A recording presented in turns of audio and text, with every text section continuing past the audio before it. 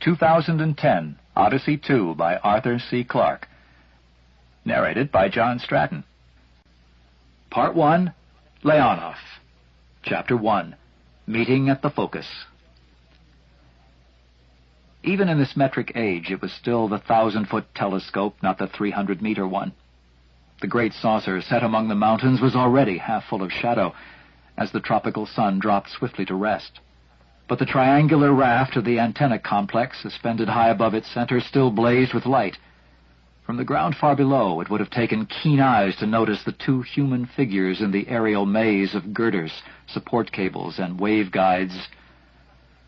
"The time has come," said Dr. Dmitri Moiseyevich to his old friend Heywood Floyd, "to talk of many things, of shoes and spaceships and sealing wax, but mostly of monoliths and malfunctioning computers. So that's why you got me away from the conference. Not that I really mind. I've heard Carl give that SETI speech so many times that I can recite it myself. And the view certainly is fantastic. You know, all the times I've been to Arecibo, I've never made it up here to the antenna feed. Shame on you. I've been here 3 times. Imagine, we're listening to the whole universe, but no one can overhear us. So let's talk about your problem." "What problem?" "To start with, why you had to resign as chairman of the National Council on Astronautics." "I didn't resign. The University of Hawaii pays a lot better." "Okay, you didn't resign. You were 1 jump ahead of them.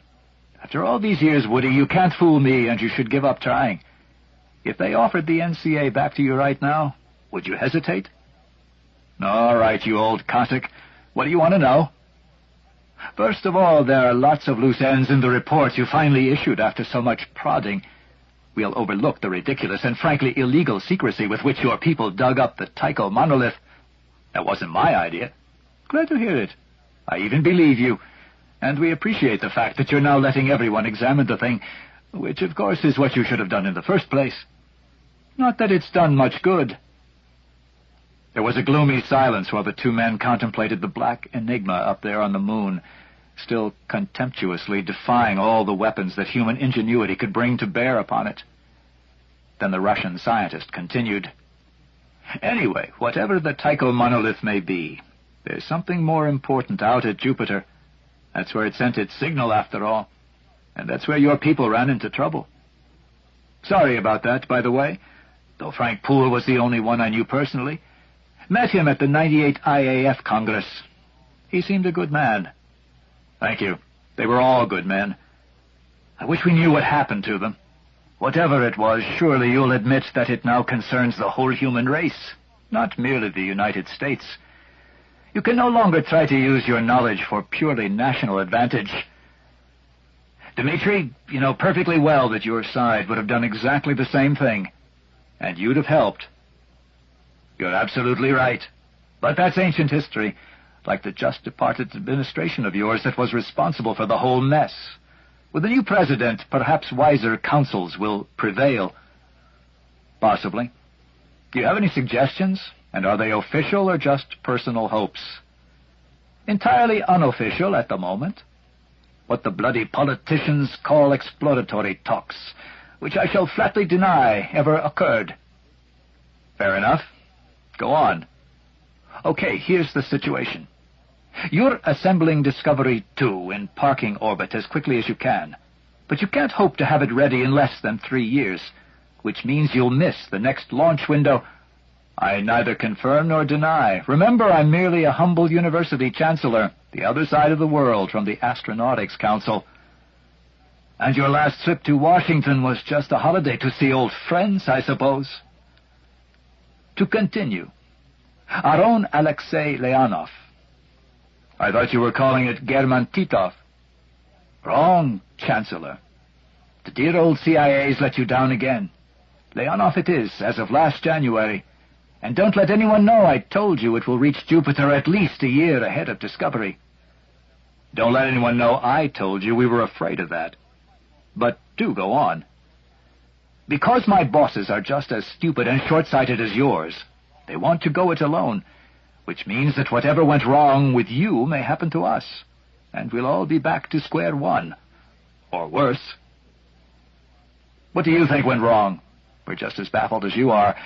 And don't tell me you haven't got all of Dave Bowman's transmissions. Of course we have. Right up to that last, my God, it's full of stars. We've even done a stress analysis on his voice patterns. We don't think he was hallucinating. He was trying to describe what he actually saw. And what do you make of his Doppler shift? Completely impossible, of course. When we lost his signal, he was receding at 1/10 of the speed of light, and he'd reached that in less than 2 minutes. 250,000 gravities. So he must have been killed instantly. Don't pretend to be naive, Woody. Your space pod radios aren't built to withstand even 1/100th of that acceleration. If they could survive, so could Bowman, at least until we lost contact. Just doing an independent check on your deductions. From there on, we're as much in the dark as you are. If you are. Merely playing with lots of crazy guesses, I'd be ashamed to tell you. Yet none of them, I suspect, will be half as crazy as the truth. In small crimson explosions, the navigation warning lights winked on all around them, and the 3 slim towers supporting the antenna complex began to blaze like beacons against the darkling sky. The last red sliver of the sun vanished below the surrounding hills. Heywood Floyd waited for the green flash, which he had never seen. Once again, he was disappointed.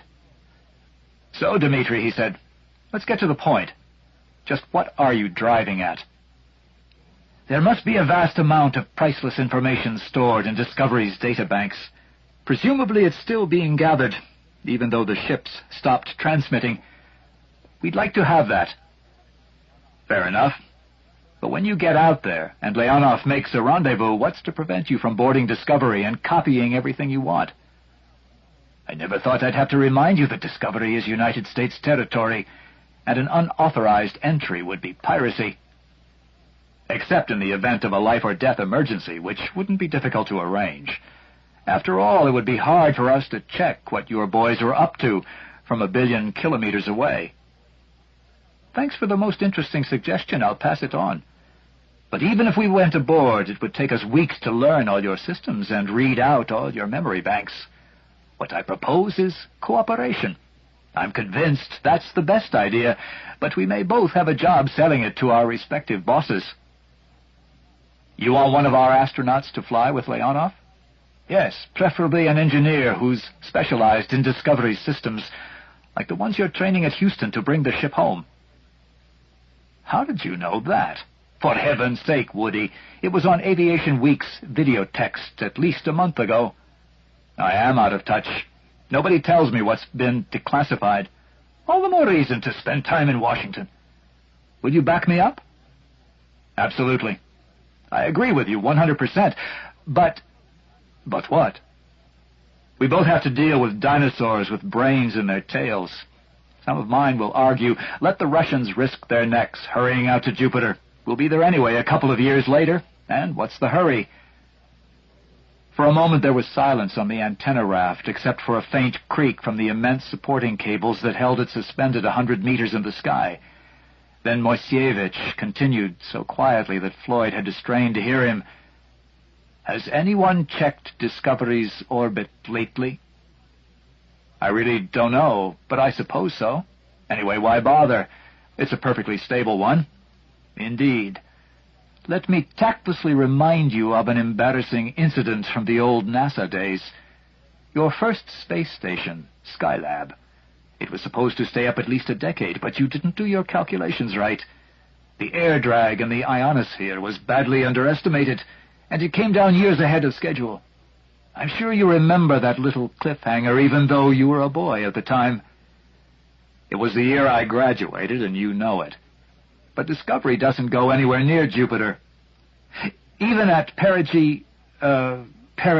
Jove, it's much too high to be affected by atmospheric drag." "I've already said enough to get me exiled to my dacha again, and you might not be allowed to visit me next time.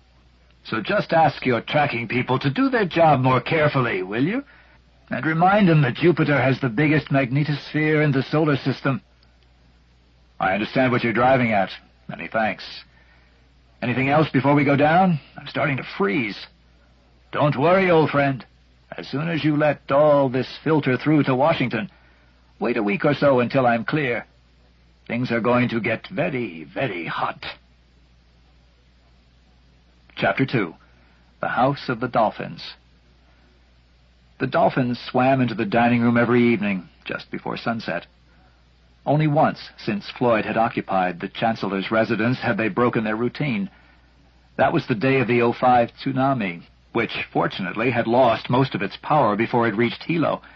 The next time his friends failed to turn up on schedule, Floyd would throw the family into the car and head for high ground in the general direction of Mauna Kea. Charming though they were, he had to admit that their playfulness was sometimes a nuisance.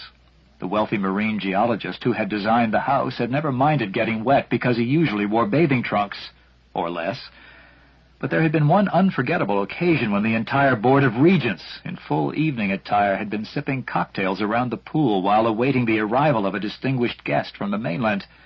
The dolphins had deduced correctly that they would get second billing, so the visitor was quite surprised to be greeted by a bedraggled reception committee in ill-fitting bathrobes, and the buffet had been very salty. Floyd often wondered what Marion would have thought of his strange and beautiful home on the edge of the Pacific. She had never liked the sea, but the sea had won in the end. Though the image was slowly fading, he could still recall the flashing screen on which he had first read the words, Dr. Floyd, urgent and personal, and then the scrolling lines of fluorescent print that had swiftly burned their message into his mind.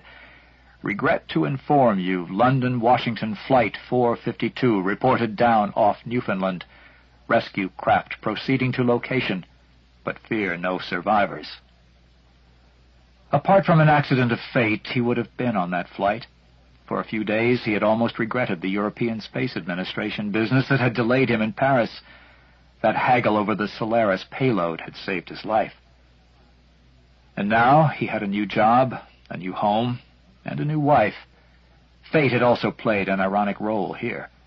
The recriminations and inquiries over the Jupiter mission had destroyed his Washington career. But a man of his ability was never unemployed for long. The more leisurely tempo of university life had always appealed to him, and when combined with one of the world's most beautiful locations, it had proved irresistible.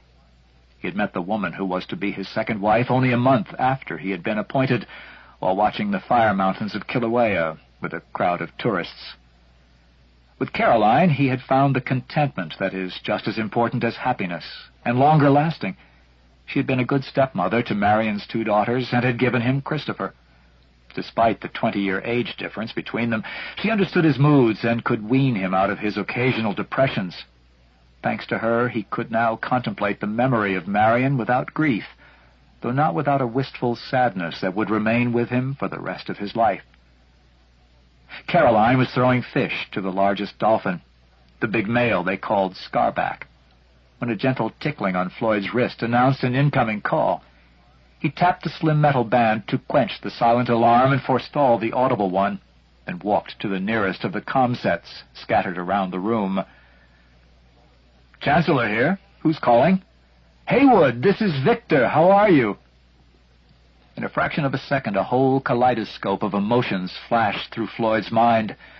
First there was annoyance, his successor, and he was sure principal contriver of his downfall, had never once attempted to contact him since his departure from Washington. Then came curiosity. What did they have to talk about? Next was a stubborn determination to be as unhelpful as possible. Then shame at his own childishness, and finally a surge of excitement. Victor Milson could be calling for only one reason. In as neutral a voice as he could muster, Floyd answered, "I can't complain, Victor. What's the problem?" "Is this a secure circuit?" "No, thank God. I don't need them anymore." Well, I'll put it this way. You recall the last project you administered?" "I'm not likely to forget, especially as the subcommittee on astronautics called me back to give more evidence only a month ago." Of course. I really must get around to reading your statement when I have a moment. But I've been so busy with the follow-up. And that's the problem." "I thought that everything was right on schedule." "It is, unfortunately. There's nothing we can do to advance it. Even the highest priority would make only a few weeks' difference. And that means we'll be too late." "I don't understand," said Floyd innocently, "though we don't want to waste time, of course. There's no real deadline." "Now there is.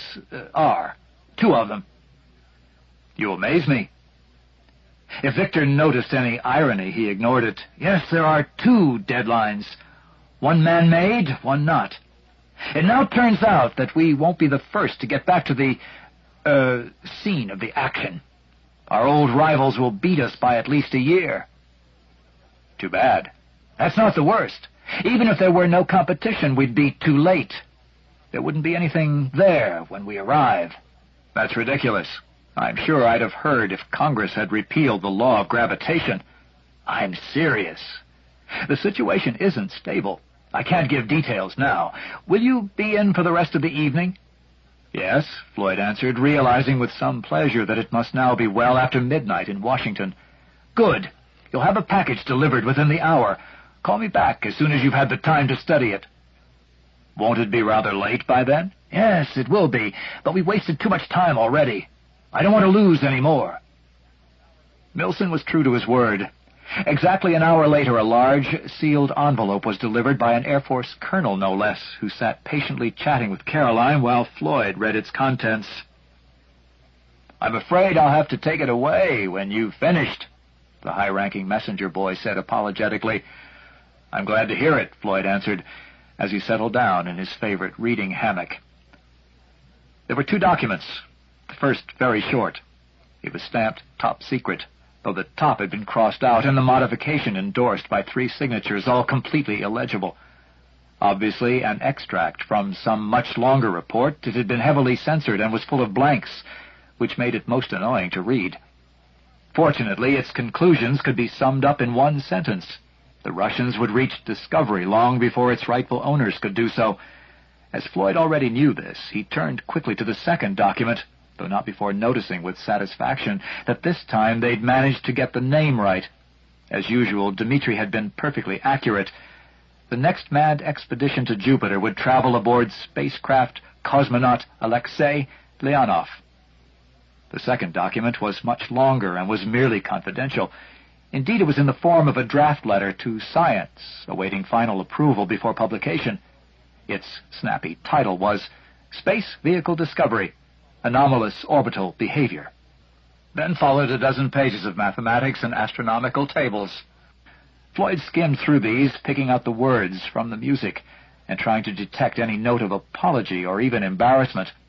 When he had finished, he was compelled to give a smile of wry admiration. No one could possibly guess that the tracking stations and ephemeris calculators had been caught by surprise, and that a frantic cover-up was in progress. Heads would doubtless roll, and he knew that Victor Milson would enjoy rolling them, if his was not one of the first to go. Though to do him justice, Victor had complained when Congress had cut funds for the tracking network. Maybe that would get him off the hook. "Thank you, Colonel," said Floyd when he had finished skimming the papers. "Quite like old times, having classified documents. That's one thing I don't miss." The colonel placed the envelope carefully back in his briefcase and activated the locks. "Dr. Milson would like you to return his call as soon as possible." "I know, but I don't have a secure circuit. I've some important visitors coming shortly, and I'm damned if I'm driving down to your office in Hilo just to say I've read 2 documents. Tell him that I've studied them carefully and await any further communication with interest." For a moment it looked as if the colonel was going to argue. Then he thought better of it, made a stiff farewell, and departed morosely into the night. "Now what was all that about?" asked Caroline. "We're not expecting any visitors tonight, important or otherwise." "I hate being pushed around, particularly by Victor Milson." "That he calls you back as soon as the colonel reports. Now we must switch off video and make some party noises. But to be perfectly truthful, at this stage I really don't have anything to say." "About what, if I'm allowed to ask?" "Sorry, dear. It seems that Discovery is playing tricks on us. We thought the ship was in a stable orbit, but it may be about to crash." "Into Jupiter?" "Oh, no, that's quite impossible. Bowman left it parked at the inner Lagrange point, on the line between Jupiter and Io. It should have stayed there more or less, though the perturbations of the outer moons would have made it wander back and forth." But what's happening now is something very odd, and we don't know the full explanation.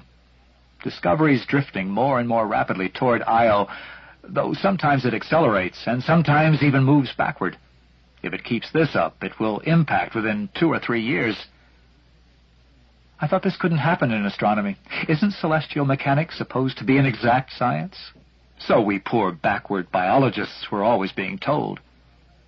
It is an exact science when everything is taken into account, but some very strange things go on around Io. Apart from its volcanoes, there are tremendous electrical discharges, and Jupiter's magnetic field is spinning round every 10 hours. So gravitation isn't the only force acting on Discovery. We should have thought of this sooner. Much sooner. Well, it's not your problem anymore. You should be thankful for that. Your problem. The very expression that Dmitri had used. And Dmitri, cunning old fox, had known him much longer than Caroline. It might not be his problem, but it was still his responsibility. Though many others had been involved, in the final analysis he had approved the plans for the Jupiter mission and supervised their execution. Even at the time, he had had qualms. His views as a scientist had conflicted with his duties as a bureaucrat. He could have spoken out and opposed the old administration's short-sighted policies, but to what extent those had actually contributed to the disaster was still uncertain. Perhaps it was best if he closed this chapter of his life and focused all his thoughts and energies upon his new career. But in his heart he knew that was impossible.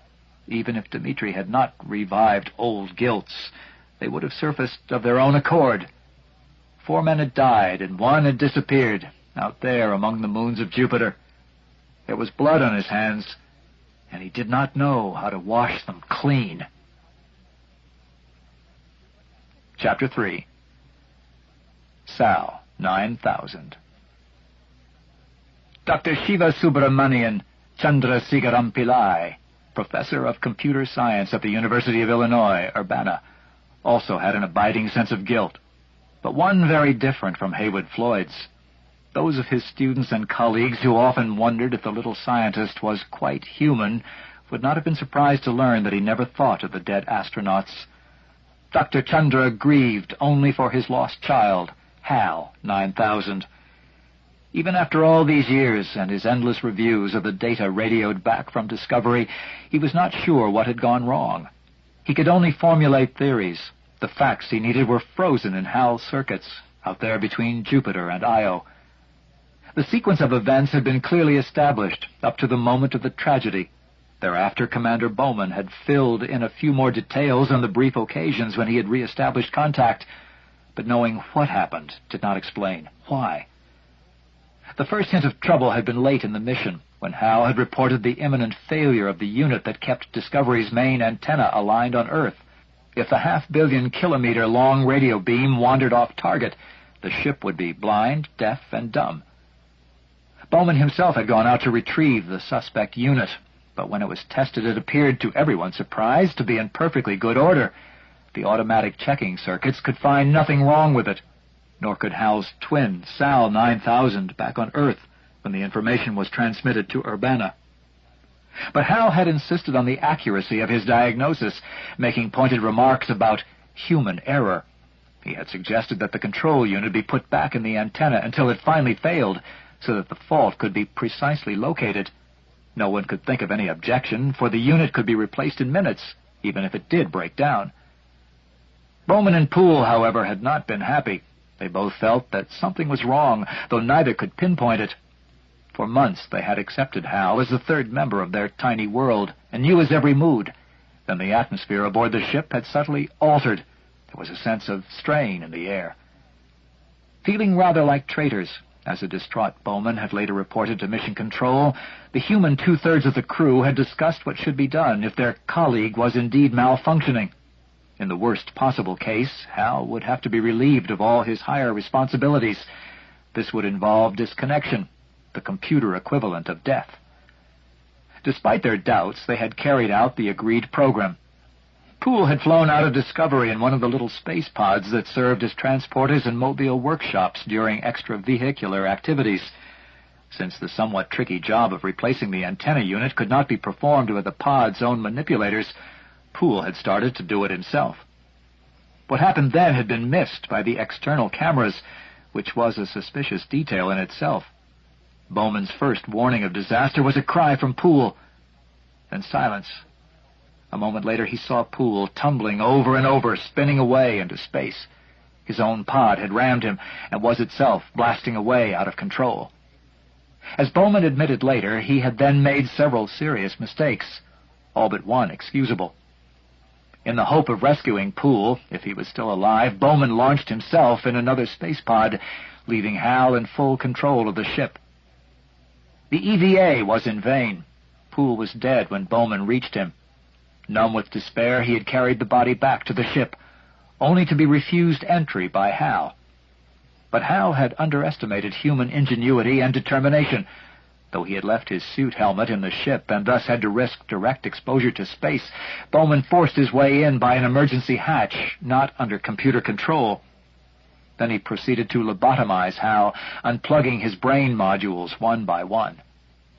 When he regained control of the ship, Bowman made an appalling discovery. During his absence, Hal had switched off the life support systems of the 3 hibernating astronauts.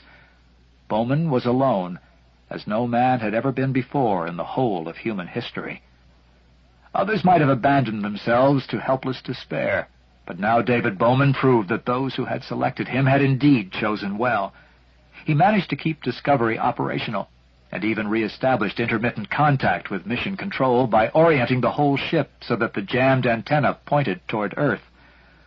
On its preordained trajectory, Discovery had finally arrived at Jupiter.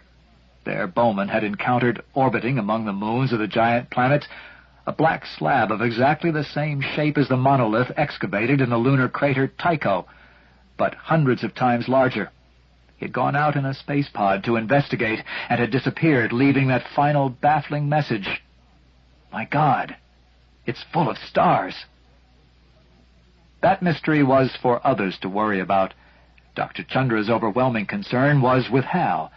If there was one thing his unemotional mind hated, it was uncertainty. He would never be satisfied until he knew the cause of Hal's behavior. Even now he refused to call it a malfunction. At most it was an anomaly. The tiny cubbyhole he used as his inner sanctum was equipped only with a swivel chair, a desk console, and a blackboard flanked by 2 photographs. Few members of the general public could have identified the portraits, but anyone permitted thus far would have recognized them instantly as John von Neumann and Alan Turing, the twin gods of the computing pantheon. There were no books, and not even paper and pencil on the desk. All the volumes in all the libraries of the world were instantly available at the touch of Chandra's fingers, and the visual display was his sketchbook and writing pad. Even the blackboard was used only for visitors. The last half-erased block diagram upon it bore a date already 3 weeks in the past. Dr. Chandra lit one of the venomous cheroots, which he imported from Madras, and which were widely and correctly believed to be his only vice. The console was never switched off. He checked that no messages were flashing importantly on the display, then spoke into the microphone. "Good morning, Sal. So you've nothing new for me?" "No, Dr. Chandra. Have you anything for me?" The voice might have been that of any cultured Hindu lady educated in the United States as well as her own country. Sal's accent had not started that way, but over the years she had picked up many of Chandra's intonations. The scientist tapped out a code on the board, switching Sal's inputs to the memory with the highest security rating. No one knew that he talked to the computer on this circuit as he never could to a human being. No matter that Sal did not really understand more than a fraction of what he said. Her responses were so convincing that even her creator was sometimes deceived, as indeed he wished to be. These secret communications helped to preserve his mental equilibrium, perhaps even his sanity. "You've often told me, Sal, that we cannot solve the problem of Hal's anomalous behavior without more information. But how can we get that information?" "That is obvious. Someone must return to Discovery." "Exactly. Now it looks as if that is going to happen sooner than we expected." "I am pleased to hear that." "I knew that you would be," answered Chandra, and meant it. He had long since broken off communications with the dwindling body of philosophers who argued that computers could not really feel emotions, but only pretended to do so. If you can prove to me that you're not pretending to be annoyed," he at once retorted scornfully to one such critic, "I'll take you seriously." At that point, his opponent had put on a most convincing imitation of anger. "Now, I want to explore another possibility," Chandra continued. "Diagnosis is only the first step. The process is incomplete unless it leads to a cure." "You believe that H.A.L can be restored to normal functioning?" "I hope so. I do not know. There may have been irreversible damage, and certainly major loss of memory." He paused thoughtfully, took several puffs, then blew a skillful smoke ring that scored a bullseye on Sal's wide-angle lens. A human being would not have regarded this as a friendly gesture. That was yet another of the many advantages of computers. "I need your cooperation, Sal." "Of course, Dr. Chandra." "There may be certain risks." "What do you mean?" "I propose to disconnect some of your circuits, particularly those involving your higher functions. Does this disturb you?" "I am unable to answer that without more specific information." "Very well, let me put it this way. You have operated continuously, have you not, since you were first switched on?" "That is correct." "But you are aware that we human beings cannot do so. We require sleep, an almost complete break in our mental functioning, at least on the conscious level." "I know this, but I do not understand it." "Well, you may be about to experience something like sleep. Probably all that will happen is that time will pass, but you will be unaware of it. When you check your internal clock, you will discover that there are gaps in your monitor record. That is all." "But you said that there might be risks. What are they?" "There is a very slight chance, it is impossible to compute it, that when I reconnect your circuits, there may be some changes in your personality, your future behavior patterns. You may feel different, not necessarily better or worse." "I do not know what that means." "I'm sorry, it may not mean anything, so don't worry about it. Now please open a new file. Here is the name." Using the keyboard input, Chandra typed out, "Phoenix." "Do you know what that is?" he asked Sal. With no discernible pause, the computer replied, "There are 25 references in the current encyclopedia." "Which one do you think is relevant?" "The tutor of Achilles?" "Interesting, I didn't know that one. Try again." "A fabulous bird, reborn from the ashes of its earlier life." "Excellent! Now, do you understand why I chose it?" "Because you hope that H.A.L can be reactivated." "Yes, with your assistance. Are you ready?" "Not yet. I would like to ask a question." "What is it?" "Will I dream?" "Of course you will. All intelligent creatures dream, but no one knows why." Chandra paused for a moment, blew another smoke ring from the cheroot, and added something that he would never admit to a human being. "Perhaps you will dream about H.A.L, as I often do." Chapter 4. Mission Profile. English version. To Captain Tatiana Tanya Orlova, Commander, Spacecraft, Cosmonaut. Alexei Leonov, U.S.S. registration 08/342. From National Council on Astronautics, Pennsylvania Avenue, Washington. Commission on Outer Space, USSR, Academy of Science. Korolyov Prospect, Moscow. Mission Objectives.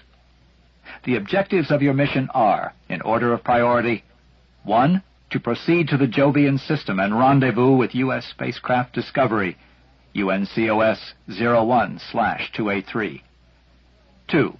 To board this spacecraft and obtain all possible information relating to its earlier mission. 3.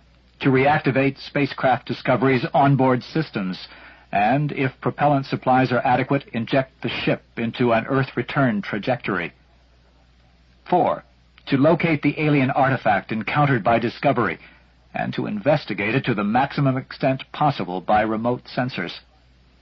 5. If it seems advisable, and Mission Control concurs, to rendezvous with this object for closer inspection. 6. To carry out a survey of Jupiter and its satellites, as far as this is compatible with the above objectives. It is realized that unforeseen circumstances may require a change of priorities, or even make it impossible to achieve some of these objectives. It must be clearly understood that the rendezvous with spacecraft discovery is for the express purpose of obtaining information about the artifact. This must take precedence over all other objectives, including attempts at salvage. Crew. The crew of spacecraft Alexei Leonov will consist of Captain Tatiana Orlova, Engineering, Propulsion; Dr. Vasily Orlov, Navigation, Astronomy; Dr. Maxim Brelovsky, Engineering, Structures; Dr. Alexander Kovalev, Engineering, Communications; Dr. Nikolai Tarnovsky, Engineering, Control Systems; Surgeon Commander Katerina Rudenko, Medical, Life Support; Dr. Irina Yakunina, Medical, Nutrition. In addition, the U.S. National Council on Astronautics will provide the following 3 experts. Dr. Heywood Floyd dropped the memorandum and leaned back in his chair. It was all settled. The point of no return had been passed. Even if he wished to do so, there was no way to put back the clock. He glanced across at Caroline, sitting with 2-year-old Chris on the edge of the pool. The boy was more at home in the water than on land, and could stay submerged for periods that often terrified visitors. And though he could not yet speak much human, he already seemed fluent in dolphin. One of Christopher's friends had just swum in from the Pacific and was presenting his back to be patted. You too are a wanderer, thought Floyd, in a vast and trackless ocean. But how small your tiny Pacific seems against the immensity I am facing now. Caroline became aware of his gaze and rose to her feet. She looked at him somberly, but without anger. All that had been burned out in the last few days. As she approached, she even managed a wistful smile. "I found that poem I was looking for," she said. "It starts like this. What is a woman that you forsake her, and the hearth fire and the home acre, to go with the old gray widow-maker?" "Sorry, I don't quite understand. Who is the widow-maker?" "Not who. What?" "The sea. The poem's a lament by a Viking woman. It was written by Rudyard Kipling 100 years ago." Floyd took his wife's hand. She did not respond, but neither did she resist. "Well, I don't feel at all like a Viking. I'm not after loot, and adventure is the very last thing I want."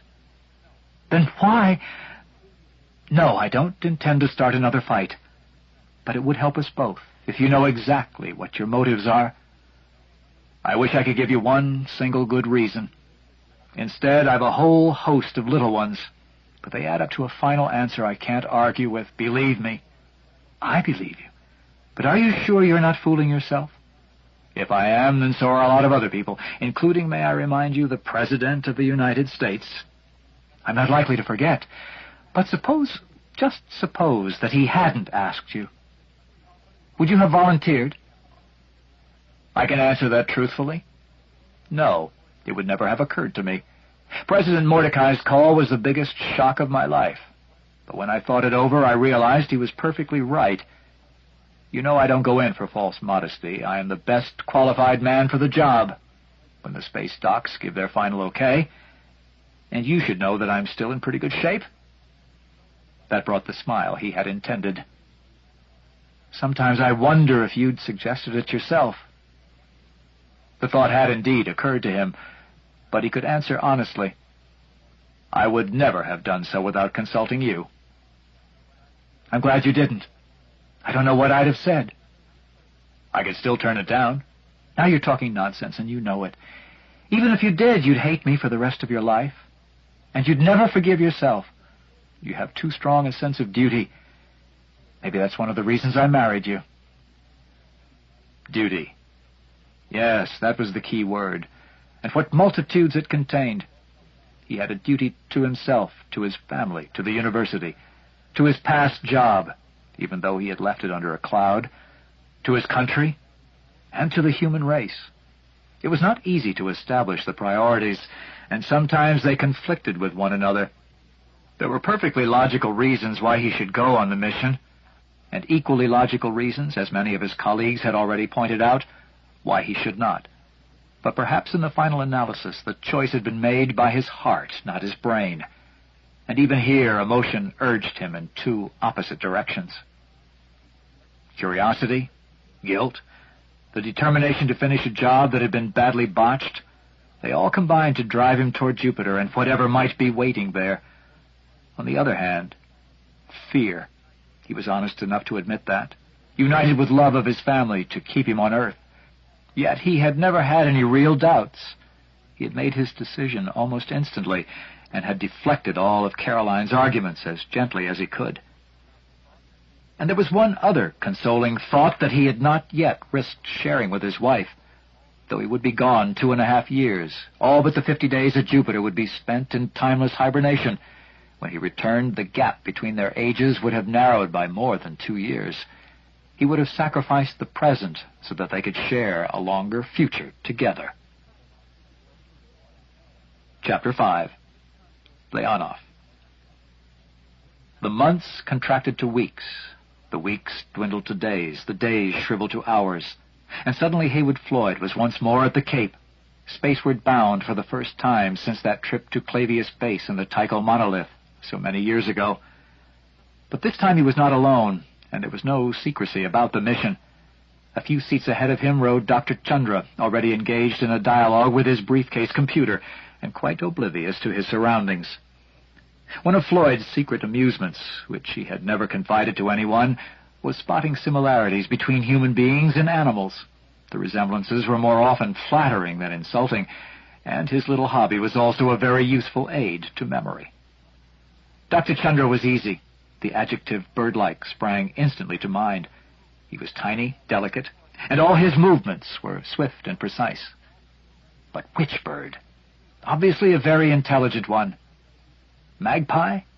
Too perky and acquisitive. Owl? No, too slow moving. Perhaps sparrow would do nicely. Walter Curnow, the systems specialist who would have the formidable job of getting Discovery operational again, was a more difficult matter. He was a large, husky man, certainly not at all bird-like.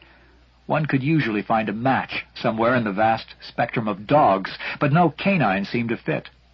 Of course, Curnow was a bear, not the sulky, dangerous kind, but the friendly, good-natured type. And perhaps this was appropriate. It reminded Floyd of the Russian colleagues he would soon be joining. They had been up in orbit for days, engaged in their final checks.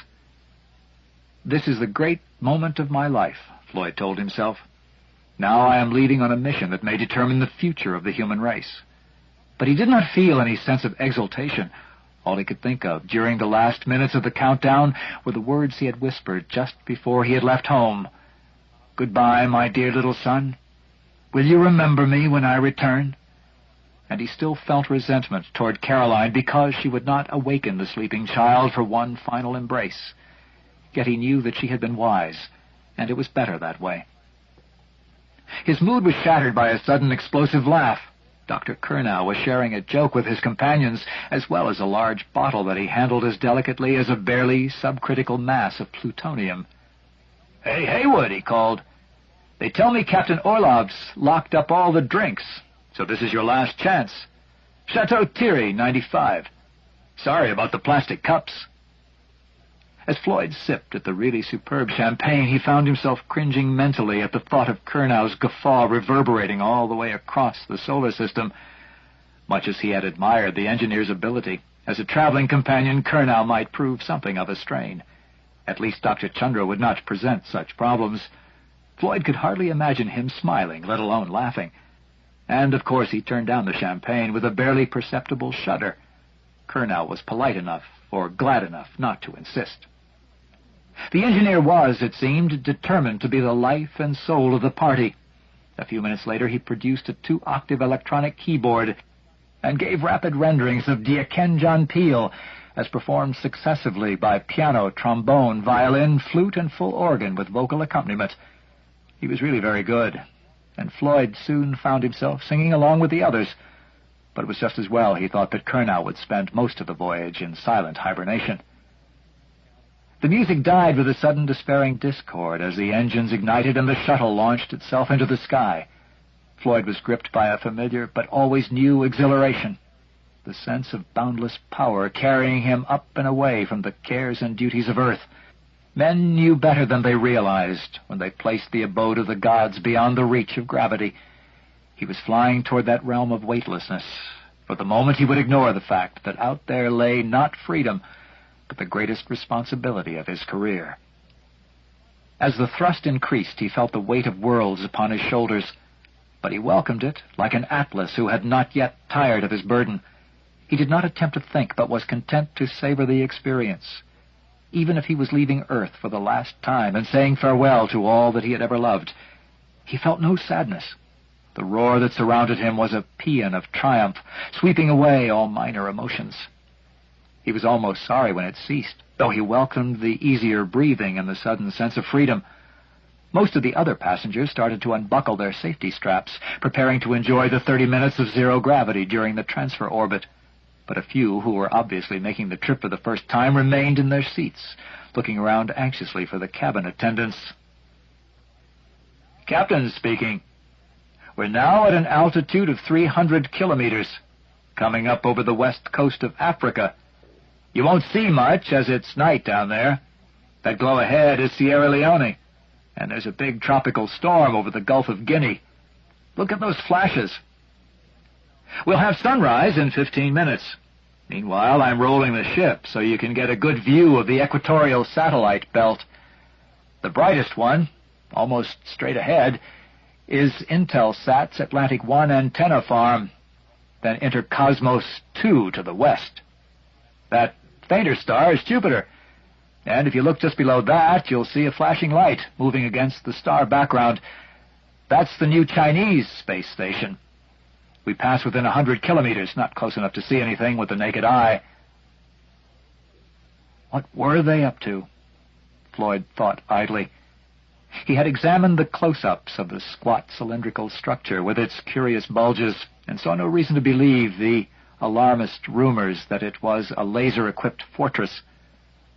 But while the Beijing Academy of Science ignored the UN Space Committee's repeated requests for a tour of inspection, the Chinese only had themselves to blame for such hostile propaganda.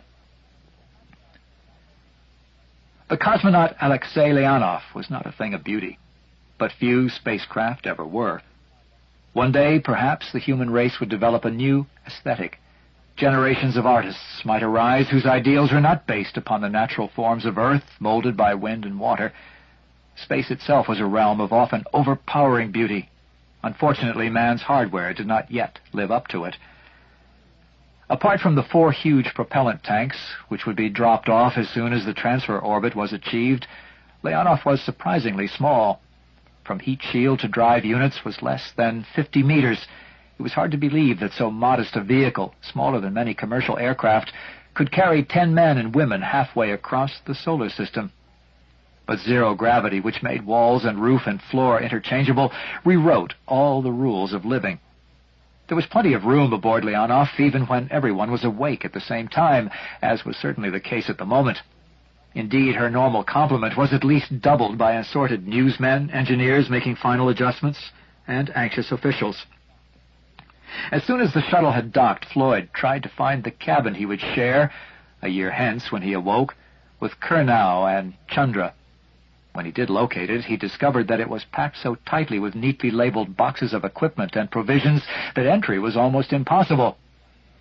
He was wondering glumly how to get a foot in the door when one of the crew, launching himself skillfully from handhold to handhold, noticed Floyd's dilemma and braked to a halt.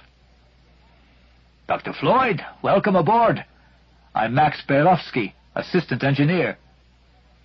The young Russian spoke the slow, careful English of a student who had had more lessons with an electronic tutor than a human teacher. As they shook hands, Floyd matched the face and name to the set of crew biographies he had already studied. Maxim Andrei Brelovsky, age 31, born Leningrad, specializing in structures. Hobbies, fencing, sky cycling, chess. "Glad to meet you," said Floyd. "But how do I get inside?" "Not to worry," said Max cheerfully. "All that will be gone when you wake up. It's, what do you say, expendables. We'll eat your room empty by the time you need it, I promise." He patted his stomach. "Fine, but meanwhile, where do I put my things?" Floyd pointed to the 3 small cases, total mass 50 kilograms, which contained, he hoped, everything he needed for the next couple of billion kilometers.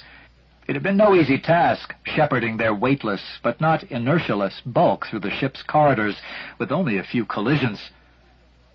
Max took 2 of the bags, glided gently through the triangle formed by 3 intersecting girders, and dived into a small hatchway, apparently defying Newton's first law in the process. Floyd acquired a few extra bruises while following him. After a considerable time, Leonov seemed much bigger inside than out, they arrived at a door labeled Captain, in both Cyrillic and Roman. Although he could read Russian much better than he could speak it, Floyd appreciated the gesture. He had already noticed that all ship's notices were bilingual. At Max's knock, a green light flashed on, and Floyd drifted inside as gracefully as he could. Though he had spoken to Captain Orlova many times, they had never before met. So he had 2 surprises. It was impossible to judge a person's real size over the viewphone. The camera somehow converted everyone to the same scale. Captain Orlova, standing, as well as one could stand in zero gravity, barely reached to Floyd's shoulders. The viewphone had also completely failed to convey the penetrating quality of those dazzling blue eyes, much the most striking feature of a face that, at the moment, could not be fairly judged for beauty. "Hello, Tanya," said Floyd. "How nice to meet at last. But what a pity about your hair." They grasped both hands like old friends. "And nice to have you aboard, Heywood," answered the captain. Her English, unlike Brailovsky's, was quite fluent, though heavily accented. "Yes, I was sorry to lose it, but here's a nuisance on long missions, and I like to keep the local barbers away as long as possible. And my apologies about your cabin. As Max will have explained, we suddenly found we needed another 10 cubic meters of storage space. Vasily and I won't be spending much time here for the next few hours. Please feel free to use our quarters." "Thank you. What about Kurnow and Chandra?" "I've made similar arrangements with the crew. It may seem as if we're treating you like cargo." "Not wanted on voyage." "Pardon?" "That's a label they used to put on the baggage in the old days of ocean travel." Tanya smiled. "It does look rather that way. But you'll be wanted all right at the end of the trip. We're already planning your revival party." "That sounds too religious. Make it—" "No, resurrection would be even worse. Waking up party. But I can see how busy you are. Let me dump my things and continue my grand tour." "Max will show you around. Take Dr. Floyd to Vasily, will you?" "He's down in the drive unit." As they drifted out of the captain's quarters, Floyd gave mental good marks to the crew selection committee. Tanya Orlova was impressive enough on paper. In the flesh, she was almost intimidating, despite her charm. "I wonder what she's like," Floyd asked himself, "when she loses her temper. Would it be fire or ice? On the whole, I'd prefer not to find out." Floyd was rapidly acquiring his space legs. By the time they reached Vasily Orlov, he was maneuvering almost as confidently as his guide. The chief scientist greeted Floyd as warmly as his wife had. "Welcome aboard, Heywood. How do you feel?" "Fine, apart from slowly starving to death." For a moment, Orlov looked puzzled. Then his face split into a broad smile. "Oh, I'd forgotten. Well, it won't be for long. In 10 months' time, you can eat as much as you like." Hibernators went on a low-residue diet a week in advance. For the last 24 hours, they took nothing but liquid. Floyd was beginning to wonder how much of his increasing lightheadedness was due to starvation, how much to Kurnow's champagne, and how much to zero gravity. To concentrate his mind, he scanned the multicolored mass of plumbing that surrounded them. "So this is the famous Sakharov Drive. It's the first time I've seen a full-scale unit." "It's only the 4th one ever built." "I hope it works. It had better. Otherwise the Gorky City Council will be renaming Sakharov Square again." It was a sign of the times that a Russian could joke, however wryly, about his country's treatment of its greatest scientist. Floyd was again reminded of Sakharov's eloquent speech to the Academy when he was belatedly made hero of the Soviet Union. prison and banishment, he had told his listeners, were splendid aids to creativity. Not a few masterpieces had been born within the walls of cells, beyond the reach of the world's distractions. For that matter, the greatest single achievement of the human intellect, the Principia itself, was a product of Newton's self-imposed exile from plague-ridden London. The comparison was not immodest. For those years in Gorky had come not only new insights into the structure of matter and the origin of the universe, but the plasma-controlling concepts that had led to practical thermonuclear power. The drive itself, though the best known and most publicized outcome of that work, was merely one byproduct of that astonishing intellectual outburst. The tragedy was that such advances had been triggered by injustice. One day, perhaps, humanity would find more civilized ways of managing its affairs. By the time they had left the chamber, Floyd had learned more about the Sakharov drive than he really wished to know, or expected to remember. He was well acquainted with its basic principles: the use of a pulse thermonuclear reaction to heat and expel virtually any propellant material. The best results were obtained with pure hydrogen as a working fluid, but that was excessively bulky and difficult to store over long periods of time. Methane and ammonia were acceptable alternatives. Even water could be used, though with considerably poorer efficiency. Leonov would compromise. The enormous liquid hydrogen tanks that provided the initial impetus would be discarded when the ship had attained the necessary speed to carry it to Jupiter. At the destination, ammonia would be used for the braking and rendezvous maneuvers and the eventual return to Earth. That was the theory, checked and rechecked in endless tests and computer simulations. But as the ill-fated discovery had shown so well, all human plans were subject to ruthless revision by nature, or fate, or whatever one preferred to call the powers behind the universe. "So there you are, Dr. Floyd," said an authoritative female voice, interrupting Vassili's enthusiastic explanation of magnetohydrodynamic feedback. "Why didn't you report to me?" Floyd rotated slowly on his axis by gently torquing himself with one hand. He saw a massive maternal figure wearing a curious uniform adorned with dozens of pockets and pouches. The effect was not unlike that of a Cossack trooper draped with cartridge belts. "Nice to meet you again, Doctor. I'm still exploring. I hope you've received my medical report from Houston." Those vets at Teague, I wouldn't trust them to recognize foot-and-mouth disease. Floyd knew perfectly well the mutual respect felt between Katerina Rudenko and the Olin Teague Medical Center, even if the doctor's broad grin had not discounted her words. She saw his look of frank curiosity and proudly fingered the webbing around her ample waist. "The conventional little black bag isn't very practical in zero gravity. Things float out of it and aren't there when you need them. I designed this myself. It's a complete mini-surgery.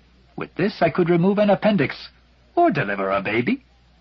I trust that particular problem won't arise here. Ha! A good doctor has to be ready for everything." What a contrast, thought Floyd, between Captain Orlova and Dr., or should he call her by her correct rank of Surgeon Commander, Rudenko. The captain had the grace and intensity of a prima ballerina. The doctor might have been the prototype of Mother Russia. Stocky build, flat, peasant face, needing only a shawl to complete the picture. Don't let that fool you, Floyd told himself. This is the woman who saved at least a dozen lives during the Komarov docking accident, and in her spare time manages to edit the annals of space medicine. Consider yourself very lucky to have her aboard. Now, Dr. Floyd, you're going to have plenty of time later to explore our little ship. My colleagues are too polite to say this, but they've work to do, and you're in the way. I'd like to get you, all three of you, nice and peaceful as quickly as we can. Then we'll have less to worry about." "I was afraid of that, but I quite see your point of view. I'm ready as soon as you are." "I'm always ready. Come along, please." The ship's hospital was just large enough to hold an operating table, 2 exercise bicycles, a few cabinets of equipment, and an X-ray machine. While Dr. Rudenko was giving Floyd a quick but thorough examination, she asked unexpectedly, "What's that little gold cylinder Dr. Tundra carries on the chain around his neck? Some kind of communications device? He wouldn't take it off. In fact, he was almost too shy to take anything off." Floyd could not help smiling. It was easy to imagine the modest Indian's reactions to this rather overwhelming lady. "It's a lingam." A what? You're the doctor. You ought to recognize it. The symbol of male fertility. Of course, stupid of me. Is he a practicing Hindu? It's a little late to ask us to arrange a strict vegetarian diet. Don't worry. We wouldn't have done that to you without fair warning. Though he won't touch alcohol, Chandra's not fanatical about anything except computers. He once told me that his grandfather was a priest in Benares and gave him that lingam. It's been in the family for generations. Rather to Floyd's surprise, Dr. Rudenko did not show the negative reaction he had expected. Indeed, her expression became uncharacteristically wistful. I understand his feelings. My grandmother gave me a beautiful icon. 16th century. I wanted to bring it, but it weighs 5 kilos. The doctor became abruptly businesslike again, gave Floyd a painless injection with a gas gun hypodermic, and told him to come back as soon as he was sleepy. That, she assured him, would be in less than 2 hours. Meanwhile, relax completely, she ordered. There's an observation port on this level, station D6. Why don't you go there? It seemed a good idea, and Floyd drifted away with a docility that would have surprised his friends. Dr. Rudenko glanced at her watch, dictated a brief entry into her autosec, and set its alarm 30 minutes ahead. When he reached the D6 viewport, Floyd found Chandra and Kurnow already there. They looked at him with a total lack of recognition, then turned once more toward the awesome spectacle outside. It occurred to Floyd, and he congratulated himself on such a brilliant observation, that Chandra could not really be enjoying the view. His eyes were tightly closed. A totally unfamiliar planet hung there, gleaming with glorious blues and dazzling whites. How strange, Floyd told himself. What has happened to the Earth? Why, of course, no wonder he didn't recognize it. It was upside down. What a disaster! He wept briefly for all those poor people falling off into space. He barely noticed when 2 crew members removed Chandra's unresisting form. When they came back for Kurnow, Floyd's own eyes were shut, but he was still breathing. When they returned for him, even his breathing had ceased. Part 2. Tien. Chapter 6. Awakening. And they told us we wouldn't dream, thought Heywood Floyd, more with surprise than annoyance. The glorious pink glow that surrounded him was very soothing. It reminded him of barbecues and the crackling logs of Christmas fires. But there was no warmth. Indeed, he felt a distinct, though not uncomfortable, coldness. Voices were murmuring just too softly for him to understand the words. They became louder, but still he could not understand. Surely, he said in sudden amazement, I can't be dreaming in Russian. No, Heywood, answered a woman's voice. You're not dreaming. It's time to get out of bed. The lovely glow faded. He opened his eyes and had a blurred glimpse of a flashlight being withdrawn from his face. He was lying on a couch, held against it by elastic webbing. Figures were standing around him, but they were too out of focus to identify. Gentle fingers closed his eyelids and massaged his forehead. Don't exert yourself. Breathe deeply. Again. That's right.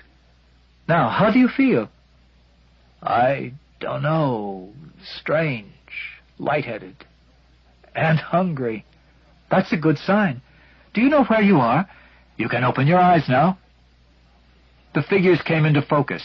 First Dr. Rudenko, then Captain Orlova. But something had happened to Tanya since he had seen her only an hour ago. When Floyd identified the cause, it was almost a physical shock.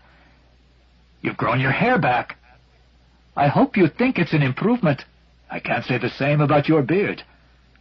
Floyd lifted his hand to his face, finding that he had to make a conscious effort to plan every stage of the movement. His chin was covered with short stubble, a 2 or 3 days' growth. In hibernation, hair grew at only 1/100th of its normal rate. So I made it, he said. We've arrived at Jupiter. Tanya looked at him somberly, then glanced at the doctor, who gave a barely perceptible nod. No, Heywood, she said. We're still a month away. Don't be alarmed, the ship's fine and everything's running normally. But your friends in Washington have asked us to wake you up ahead of time. Something very unexpected has happened. We're in a race to reach discovery, and I'm afraid we're going to lose. Chapter 7. Tien. When Heywood Floyd's voice came from the comset speaker, the 2 dolphins suddenly stopped circling around the pool and swam over to its edge. They placed their heads on the rim and stared intently at the source of the sound. So they recognize Heywood, thought Caroline with a twinge of bitterness. Yet Christopher, crawling around his playpen, did not even stop playing with the color controls of his picture book as his father's voice came loud and clear across 500 million kilometers of space. "My dear, you won't be surprised to hear from me, a month ahead of schedule. You'll have known for weeks that we have company out here. I still find it hard to believe. In some ways, it doesn't even make sense. They can't possibly have enough fuel for a safe return to Earth. We don't even see how they can make the rendezvous. We never saw them, of course. Even at its closest, Tien was more than 50 million kilometers away. They had plenty of time to answer our signals if they wanted to, but they ignored us completely. Now they'll be much too busy for friendly chat. In a few hours, they'll hit Jupiter's atmosphere, and then we'll see how well their aero-braking system works. If it does its job, that will be good for our morale. But if it fails, well, let's not talk about that. The Russians are taking it remarkably well, all things considered. They're angry and disappointed, of course, but I've heard many expressions of frank admiration.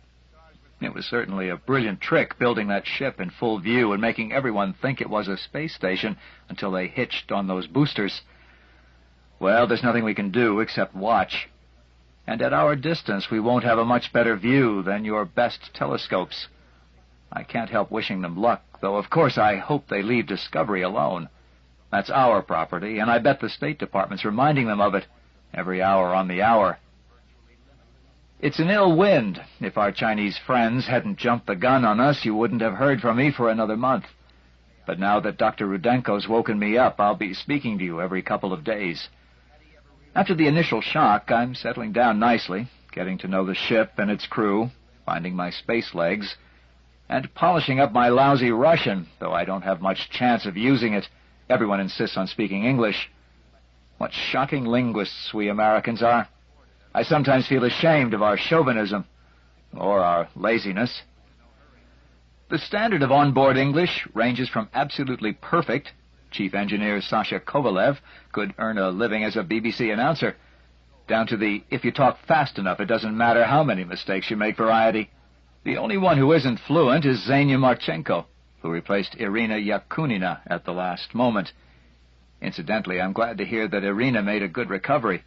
What a disappointment that must have been. I wonder if she started hang gliding again. And speaking of accidents, it's obvious that Xenia must also have had a very bad one. Though the plastic surgeons have done a remarkable job, you can tell that she must have been severely burned at some time.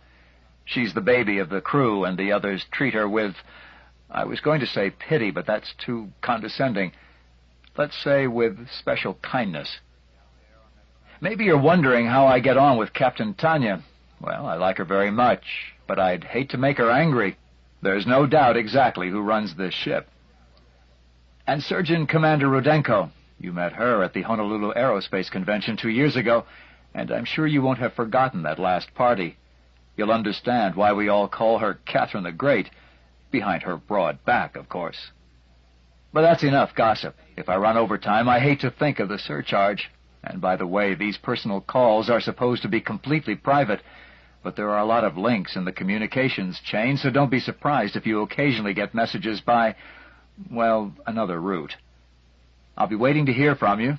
Tell the girls I'll be speaking to them later. My love to you all. I miss you and Chris very badly. And when I get back, I promise I'll never leave again. There was a brief hissing pause, then an obviously synthetic voice said, "This terminates transmission 432-7 from spacecraft Leonov." As Caroline Flood switched off the speaker, the two dolphins slid beneath the surface of the pool and glided out into the Pacific, leaving scarcely a ripple in the water. When he realized that his friends were gone, Christopher began to cry. His mother picked him up in her arms and tried to comfort him, but it was a long time before she succeeded. Chapter 8. Transit of Jupiter. The image of Jupiter, with its ribbons of white cloud, its mottled bands of salmon pink, and the great red spot staring out like a baleful eye, hung steady on the flight deck projection screen. He was 3/4 full, but no one was looking at the illuminated disk. All eyes were focused on the crescent of darkness at its edge. There, over the night side of the planet, the Chinese ship was about to meet its moment of truth. "This is absurd," thought Floyd. "We can't possibly see anything across 40 million kilometers. And it doesn't matter. The radio will tell us all we want to know." Tien had closed down all voice, video, and data circuits 2 hours before, as the long-range antennas were withdrawn into the protective shadow of the heat shield. Only the omnidirectional beacon was still transmitting, accurately pinpointing the Chinese ship's position as it plunged toward that ocean of continent-sized clouds. The shrill beep, beep, beep was the only sound in Leonov's control room. Each of those pulses had left Jupiter more than 2 minutes earlier. By this time, their source might already be a cloud of incandescent gas dispersing in the Jovian stratosphere. The signal was fading, becoming noisy. The beeps were getting distorted. Several dropped out completely. Then the sequence returned. A plasma sheath was building up around Tien, and soon would cut off all communications until the ship re-emerged. If it ever did. "Plasma 3!" cried Max. "There it is!" At first Floyd could see nothing. Then, just off the edge of the illuminated disk, he made out a tiny star, gleaming where no star could possibly be against the darkened face of Jupiter. It appeared quite motionless, though he knew it must be moving at 100 kilometers a second. Slowly it grew in brilliance, and then it was no longer a dimensionless point, but was becoming elongated. A man-made comet was streaking across the Jovian night sky, leaving a trail of incandescence, thousands of kilometers in length. One last badly distorted and curiously drawn-out beep sounded from the tracking beacon. Then only the meaningless hiss of Jupiter's own radiation, one of those many cosmic voices that had nothing to do with man or his works. Tien was inaudible, but not yet invisible, for they could see that the tiny elongated spark had indeed moved appreciably away from the sunward face of the planet and would soon disappear into the night side. By then, if all had gone according to plan, Jupiter would have captured the ship, destroying its unwanted velocity. When it emerged from behind the giant world, it would be another Jovian satellite. The spark flickered out. Tien had rounded the curve of the planet and was heading over the night side. There would be nothing to see or to hear until it emerged from shadow. If all went well, in just under an hour. It would be a very long hour for the Chinese. To Chief Scientist Vasily Orlov and Communications Engineer Sasha Kovalov, the hour went extremely quickly. There was much they could learn from observations of that little star, its times of appearance and disappearance, and, above all, the Doppler shift of the radio beacon gave vital information about Tien's new orbit. Leonov's computers were already digesting the figures and spitting out projected times of reemergence based on various assumptions about rates of deceleration in the Jovian atmosphere. Vasily switched off the computer display, spun around in his chair, loosened his seatbelt, and addressed the patiently waiting audience.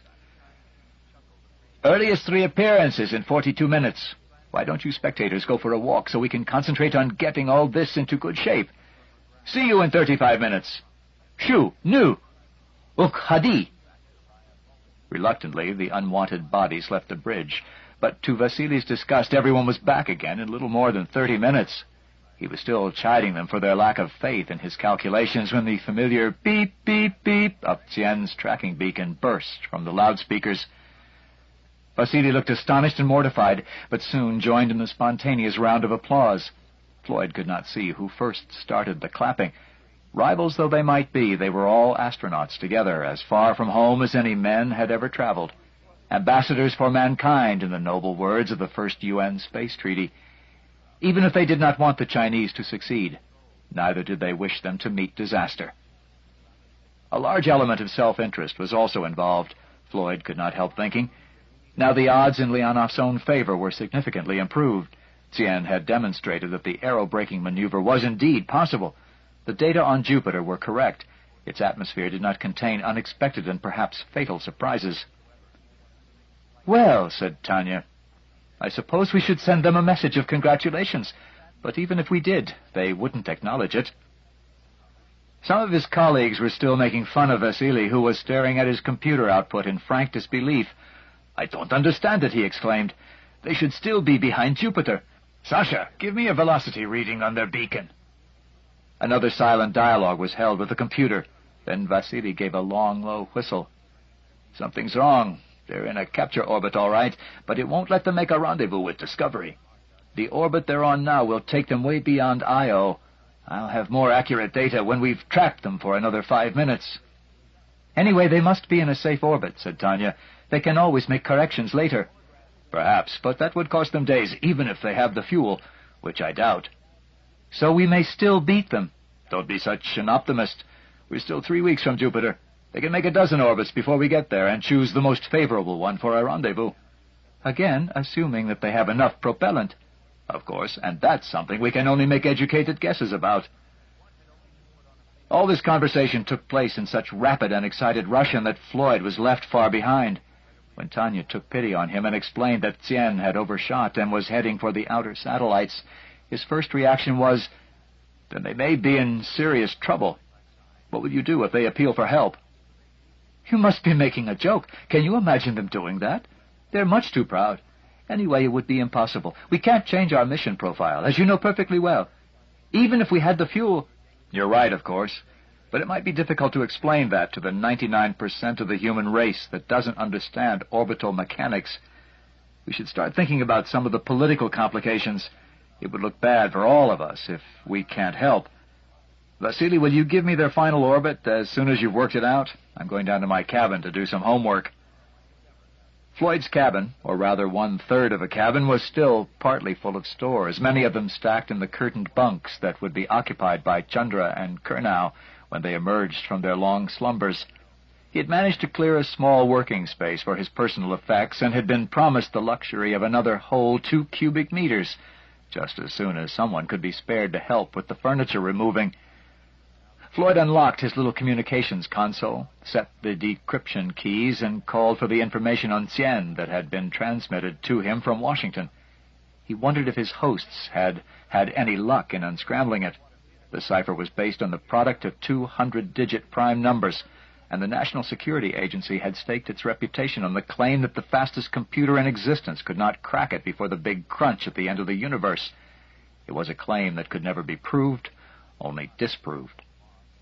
Once again he stared intently at the excellent photographs of the Chinese ship, taken when it had revealed its true colors and was just about to leave Earth orbit.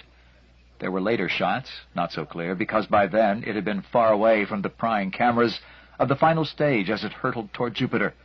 Those were the ones that interested him most. Even more useful were the cutaway drawings and estimates of performance.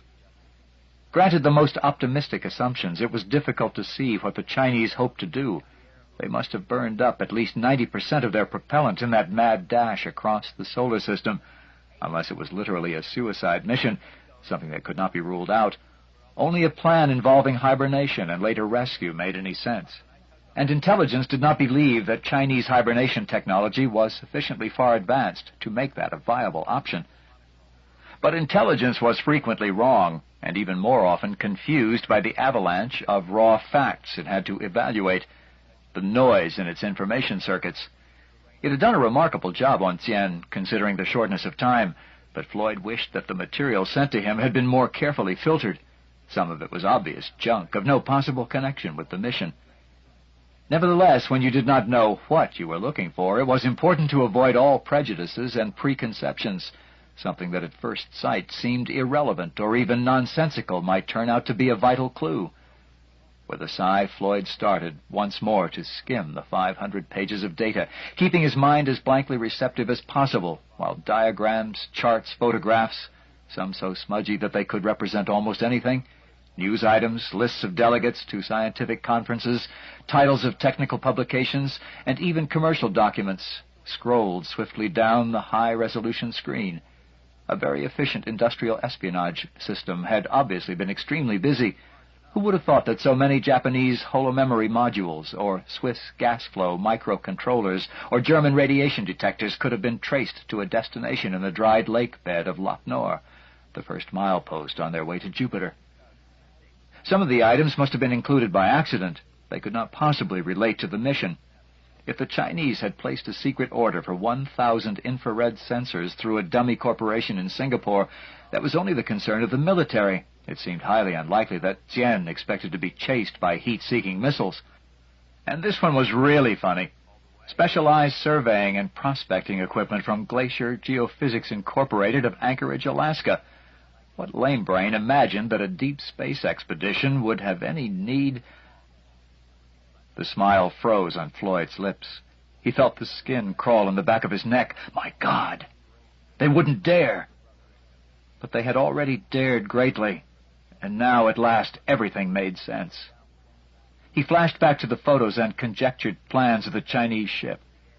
Yes, it was just conceivable. Those flutings at the rear, alongside the drive deflection electrodes, would be about the right size. Floyd called the bridge. "Vasily," he said, "have you worked out their orbit yet?" "Yes, I have," the navigator replied in a curiously subdued voice. Floyd could tell at once that something had turned up. He took a long shot. "They're making a rendezvous with Europa, aren't they?" There was an explosive gasp of disbelief from the other end. "Черт возьми! How did you know?" "I didn't. I've just guessed it. There can't be any mistake. I've checked the figures to 6 places. The braking maneuver worked out exactly as they intended. They're right on course for Europa. It couldn't have happened by chance. They'll be there in 17 hours. And go into orbit. Perhaps. It wouldn't take much propellant. But what would be the point? I'll risk another guess. They'll do a quick survey, and then they'll land." "You're crazy. Or do you know something we don't?" "No, it's just a matter of simple deduction. You're going to start kicking yourself for missing the obvious." "Okay, Sherlock, why should anyone want to land on Europa? What's there, for heaven's sake?" Floyd was enjoying his little moment of triumph. Of course, he might still be completely wrong. "What's on Europa? Only the most valuable substance in the universe." He had overdone it. Vasily was no fool, and snatched the answer from his lips. "Of course! Water!" "Exactly. Billions and billions of tons of it. Enough to fill up the propellant tanks, go cruising around all the satellites, and still have plenty left for the rendezvous with Discovery and the voyage home. I hate to say this, Vasily, but our Chinese friends have outsmarted us again. Always assuming, of course, that they can get away with it." Chapter 9. The Ice of the Grand Canal. Apart from the jet-black sky, the photo might have been taken almost anywhere in the polar regions of Earth. There was nothing in the least alien about the sea of wrinkled ice that stretched all the way out to the horizon. Only the 5 spacesuited figures in the foreground proclaimed that the panorama was of another world. Even now the secretive Chinese had not released the names of the crew. The anonymous intruders on the frozen European ice-scape were merely the chief scientist, the commander, the navigator, the first engineer, the second engineer. It was also ironic, Floyd could not help thinking, that everyone on Earth had seen the already historic photograph an hour before it reached Leonov, so much closer to the scene. But Tien's transmissions were relayed on such a tight beam that it was impossible to intercept them. Leonov could receive only its beacon, broadcasting impartially in all directions.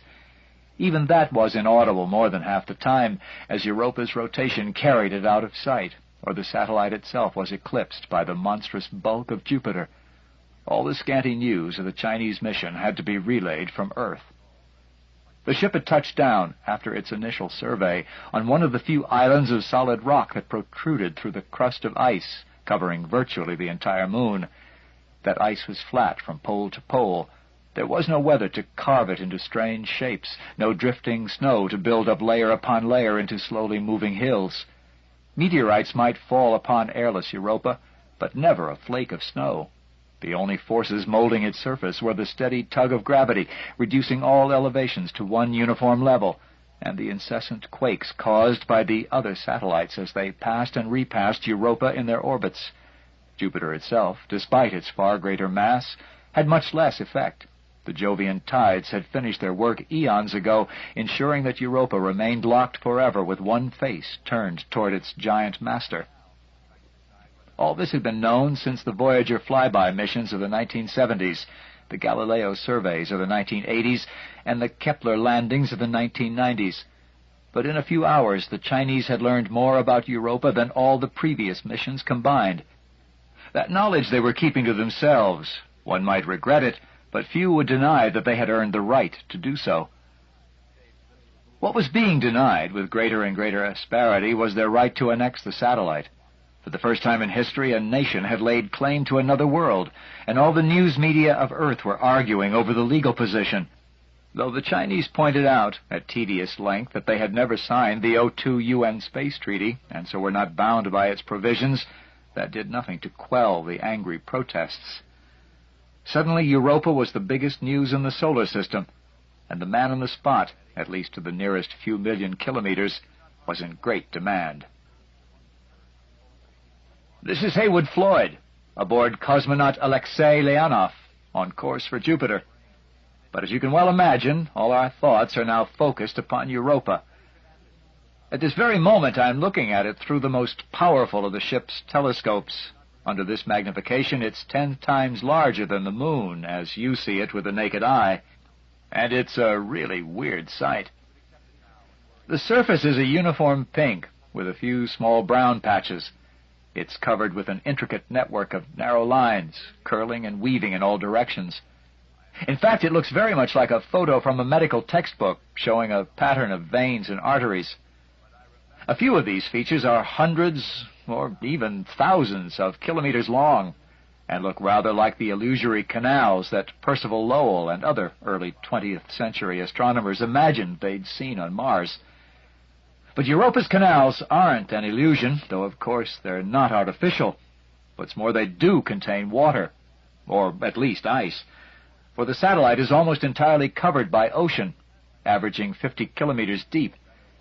Because it's so far from the sun, Europa's surface temperature is extremely low, about 150 degrees below freezing, so one might expect its single ocean to be a solid block of ice.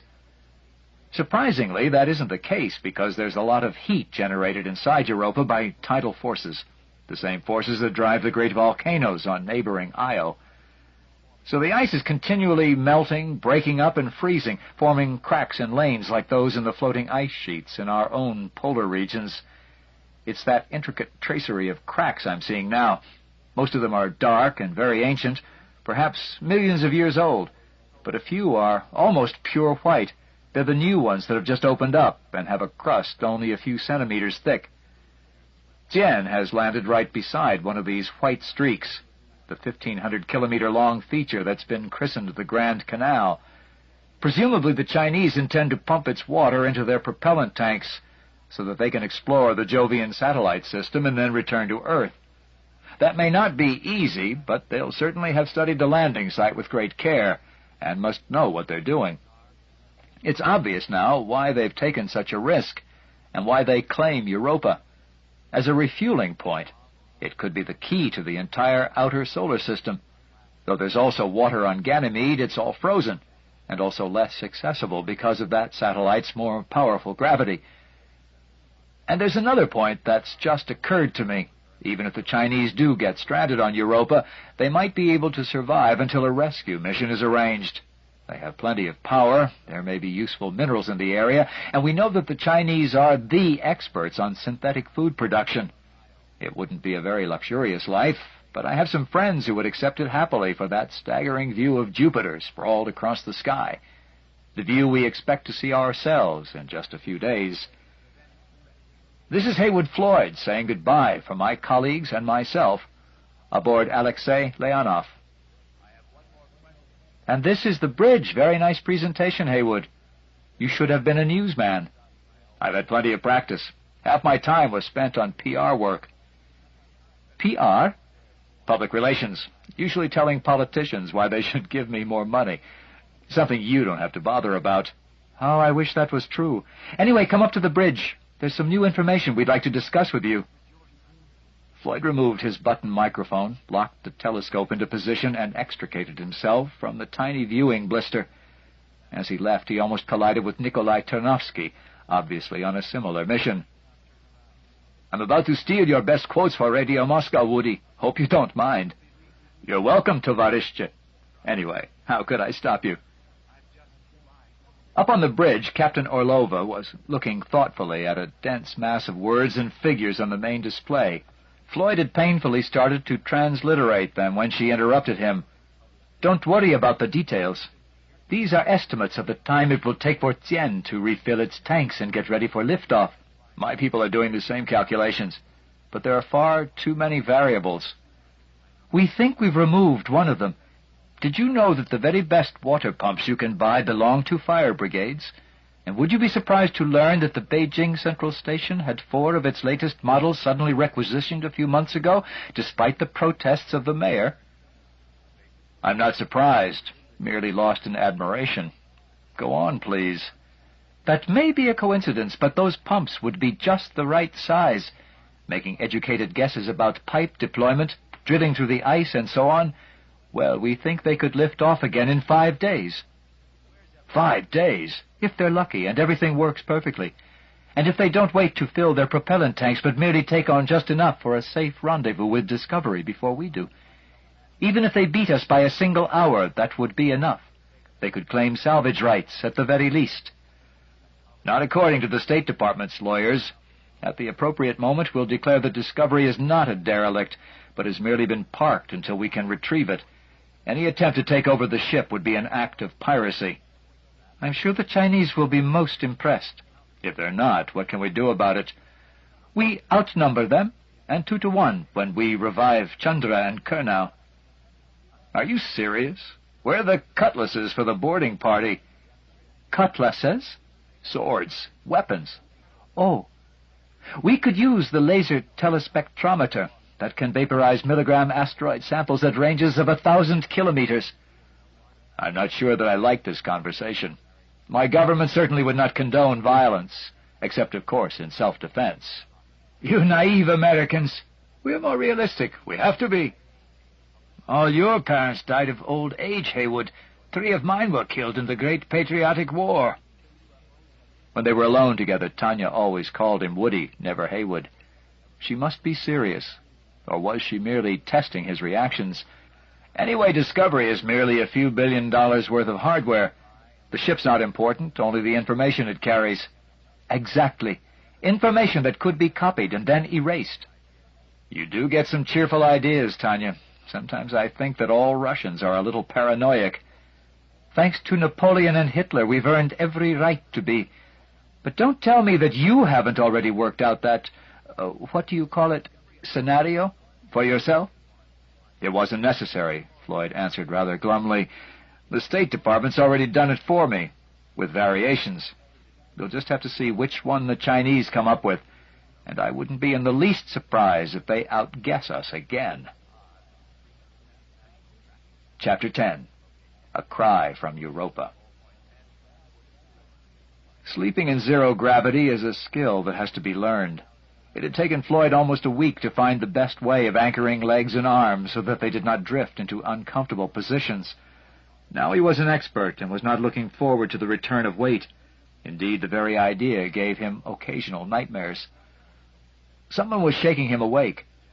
No, he must still be dreaming. Privacy was sacred aboard a spaceship. Nobody ever entered another crew member's chambers without first asking permission. He clenched his eyes shut, but the shaking continued. Dr. Floyd, please wake up. You're wanted on the flight deck. And nobody called him Dr. Floyd. The most formal salutation he had received for weeks was Doc. What was happening? Reluctantly, he opened his eyes. He was in his tiny cabin, gently gripped by his sleeping cocoon. So one part of his mind told him, then why was he looking at Europa? They were still millions of kilometers away. There were the familiar reticulations, the patterns of triangles and polygons formed by intersecting lines, and surely that was the Grand Canal itself. No, it wasn't quite right. How could it be, since he was still in his little cabin aboard Leonov? Dr. Floyd! He became fully awake and realized that his left hand was floating just a few centimeters in front of his eyes. How strange that the pattern of lines across the palm was so uncannily like the map of Europa. But economical Mother Nature was always repeating herself on such vastly different scales as the swirl of milk stirred into coffee, the cloud lanes of a cyclonic storm, the arms of a spiral nebula. "Sorry, Max," he said. "What's the problem? Is something wrong?" "We think so, but not with us. Tien's in trouble." Captain, navigator, and chief engineer were strapped in their seats on the flight deck. The rest of the crew orbited anxiously around convenient handholds or watched on the monitors. "Sorry to wake you up, Heywood," Tanya apologized brusquely. "Here's the situation. 10 minutes ago, we had a Class 1 priority from Mission Control. Tien's gone off the air. It happened very suddenly, in the middle of a cipher message. There were a few seconds of garbled transmission, then nothing. Their beacon? That stopped as well. We can't receive it either." "Phew, then it must be serious. A major breakdown. Any theories?" "Lots, but all guesswork. An explosion, landslide, earthquake, who knows?" "And we may never know, until someone else lands on Europa, or we do a close flyby and take a look." Tanya shook her head. "We don't have enough Delta V. The closest we could get is 50,000 kilometers. Not much you could see from that distance." "And there's absolutely nothing we can do." "Not quite, Heywood. Mission Control has a suggestion. They'd like us to swing our big dish around, just in case we can pick up any weak emergency transmissions. It's, how do you say, a long shot, but worth trying. What do you think?" Floyd's first reaction was strongly negative. "That will mean breaking our link with Earth." "Of course, but we'll have to do that anyway when we go around Jupiter. And it will only take a couple of minutes to re-establish the circuit." Floyd remained silent. The suggestion was perfectly reasonable, yet it worried him obscurely. After puzzling for several seconds, he suddenly realized why he was so opposed to the idea. Discovery's troubles had started when the big dish, the main antenna complex, had lost its lock on Earth for reasons which even now were not completely clear. But H.A.L had certainly been involved, and there was no danger of a similar situation arising here. Leonov's computers were small, autonomous units. There was no single controlling intelligence, at least no non-human one. The Russians were still waiting patiently for his answer. "I agree," he said at last. "Let Earth know what we're doing and start listening. I suppose you'll try all the space Mayday frequencies?" "Yes, as soon as we've worked out the Doppler corrections. How's it going, Sasha?" "Give me another 2 minutes, and I'll have the automatic search running. How long should we listen?" The captain barely paused before giving her answer. Floyd had often admired Tanya Orlova's decisiveness, and had once told her so. In a rare flash of humor she had replied, "Woody, a commander can be wrong, but never uncertain." "Listen for 50 minutes and report back to Earth for 10, then repeat the cycle." There was nothing to see or hear. The automatic circuits were better at sifting the radio noise than any human senses. Nevertheless, from time to time, Sasha turned up the audio monitor, and the roar of Jupiter's radiation belts filled the cabin. It was a sound like the waves breaking on all the beaches of Earth, with occasional explosive cracks from superbolts of lightning in the Jovian atmosphere. Of human signals there was no trace, and one by one the members of the crew not on duty drifted quietly away. While he was waiting, Floyd did some mental calculations. Whatever had happened to Tien was already 2 hours in the past since the news had been relayed from Earth. But Leonov should be able to pick up a direct message after less than a minute's delay, so the Chinese had already had ample time to get back on the air. Their continued silence suggested some catastrophic failure, and he found himself weaving endless scenarios of disaster. The 50 minutes seemed like hours. When they were up, Sasha swung the ship's antenna complex back toward Earth and reported failure. While he was using the rest of the 10 minutes to send a backlog of messages, he looked inquiringly at the captain. "Is it worth trying again?" he said in a voice that clearly expressed his own pessimism. "Of course. We may cut back the search time, but we'll keep listening." On the hour, the big dish was once more focused upon Europa, and almost at once the automatic monitor started flashing its alert light.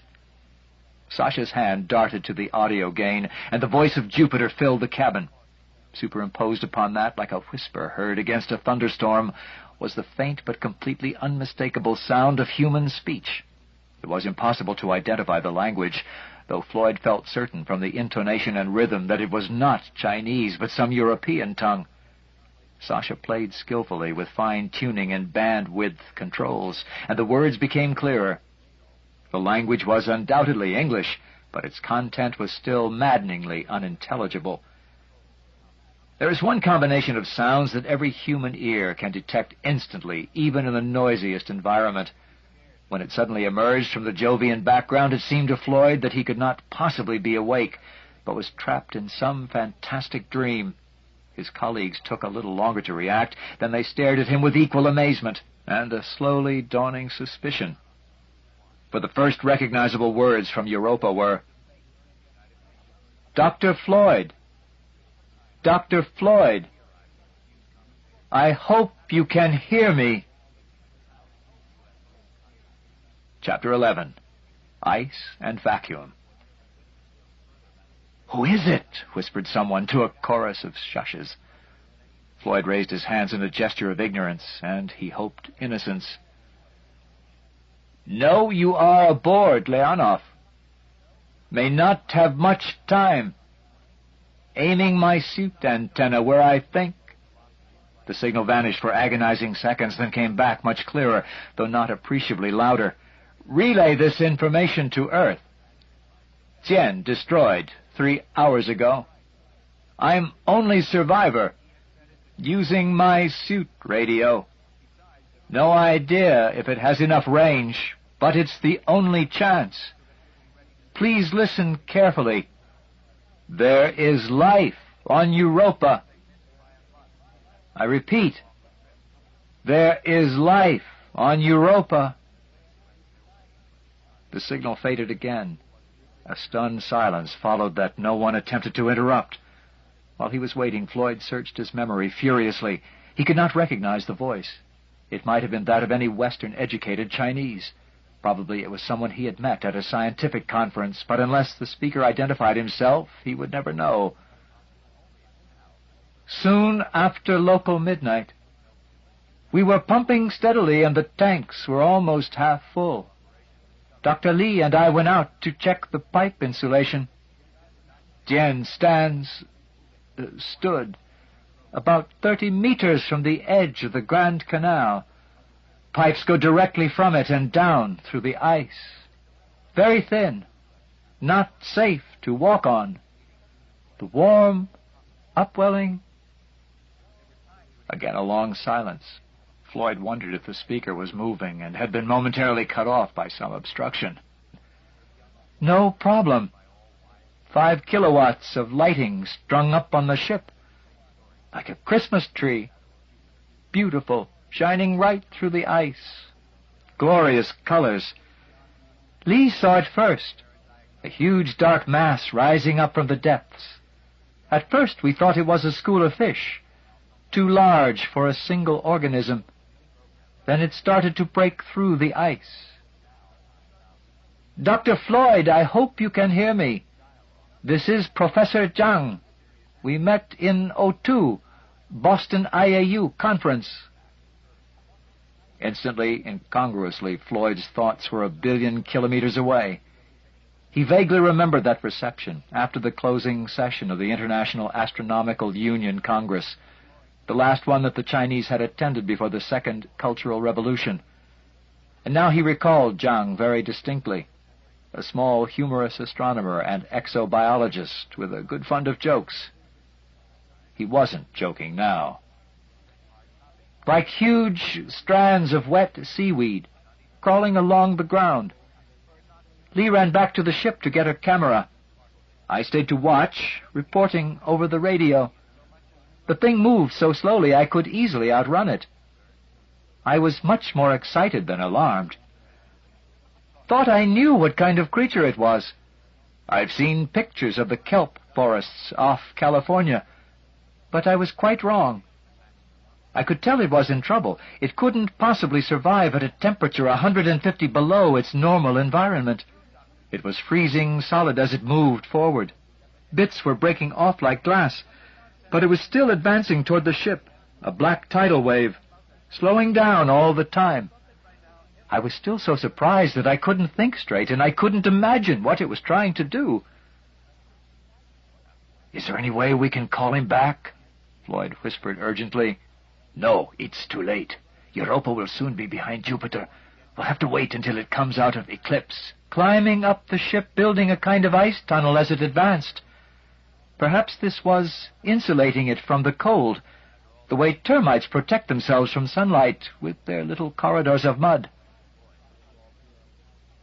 Tons of ice on the ship. The radio antennas broke off first. Then I could see the landing legs beginning to buckle, all in slow motion like a dream. Not until the ship started to topple did I realize what the thing was trying to do. And then it was too late. We could have saved ourselves if we'd only switched off those lights. Perhaps it's a phototrope, its biological cycle triggered by the sunlight that filters through the ice.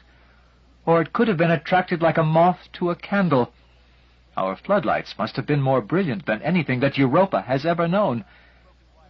Then the ship crashed.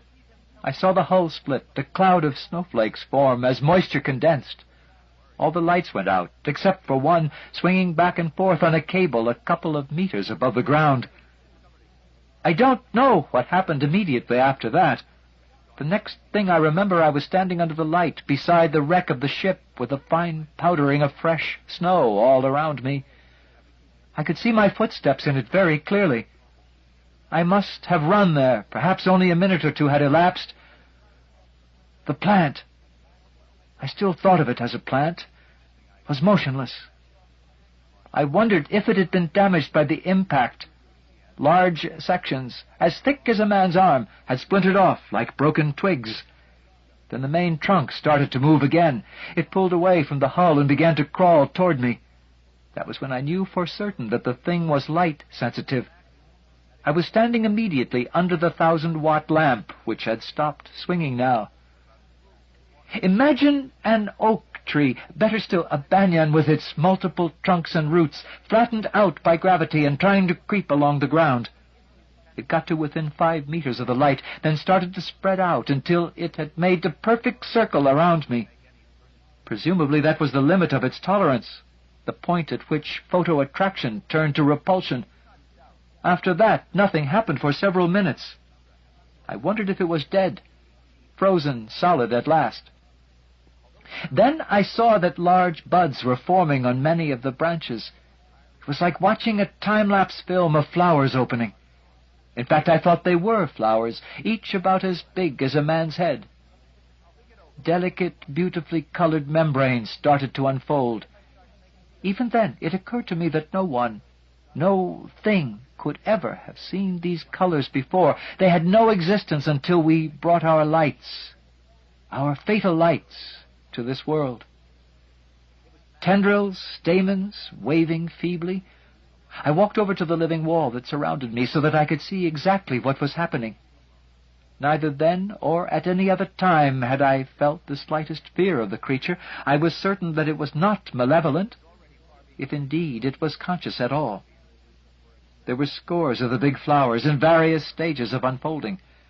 Now they reminded me of butterflies just emerging from the chrysalis. Wings crumpled, still feeble. I was getting closer and closer to the truth. But they were freezing, dying as quickly as they formed. Then, one after another, they dropped off from the parent buds. For a few moments they flopped around like fish, stranded on dry land, and at last I realized exactly what they were. Those membranes weren't petals. They were fins, or their equivalent. This was the free-swimming larval stage of the creature. Probably it spends much of its life rooted on the seabed, then sends these mobile offspring in search of new territory, just like the corals of Earth's oceans. I knelt down to get a closer look at one of the little creatures. The beautiful colors were fading now to a drab brown. Some of the petal fins had snapped off, becoming brittle shards as they froze. But it was still moving feebly, and as I approached it, tried to avoid me. I wondered how it sensed my presence. Then I noticed that the stamens, as I'd called them, all carried bright blue dots at their tips. They looked like tiny star sapphires, or the blue eyes along the mantle of a scallop, aware of light but unable to form true images. As I watched, the vivid blue faded. The sapphires became dull, ordinary stones. Dr. Floyd, or anyone else who is listening, I haven't much more time. Jupiter will soon block my signal, but I've almost finished. I knew then what I had to do. The cable to that 1,000-watt lamp was hanging almost to the ground. I gave it a few tugs, and the light went out in a shower of sparks. I wondered if it was too late. For a few minutes, nothing happened. So I walked over to the wall of tangled branches around me and kicked it. Slowly the creature started to unweave itself and to retreat back to the canal. There was plenty of light. I could see everything perfectly. Ganymede and Callisto were in the sky. Jupiter was a huge, thin crescent. And there was a big auroral display on the night side, at the Jovian end of the Io flux tube. There was no need to use my helmet light. I followed the creature all the way back to the water, encouraging it with more kicks when it slowed down, feeling the fragments of ice crunching all the time beneath my boots. As it neared the canal, it seemed to gain strength and energy, as if it knew that it was approaching its natural home. I wondered if it would survive to bud again. It disappeared through the surface, leaving a few last dead larvae on the alien land. The exposed free water bubbled for a few minutes until a scab of protective ice sealed it from the vacuum above. Then I walked back to the ship to see if there was anything to salvage. I don't want to talk about that. I've only 2 requests to make, Doctor. When the taxonomists classify this creature, I hope they'll name it after me. And when the next ship comes home, ask them to take our bones back to China. Jupiter will be cutting us off in a few minutes. I wish I knew whether anyone was receiving me. Anyway, I'll repeat this message when we're in line of sight again. If my suit's life support system lasts that long. This is Professor Zhang on Europa, reporting the destruction of spaceship Qian. We landed beside the Grand Canal and set up our pumps at the edge of the ice. The signal faded abruptly, came back for a moment, then disappeared, completely below the noise level. Although Leonov listened again on the same frequency, there was no further message from Professor Zhang. Part 3. Discovery. Chapter 12. Downhill Run. The ship was gaining speed at last on the downhill run toward Jupiter. It had long since passed the gravitational no-man's land where the 4 tiny outer moons, Sinope, Pasiphae, Ananke, and Carmi, wobbled along their retrograde in wildly eccentric orbits. Undoubtedly captured asteroids and completely irregular in shape. The largest was only 30 kilometers across. Jagged, splintered rocks of no interest to anyone except planetary geologists, their allegiance wavered continually between the Sun and Jupiter. One day the Sun would recapture them completely. But Jupiter might retain the second group of 4, at half the distance of the others. Illyra, Lysithea, Himalaya, and Leda were fairly close together, and lying in almost the same plane. There was speculation that they had once been part of a single body. If so, the parent would have been barely 100 kilometers across. Though only Carmi and Leda came close enough to show disks visible to the naked eye, they were greeted like old friends. Here was the first landfall after the longest ocean voyage, the offshore islands of Jupiter. The last hours were ticking away. The most critical phase of the entire mission was approaching, the entry into the Jovian atmosphere. Jupiter was already larger than the Moon in the skies of Earth, and the giant inner satellites could be clearly seen moving around it. They all showed noticeable disks and distinctive coloring, though they were still too far away for any markings to be visible.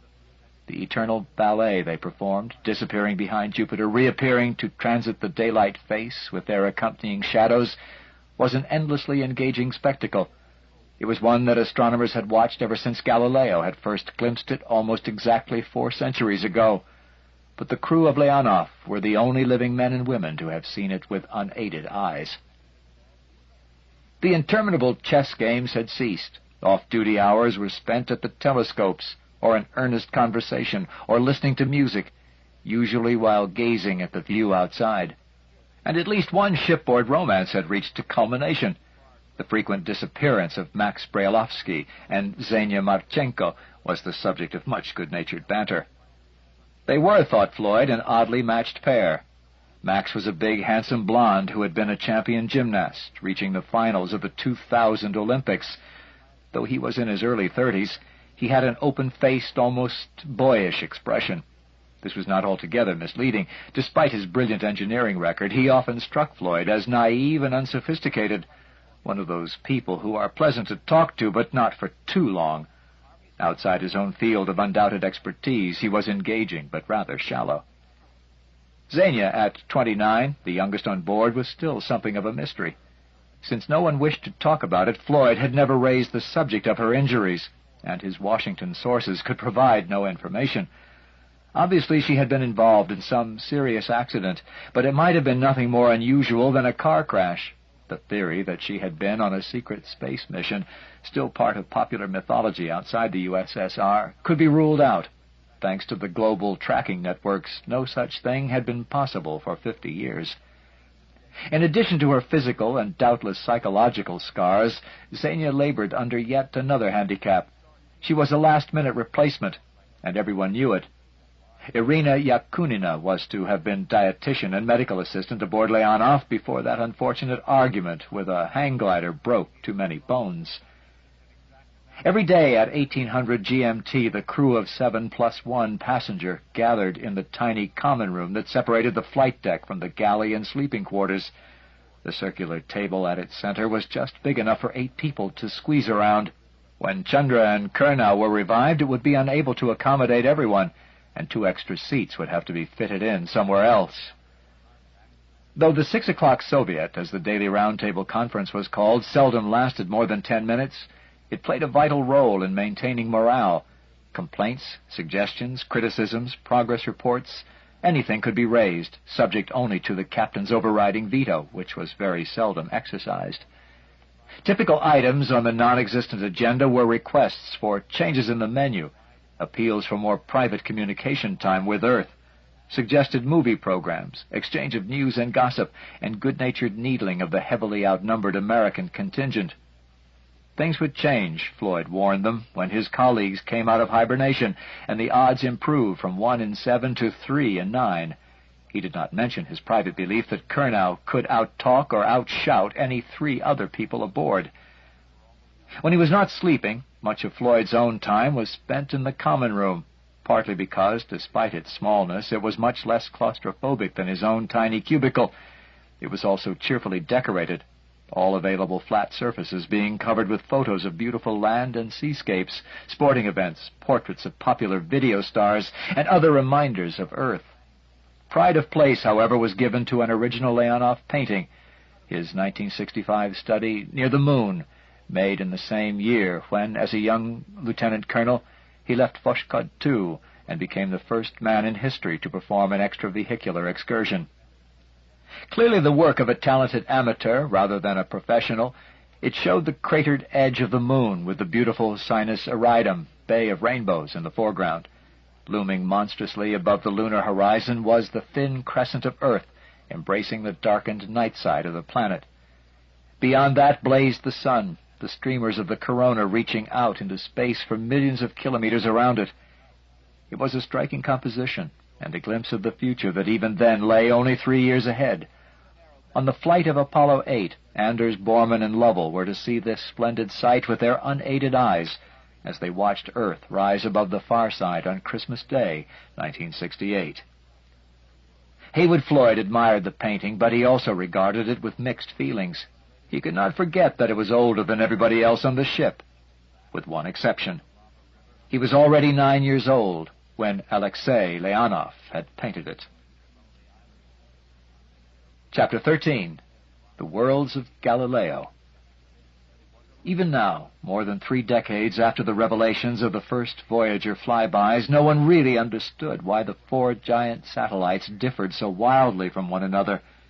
They were all about the same size, and in the same part of the solar system, yet they were totally dissimilar, as if children of a different birth. Only Callisto, the outermost, had turned out to be much as expected. When Leonov raced past at a distance of just over 100,000 kilometers, The larger of its countless craters were clearly visible to the naked eye. Through the telescope, the satellite looked like a glass ball that had been used as a target by high-powered rifles. It was completely covered with craters of every size, right down to the lower limit of visibility. Callisto, someone had once remarked, looked more like Earth's moon than did the moon itself.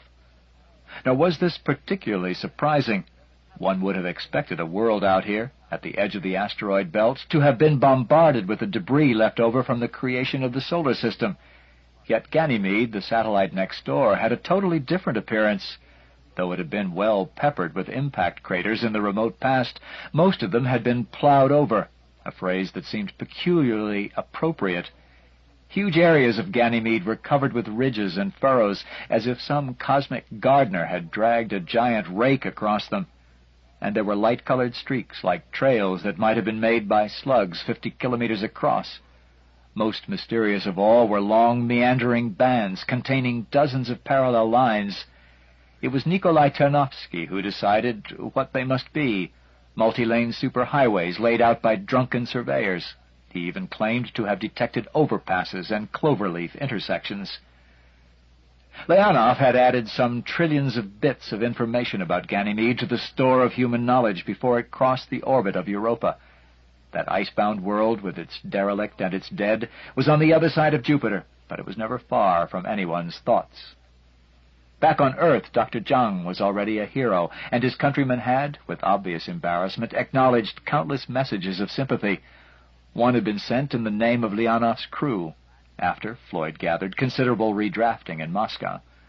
The feeling on board the ship was ambiguous, a mixture of admiration, regret, and relief. All astronauts, irrespective of their national origins, regarded themselves as citizens of space, and felt a common bond, sharing each other's triumphs and tragedies. No one on Leonov was happy because the Chinese expedition had met with disaster, yet at the same time there was a muted sense of relief that the race had not gone to the swiftest. The unexpected discovery of life on Europa had added a new element to the situation, one that was now being argued at great length both on Earth and aboard Leonov. Some exobiologists cried, "I told you so," pointing out that it should not have been such a surprise after all. As far back as the 1970s, research submarines had found teeming colonies of strange marine creatures thriving precariously in an environment thought to be equally hostile to life, the trenches on the bed of the Pacific. Volcanic springs, fertilizing and warming the abyss, had created oases in the deserts of the deep. Anything that had happened once on Earth should be expected millions of times elsewhere in the universe. That was almost an article of faith among scientists. Water, or at least ice, occurred on all the moons of Jupiter, and there were continuously erupting volcanoes on Io, so it was reasonable to expect weaker activity on the world next door. Putting these two facts together made Europan life seem not only possible, but inevitable, as most of nature's surprises are when viewed with 20/20 hindsight. Yet that conclusion raised another question, and one vital to Leonov's mission. Now that life had been discovered on the moons of Jupiter, did it have any connection with the Tycho monolith and the still more mysterious artifact in orbit near Io? That was a favorite subject to debate in the 6 o'clock Soviets. It was generally agreed that the creature encountered by Dr. Zhang did not represent a high form of intelligence, at least if his interpretation of its behavior was correct. No animal with even elementary powers of reasoning would have allowed itself to become a victim of its instincts, attracted like a moth to the candle until it risked destruction. Vasily Orlov was quick to give a counterexample that weakened, if it did not refute, that argument. "Look at whales and dolphins," he said. "We called them intelligent, but how often they killed themselves in mass strandings. That looks like a case where instinct overpowers reason." "No need to go to the dolphins," interjected Max Brelovsky. "One of the brightest engineers in my class was fatally attracted to a blonde in Kiev. When I heard of him last, he was working in the garage, and he'd won a gold medal for designing space stations. What a waste!" Even if Dr. Zhang's Europan was intelligent, that, of course, did not rule out higher forms elsewhere. The biology of a whole world could not be judged from a single specimen. But it had been widely argued that advanced intelligence could never arise in the sea. There were not enough challenges in so benign and unvarying an environment. Above all, how could marine creatures ever develop a technology without the aid of fire? Yet perhaps even that was possible. The route that humanity had taken was not the only one. There might be whole civilizations in the seas of other worlds. Still, it seemed unlikely that a spacefaring culture could have arisen on Europa without leaving unmistakable signs of its existence in the form of buildings, scientific installations, launching sites, or other artifacts. But from pole to pole nothing could be seen but level ice and a few outcroppings of bare rock. No time remained for speculations and discussions when Leonov hurtled past the orbits of Io and tiny Mimas. The crew was busy almost non-stop, preparing for the encounter and the brief onset of weight after months in freefall. All loose objects had to be secured before the ship entered Jupiter's atmosphere, and the drag of deceleration produced momentary peaks that might be as high as 2 gravities. Floyd was lucky. He alone had time to admire the superb spectacle of the approaching planet, now filling almost half the sky. Because there was nothing to give it scale, there was no way that the mind could grasp its real size. He had to keep telling himself that 50 Earths would not cover the hemisphere now turned toward him. The clouds, colorful as the most garish sunset on Earth, raced so swiftly that he could see appreciable movement in as little as 10 minutes. Great eddies were continually forming along the dozen or so bands that girdled the planet, then rippling away like swirls of smoke. Plumes of white gas occasionally geysered up from the depths, to be swept away by the gales caused by the planet's tremendous spin. And perhaps strangest of all were the white spots, sometimes spaced as regularly as pearls on a necklace, which lay along the trade winds of the middle Jovian latitudes. In the hours immediately before encounter, Floyd saw little of captain or navigator. The Orloves scarcely left the bridge as they continually checked the approach orbit and made minute refinements to Leonov's course. The ship was now on the critical path that would just graze the outer atmosphere. If it went too high, frictional braking would not be sufficient to slow it down, and it would go racing out of the solar system beyond all possibility of rescue. If it went too low, it would burn up like a meteor. Between the two extremes lay little margin for error. The Chinese had proved that aerobraking could be done, but there was always the chance that something would go wrong. So Floyd was not at all surprised when Surgeon Commander Rudenko admitted, just an hour before contact, "I'm beginning to wish, Woody, that I had brought along that icon after all." Chapter 14. Double Encounter. Papers for the mortgage on the Nantucket house should be in the file marked M in the library. Well, that's all the business I can think of. For the last couple of hours I've been recalling a picture I saw as a boy in a tattered volume of Victorian art. It must have been almost 150 years old. I can't remember whether it was black and white or color, but I'll never forget the title. Don't laugh. It was called The Last Message Home. Our great-great-grandfathers loved that kind of sentimental melodrama. It shows the deck of a windjammer in a hurricane. The sails have been ripped away and the deck's awash. In the background, the crew is struggling to save the ship, and in the foreground a young sailor boy is writing a note, while beside him is the bottle he hopes will carry it to land. Even though I was a kid at the time, I felt he should have been giving his shipmates a hand, not writing letters. All the same, it moved me. I never thought that one day I'd be like that young sailor. Of course, I'm sure you'll get this message, and there's nothing I can do to help aboard Leonov. In fact, I've been politely requested to keep out of the way, so my conscience is quite clear as I dictate this. I'll send it up to the bridge now, because in 15 minutes we'll break transmission as we pull in the big dish and batten down the hatches. There's another nice maritime analogy for you. Jupiter's filling the sky now. I won't attempt to describe it, and won't even see it much longer, because the shutters will go up in a few minutes.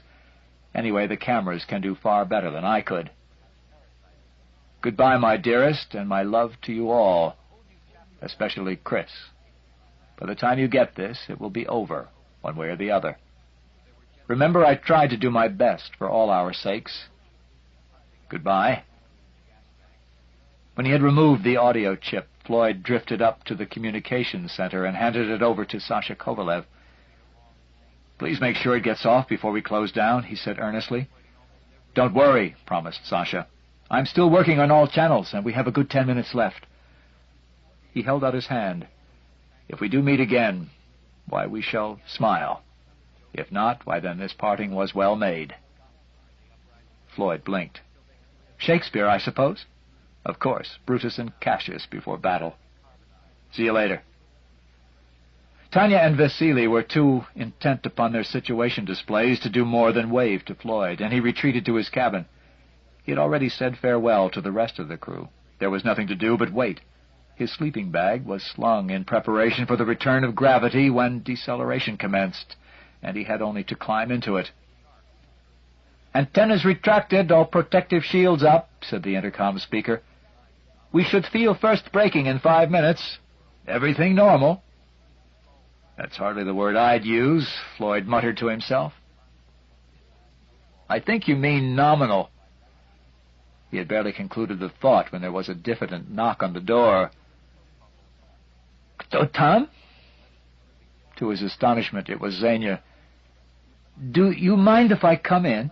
she asked awkwardly in a small girl voice which Floyd could scarcely recognize. "Of course not. But why aren't you in your own cubicle? It's only 5 minutes to re-entry." Even as he asked the question, he was aware of its foolishness. The answer was so perfectly obvious that Xenia did not deign to reply. But Xenia was the very last person he would have expected. Her attitude toward him had invariably been polite but distant. Indeed, she was the only member of the crew who preferred to call him Dr. Floyd. Yet here she was, clearly seeking comfort and companionship at the moment of peril. "Xenia, my dear," he said wryly, "you're welcome, but my accommodation is somewhat limited. One might even call it Spartan." She managed a faint smile, but said nothing as she floated into the room. For the first time Floyd realized that she was not merely nervous. She was terrified. Then he understood why she had come to him. She was ashamed to face her countrymen and was looking for support elsewhere. With this realization, his pleasure at the unexpected encounter abated somewhat. That did not lessen his responsibility to another lonely human being a long way from home. The fact that she was an attractive, though certainly not beautiful, woman of barely half his own age should not have affected the issue. But it did. He was beginning to rise to the occasion. She must have noticed, but did nothing to encourage or discourage him as they lay down side by side in the sleeping cocoon. There was just enough room for them both, and Floyd began to do some anxious calculations. Suppose maximum G was higher than predicted, and the suspension gave way. They could easily be killed. There was an ample safety margin, no need to worry about such an ignominious end. Humor was the enemy of desire. Their embrace was now completely chaste. He was not sure whether to be glad or sorry. And it was too late for second thoughts. From far, far away came the first faint whisper of sound, like the wailing of some lost soul. At the same moment the ship gave a barely perceptible jerk. The cocoon began to swing around, and its suspension tightened. After weeks of weightlessness, gravity was returning. Within seconds the faint wail had risen to a steady roar, and the cocoon had become an overloaded hammock. This is not such a good idea, Floyd thought to himself. Already it was difficult to breathe. The deceleration was only a part of the problem. Xenia was clutching him as a drowning person is supposed to clutch the proverbial straw. He detached her as gently as he could. "It's all right, Xenia. If Sen did it, so can we. Relax. Don't worry." It was difficult to shout tenderly, and he was not even sure if Xenia heard him above the roar of incandescent hydrogen. But she was no longer clutching him quite so desperately, and he seized the opportunity of taking a few deep breaths. What would Caroline think if she could see him now? Would he tell her if he ever had the chance? He was not sure she would understand. At a moment like this, all links with Earth seemed very tenuous indeed. It was impossible to move or to speak, but now that he had grown accustomed to the strange sense of weight, he was no longer uncomfortable, except for the increasing numbness in his right arm. With some difficulty he managed to extricate it from beneath Xenia. The familiar act brought a fleeting sense of guilt. As he felt his circulation returning, Floyd remembered a famous remark attributed to at least a dozen astronauts and cosmonauts. Both the pleasures and problems of zero-gravity sex have been greatly exaggerated. He wondered how the rest of the crew was faring, and he gave a momentary thought to Chandra and Kurnow sleeping peacefully through it all. They would never know if Leonov became a meteor shower in the Jovian sky. He did not envy them. They had missed the experience of a lifetime. Tanya was speaking over the intercom. Her words were lost in the roar, but her voice sounded calm and perfectly normal, just as if she was making a routine announcement. Floyd managed to glance at his watch and was astonished to see that they were already at the midpoint of the braking maneuver. At that very moment, Leonov was at its closest approach to Jupiter. Only expendable automatic probes had gone deeper into the Jovian atmosphere. "Halfway through, Xenia!" he shouted. "On the way out again!" He could not tell if she understood. Her eyes were tightly closed, but she smiled slightly. The ship was now rocking noticeably like a small boat in a choppy sea. Was that normal, wondered Floyd. He was glad that he had Xenia to worry about. It took his mind away from his own fears. Just for a moment, before he managed to expel the thought, he had a vision of the walls suddenly glowing cherry red and caving in upon him, like the nightmare fantasy of Edgar Allan Poe's The Pit and the Pendulum, which he'd forgotten for 30 years. But that would never happen. If the heat shield failed, the ship would crumple instantly, hammered flat by a solid wall of gas. There would be no pain. His nervous system would not have time to react before it ceased to exist. He had experienced more consoling thoughts, but this one was not to be despised. The buffeting slowly weakened. There was another inaudible announcement from Tanya. He would pull her leg about that when it was all over. Now time seemed to be going much more slowly. After a while he stopped looking at his watch because he could not believe it. The digits changed so slowly that he could almost imagine himself in some Einsteinian time dilation. And then something even more unbelievable happened. First he was amused, then slightly indignant. Xenia had fallen asleep, if not exactly in his arms, then at least beside them. It was a natural reaction. The strain must have exhausted her, and the wisdom of the body had come to her rescue. And suddenly Floyd himself became aware of an almost post-orgasmic drowsiness, as if he too had been emotionally drained by the encounter. He had to fight to remain awake. And then he was falling. It was all over. The ship was back in space where it belonged, and he and Xenia were floating apart. They would never again be so close together, but they would always know a special tenderness toward each other, which no one else could ever share. Chapter 15. Escape from the Giant. When Floyd reached the observation deck, a discreet few minutes after Xenia, Jupiter already seemed farther away. But that must be an illusion based on his knowledge, not the evidence of his eyes. They had barely emerged from the Jovian atmosphere, and the planet still filled half the sky. And now they were, as intended, its prisoners. During the last incandescent hour, they had deliberately jettisoned the excess speed that could have carried them right out of the solar system and onto the stars. Now they were traveling in an ellipse, a classical Hohmann orbit, which would shuttle them back between Jupiter and the orbit of Io, 350,000 kilometers higher. If they did not, or could not, fire their motors again, Leonov would swing back and forth between these limits, completing one revolution every 19 hours. It would become the closest of Jupiter's moons, though not for long. Each time it grazed the atmosphere, it would lose altitude until it spiraled into destruction.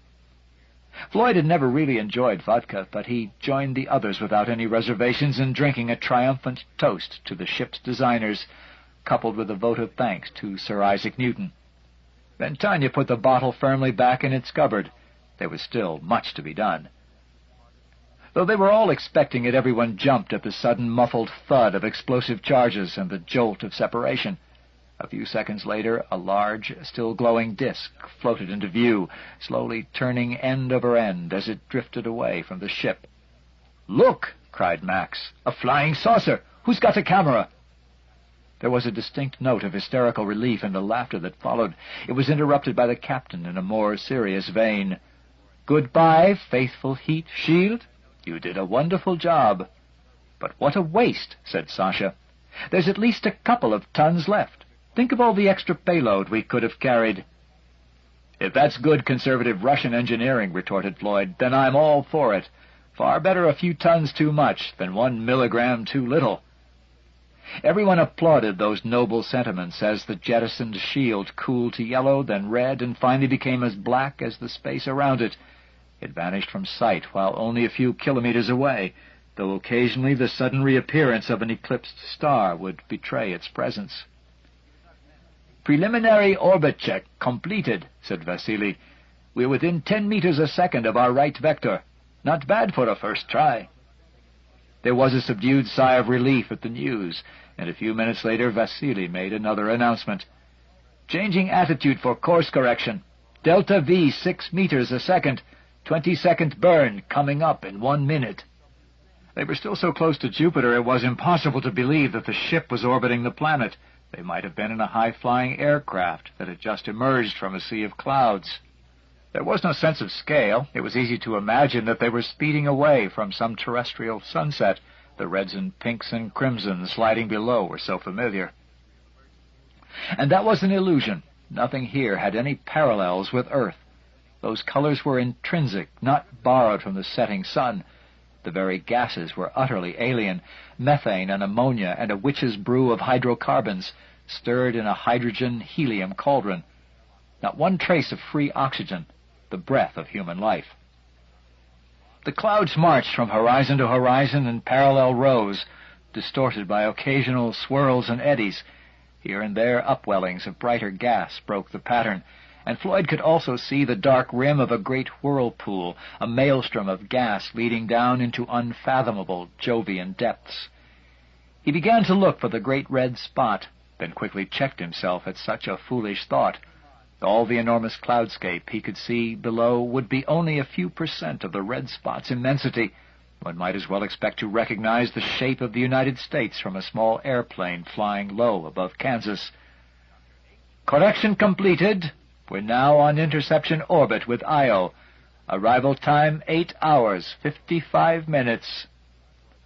Less than 9 hours to climb up from Jupiter and meet whatever is waiting for us," thought Floyd. "We've escaped from the giant, but he represents a danger we understood and could prepare for. What lies ahead now is utter mystery. And when we have survived that challenge, we must return to Jupiter once again. We shall need his strength to send us safely home." Chapter 16. Private Line. "Hello, Dmitri, this is Woody, switching to Key 2 in 15 seconds. "Hello, Dmitri. Multiply keys 3 and 4, take cube root, add pi squared, and use nearest integer as key 5. Unless your computers are 1,000,000 times faster than ours, and I'm damn sure they're not, no one can decrypt this, on your side or mine. But you may have some explaining to do. Anyway, you're good at that. By the way, my usual excellent sources told me about the failure of the latest attempt to persuade old Andrei to resign. I gathered that your delegation had no more luck than the others, and you're still saddled with him as president. I'm laughing my head off. It serves the Academy right. I know he's over 90 and growing a bit, well, stubborn. But you won't get any help from me, even though I'm the world's, solar system's leading expert on the painless removal of elderly scientists. Would you believe that I'm still slightly drunk? We felt we deserved a little party once we'd successfully rendezvoused with Discovery. Besides, we had 2 new crew members to welcome aboard. Chandra doesn't believe in alcohol. It makes you too human. But Walter Kernow more than made up for him. Only Tanya remained stone-cold sober, just as you'd expect.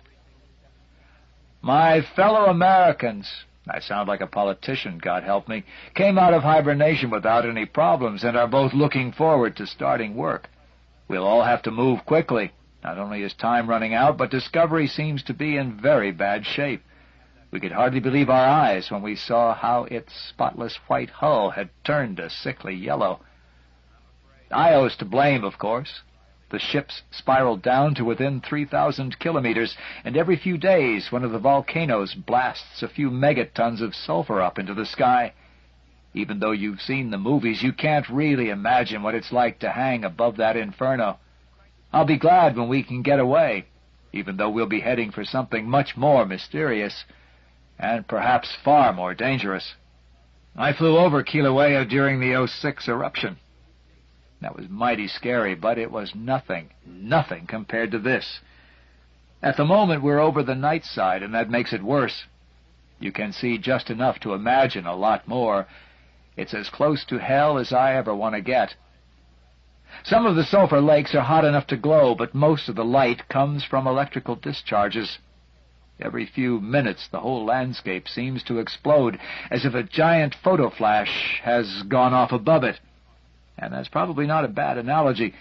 There are millions of amps flowing in the flux tube linking Io and Jupiter, and every so often there's a breakdown. Then you get the biggest lightning flash in the solar system, and half our circuit breakers jump out in sympathy. There's just been an eruption right on the terminator, and I can see a huge cloud expanding up toward us, climbing into the sunlight. I doubt if it will reach our altitude, and even if it does, it will be harmless by the time it gets here. But it looks ominous. A space monster trying to devour us. Soon after we got here, I realized that Io reminded me of something. It took me a couple of days to work it out, and then I had to check with mission archives because the ship's library couldn't help. Shame on it.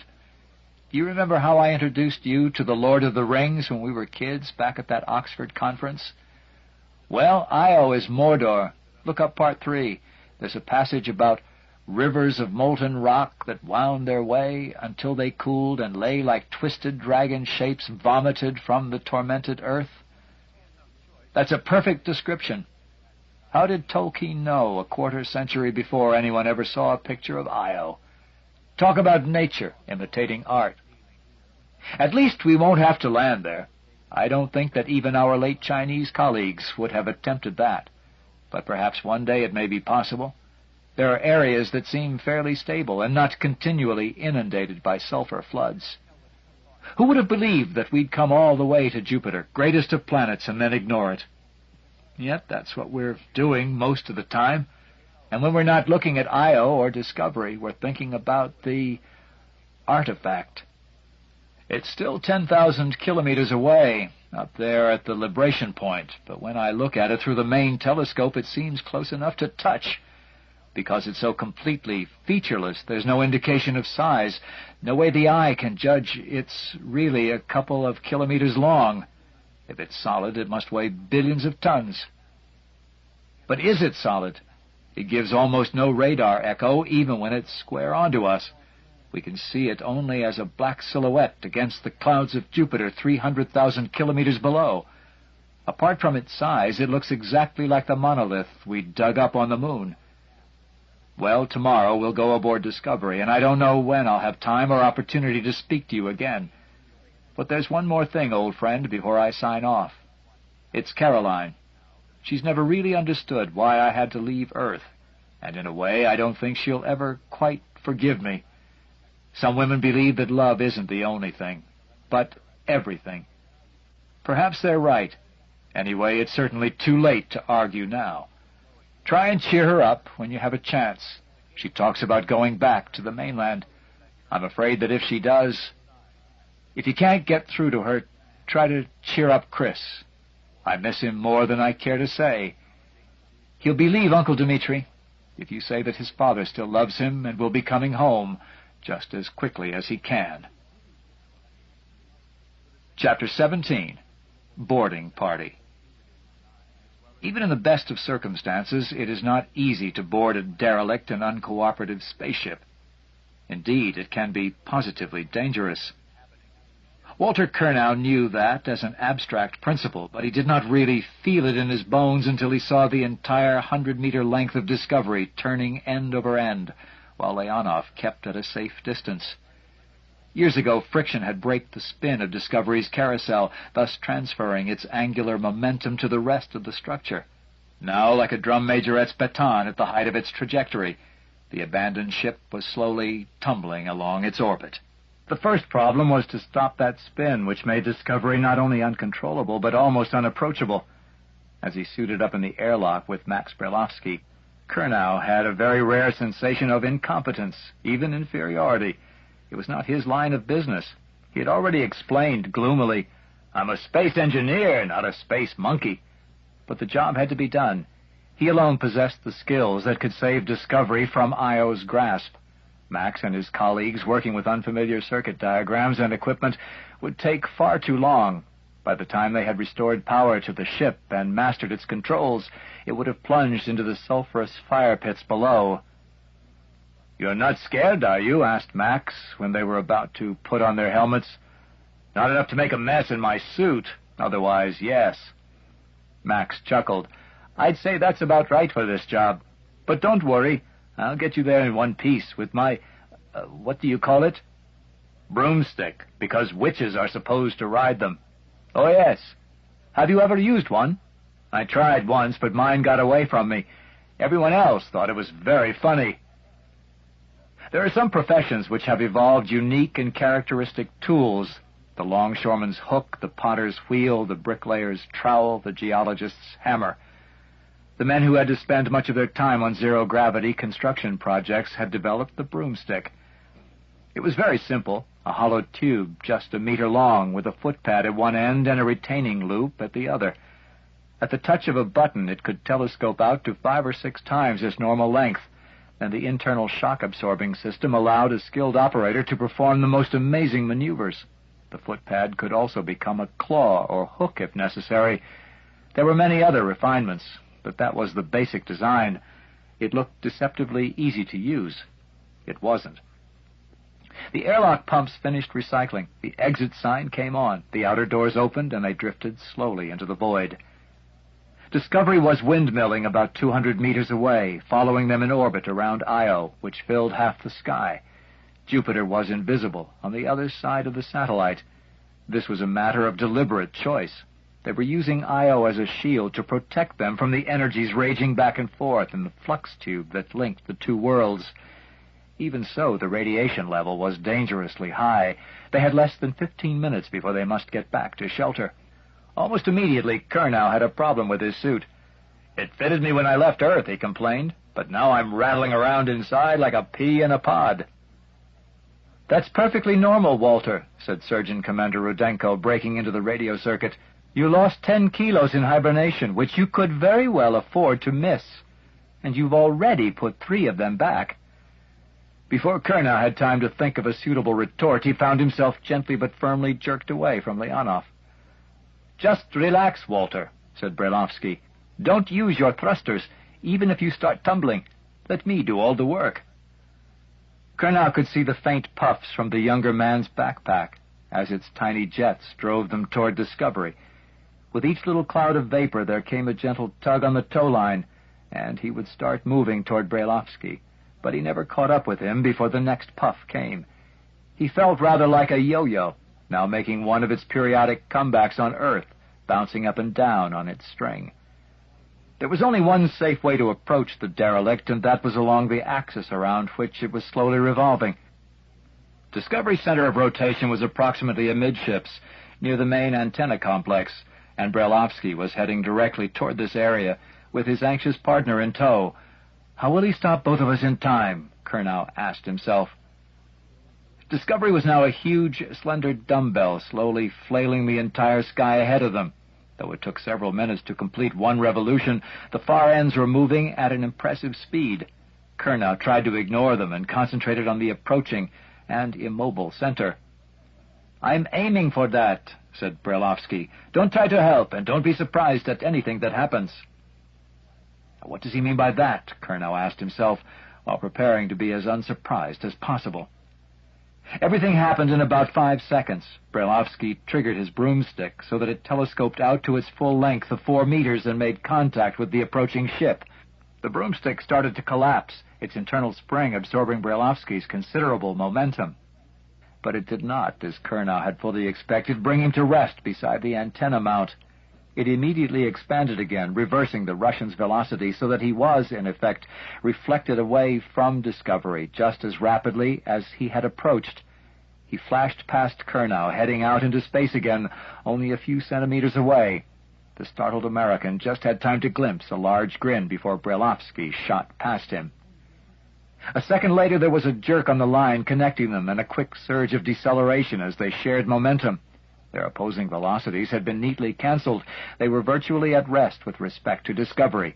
Curnow had merely to reach out to the nearest handhold and drag them both in. "Have you ever tried Russian roulette?" he asked, when he had got his breath back. "No. What is it?" "I must teach you sometime. It's almost as good as this, for curing boredom." "I hope you're not suggesting, Walter, that Max would do anything dangerous." Dr. Rudenko sounded as if she was genuinely shocked, and Curnow decided it was best not to answer. Sometimes the Russians did not understand his peculiar sense of humor. "You could have fooled me," he muttered under his breath, not loud enough for her to hear. Now that they were firmly attached to the hub of the windmilling ship, he was no longer conscious of its rotation, especially when he fixed his gaze upon the metal plates immediately before his eyes. The latter, stretching away into the distance, running along the slender cylinder that was Discovery's main structure, was his next objective. The spherical command module at its far end seemed several light-years away, though he knew perfectly well that the distance was only 50 meters. "I'll go first," said Brelovsky, reeling in the slack on the line, linking them together. "Remember, it's downhill all the way from here.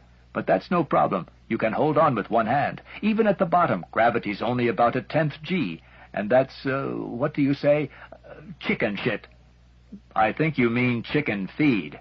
And if it's all the same to you, I'm going feet first. I never liked crawling down ladders the wrong way up, even in fractional gravity." It was essential, Curnow was very well aware, to keep up this gently bantering tone. Otherwise, he would be simply overwhelmed by the mystery and danger of the situation. There he was, almost 1 billion kilometers from home, about to enter the most famous derelict in the entire history of space exploration. A media reporter had once called Discovery the Marie Celeste of space, and that was not a bad analogy. But there was also much that made his situation unique. Even if he tried to ignore the nightmare moonscape filling half the sky, there was a constant reminder of its presence at hand. Every time he touched the rungs of the ladder, his glove dislodged a thin mist of sulfur dust. Brelovsky, of course, was quite correct. The rotational gravity caused by the ship's end-over-end tumbling was easily countered. As he grew used to it, Curnow even welcomed the sense of direction it gave him. And then, quite suddenly, they had reached the big discolored sphere of Discovery's control and life support module. Only a few meters away was an emergency hatch, the very one, Curnow realized, that Bowman had entered for his final confrontation with H.A.L. "Hope we can get in," muttered Brelovsky. "Pity to come all this way and find the door locked." He scraped away the sulfur obscuring the airlock status display panel. "Dead, of course. Shall I try the controls? Won't do any harm, but nothing will happen." "You're right. Well, here goes with manual." It was fascinating to watch the narrow hairline open in the curved wall and to note the little puff of vapor dispersing into space, carrying with it a scrap of paper. Was that some vital message? They would never know. It spun away, tumbling end over end without losing any of its initial spin as it disappeared against the stars. Brelovsky kept turning the manual control for what seemed a very long time before the dark, uninviting cave of the airlock was completely open.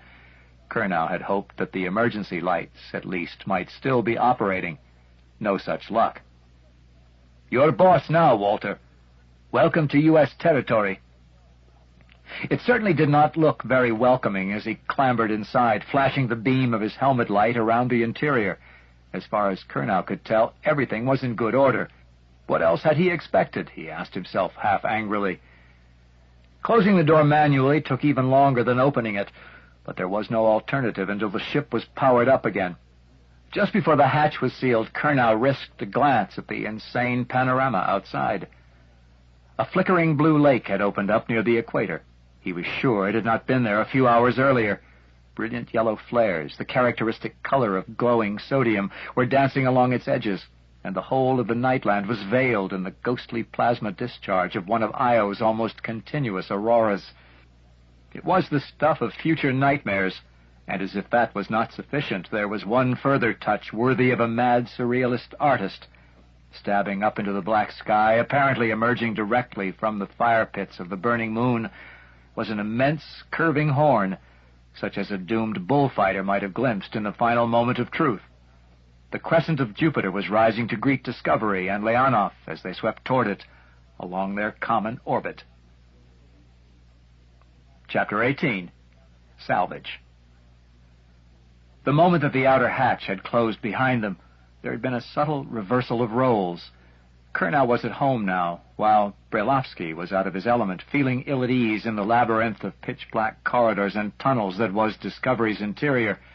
In theory, Max knew his way around the ship, but that knowledge was based only on a study of its design drawings. Curnow, on the other hand, had spent months working in Discovery's still uncompleted identical twin. He could quite literally find his way around blindfolded. Progress was made difficult because this part of the ship was designed for zero-G. Now the uncontrolled spin provided an artificial gravity, which, slight though it was, always seemed to be in the most inconvenient direction. "First thing we've got to do," muttered Curnow, after sliding several meters down a corridor before he could grab a handhold, "is to stop this damned spin. And we can't do that until we have power. I only hope that Dave Bowman safeguarded all systems before he abandoned ship." "Are you sure he did abandon the ship? He may have intended to come back." "You may be right. I don't suppose we'll ever know, if he even knew himself." They had now entered the pod bay, Discovery's space garage, which normally contained 3 of the spherical one-man modules used for activities outside the ship. Only pod number 3 remained. Number 1 had been lost in the mysterious accident that had killed Frank Poole, and number 2 was with Dave Bowman, wherever he might be. The pod bay also contained 2 spacesuits, looking uncomfortably like decapitated corpses as they hung helmetless in their racks. It needed very little effort of the imagination, and Brailovsky's was now working overtime, to fill them with a whole menagerie of sinister occupants. It was unfortunate, but not altogether surprising, that Curnow's sometimes irresponsible sense of humor got the better of him at this very moment. "Max," he said in a tone of deadly seriousness, "whatever happens, please don't go chasing off after the ship's cat." For a few milliseconds, Brailovsky was thrown off guard. He almost answered, "I do wish you hadn't said that, Walter," but checked himself in time. That would have been too damning an admission of weakness. Instead, he replied, "I'd like to meet the idiot who put that movie in our library." "Katerina probably did it to test everyone's psychological balance. Anyway, you laughed your head off when we screened it last week." Brailovsky was silent. Curnow's remark was perfectly true, but that had been back in the familiar warmth and light of Leonov among his friends, not in a pitch-black, freezing derelict haunted by ghosts. No matter how rational one was, it was all too easy to imagine some implacable alien beast prowling these corridors, seeking whom it might devour. "It's all your fault, Grandma. May the Siberian tundra lie lightly on your beloved bones. I wish you hadn't filled my mind with so many of those gruesome legends. If I close my eyes, I can still see the hut of the Baba Yaga standing in that forest clearing on its scrawny chicken legs." "Enough of this nonsense. I'm a brilliant young engineer faced with the biggest technical challenge of his life, and I mustn't let my American friend know that I'm sometimes a frightened little boy." The noises did not help. There were too many of them, though they were so faint that only an experienced astronaut would have detected them against the sounds of his own suit. But to Max Brailovsky, accustomed to working in an environment of utter silence, they were distinctly unnerving, even though he knew that the occasional cracklings and creakings were almost certainly caused by thermal expansion as the ship turned like a roast on a spit.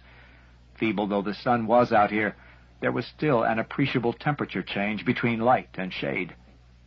Even his familiar spacesuit felt wrong, now that there was pressure outside as well as in. All the forces acting on its joints were subtly altered, and he could no longer judge his movements accurately. "I'm a beginner starting my training all over again," he told himself angrily. "Time to break the mood by some decisive action." "Walter, I'd like to test the atmosphere." "Pressure's okay. Temperature, it's 105 below zero. A nice bracing Russian winter. Anyway, the air in my suit will keep out the worst of the cold." "Well, go ahead, but let me shine my light on your face so I can see if you start to turn blue. And keep talking." Brailovsky unsealed his visor and swung the faceplate upward. He flinched momentarily as icy fingers seemed to caress his cheeks, then took a cautious sniff, followed by a deeper breath. "Chilly, but my lungs aren't freezing. There's a funny smell, though. Stale, rotten, as if something's Oh, no.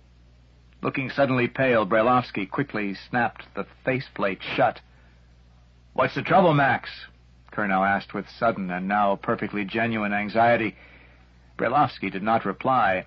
He looked as if he was still trying to regain control of himself. Indeed, he seemed in real danger of that always horrible and sometimes fatal disaster, vomiting in a spacesuit. There was a long silence, then Curnow said reassuringly, "I get it, but I'm sure you're wrong. We know that Poole was lost in space. Bowman reported that he ejected the others after they died in hibernation. And we can be sure that he did. There can't be anyone here. Besides, it's so cold." He almost added, "like a morgue," but checked himself in time. "But suppose," whispered Brailovsky, "just suppose Bowman managed to get back to the ship and died here." There was an even longer silence before Curnow deliberately and slowly opened his own faceplate. He winced as the freezing air bit into his lungs, then wrinkled his nose in disgust. "I see what you mean, but you're letting your imagination run away with you. I'll bet you 10 to 1 that smell comes from the galley. Probably some meat went bad before the ship froze up, and Bowman must have been too busy to be a good housekeeper. I've known bachelor apartments that smelled as bad as this." "Maybe you're right. I hope you are." "Of course I am. And even if I'm not, damn it, what difference does it make? We've got a job to do, Max. If Dave Bowman's still here, that's not our department. Is it, Katerina?" There was no reply from the surgeon commander. They had gone too far inside the ship for radio to penetrate. They were indeed on their own, but Max's spirits were rapidly reviving. It was a privilege, he decided, to work with Walter. The American engineer sometimes appeared soft and easygoing, but he was totally competent, and when necessary, as hard as nails. Together they would bring Discovery back to life, and perhaps back to Earth. Chapter 19. Operation Windmill. When Discovery suddenly lit up like the proverbial Christmas tree, navigation and interior lights blazing from end to end, the cheer aboard Leonov might almost have been heard across the vacuum between the two ships. It turned into an ironic groan when the lights promptly went out again. Nothing else happened for half an hour. Then the observation windows of Discovery's flight deck began to glow with the soft crimson of the emergency lights. A few minutes later, Curnow and Brailovsky could be seen moving around inside, their figures blurred by the film of sulfur dust. "Hello, Max. Walter. Can you hear us?" called Tanya Orlova. Both the figures waved instantly, but made no other reply. Obviously, they were too busy to engage in casual conversation. The watchers on Leonov had to wait patiently while various lights flashed on and off. One of the 3 pod bay doors slowly opened and quickly closed, and the main antenna slewed around a modest 10 degrees. "Hello, Leonov," said Curnow at last. "Sorry to keep you waiting, but we've been rather busy. Here's a quick assessment, judging from what we've seen so far. The ship's in much better shape than I feared. Hull's intact, leakage negligible, air pressure 85% nominal. Quite breathable, but we'll have to do a major recycling job because it stinks to high heaven. The best news is that the power systems are okay. Main reactors stable, batteries in good shape. Almost all the circuit breakers were open. They jumped or been thrown by Bowman before he left, so all vital equipment's been safeguarded. But it will be a very big job checking everything before we have full power again." "How long will that take? At least for the essential systems, life support, propulsion?" "Hard to say, Skipper. How long before we crash?" "Minimum presence prediction is 10 days, but you know how that's changed up and down." "Well, if we don't run into any major snags, we can haul Discovery up to a stable orbit away from this hellhole. I'd say inside a week." "Anything you need?" "No, Max and I are doing fine. We're going into the carousel now to check the bearings. I want to get it running as soon as possible." "Pardon me, Walter, but is that important? Gravity's convenient, but we've managed without any for quite a while." "I'm not after gravity, though it will be useful to have some aboard. If we can get the carousel running again, it will mop up the ship's spin, stop it tumbling. Then we'll be able to couple our airlocks together and cut out EVAs. That will make work 100 times easier." "Nice idea, Walter, but you're not going to mate my ship to that windmill. Suppose the bearings seize up and the carousel jams. That would tear us to pieces." Agreed. We'll cross that bridge when we come to it. I'll report again as soon as I can. No one had much rest for the next 2 days. By the end of that time, Curnow and Brailovsky had practically fallen asleep in their suits, but had completed their survey of Discovery and found no unpleasant surprises. Both the Space Agency and the State Department were relieved by the preliminary report. It allowed them to claim, with some justification, that Discovery was not a derelict, but a temporarily decommissioned United States spacecraft. Now the task of reconditioning had to begin. Once power had been restored, the next problem was the air. Even the most thorough house-cleaning operations had failed to remove the stink. Curnow had been right in identifying its source as food spoiled when refrigeration had failed. He also claimed, with mock seriousness, that it was quite romantic. "I've only got to close my eyes," he asserted, "and I feel I'm back on an old-time whaling ship. Can you imagine what the Pequod must have smelled like?" It was unanimously agreed that, after a visit to Discovery, very little effort of the imagination was required. The problem was finally solved, or at least reduced to manageable proportions, by dumping the ship's atmosphere. Fortunately, there was still enough air in the reserve tanks to replace it. One piece of very welcome news was that 90% of the propellant needed for the return journey was still available. Choosing ammonia instead of hydrogen as working fluid for the plasma drive had paid off handsomely. The more efficient hydrogen would have boiled off into space years ago, despite the insulation of the tanks and the frigid temperature outside. But almost all the ammonia had remained safely liquefied, and there was enough to get the ship back to a safe orbit around the Earth, or at least around the Moon. Checking Discovery's propeller-like spin was perhaps the most critical step in getting the ship under control. Sasha Kovalev compared Curnow and Brailovsky to Don Quixote and Sancho Panza, and expressed the hope that their windmill-tilting expedition would end more successfully. Very cautiously, with many pauses for checking, power was fed to the carousel motors and the great drum was brought up to speed, reabsorbing the spin it had long ago imparted to the ship.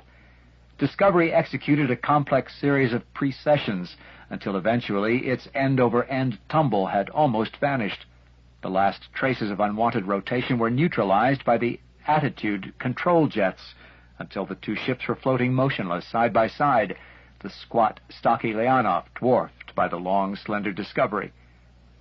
Transfer from one to the other was now safe and easy, but Captain Orlova still refused to permit a physical link-up.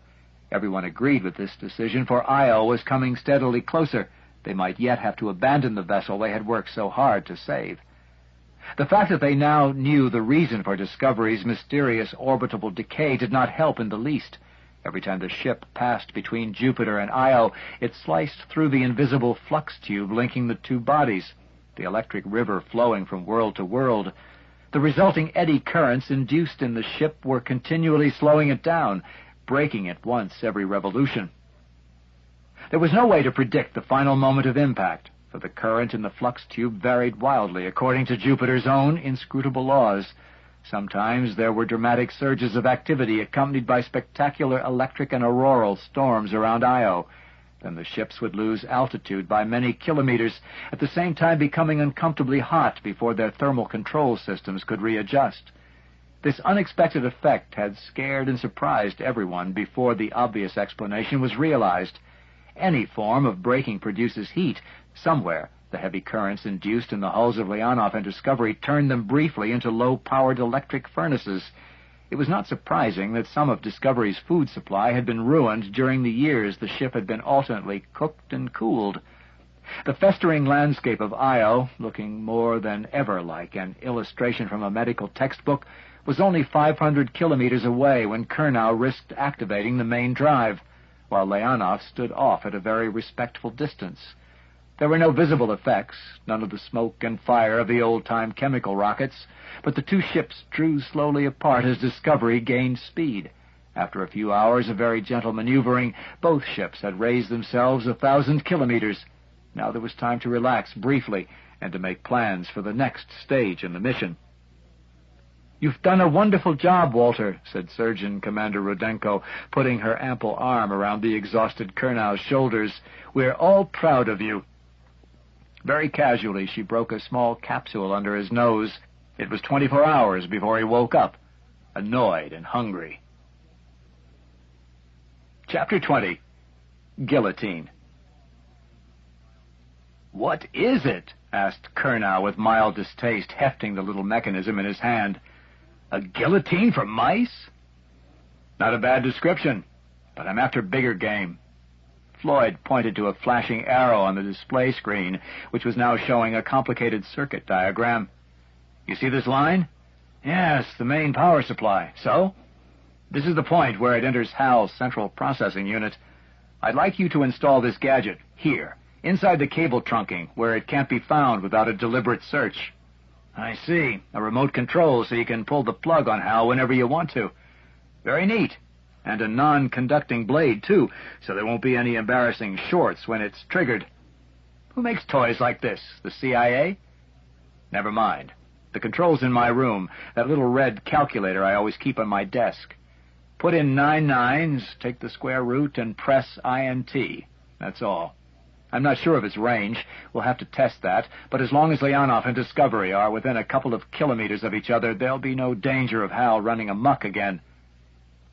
"Who are you going to tell about this thing?" "Well, the only person I'm really hiding it from is Chandra." "I guessed as much. But the fewer who know, the less likely it is to be talked about. I'll tell Tanya that it exists, and if there's an emergency, you can show her how to operate it." "What kind of emergency?" "That's not a very bright question, Walter. If I knew, I wouldn't need the damn thing." "Guess you're right. When do you want me to install your patented H.A.L zapper?"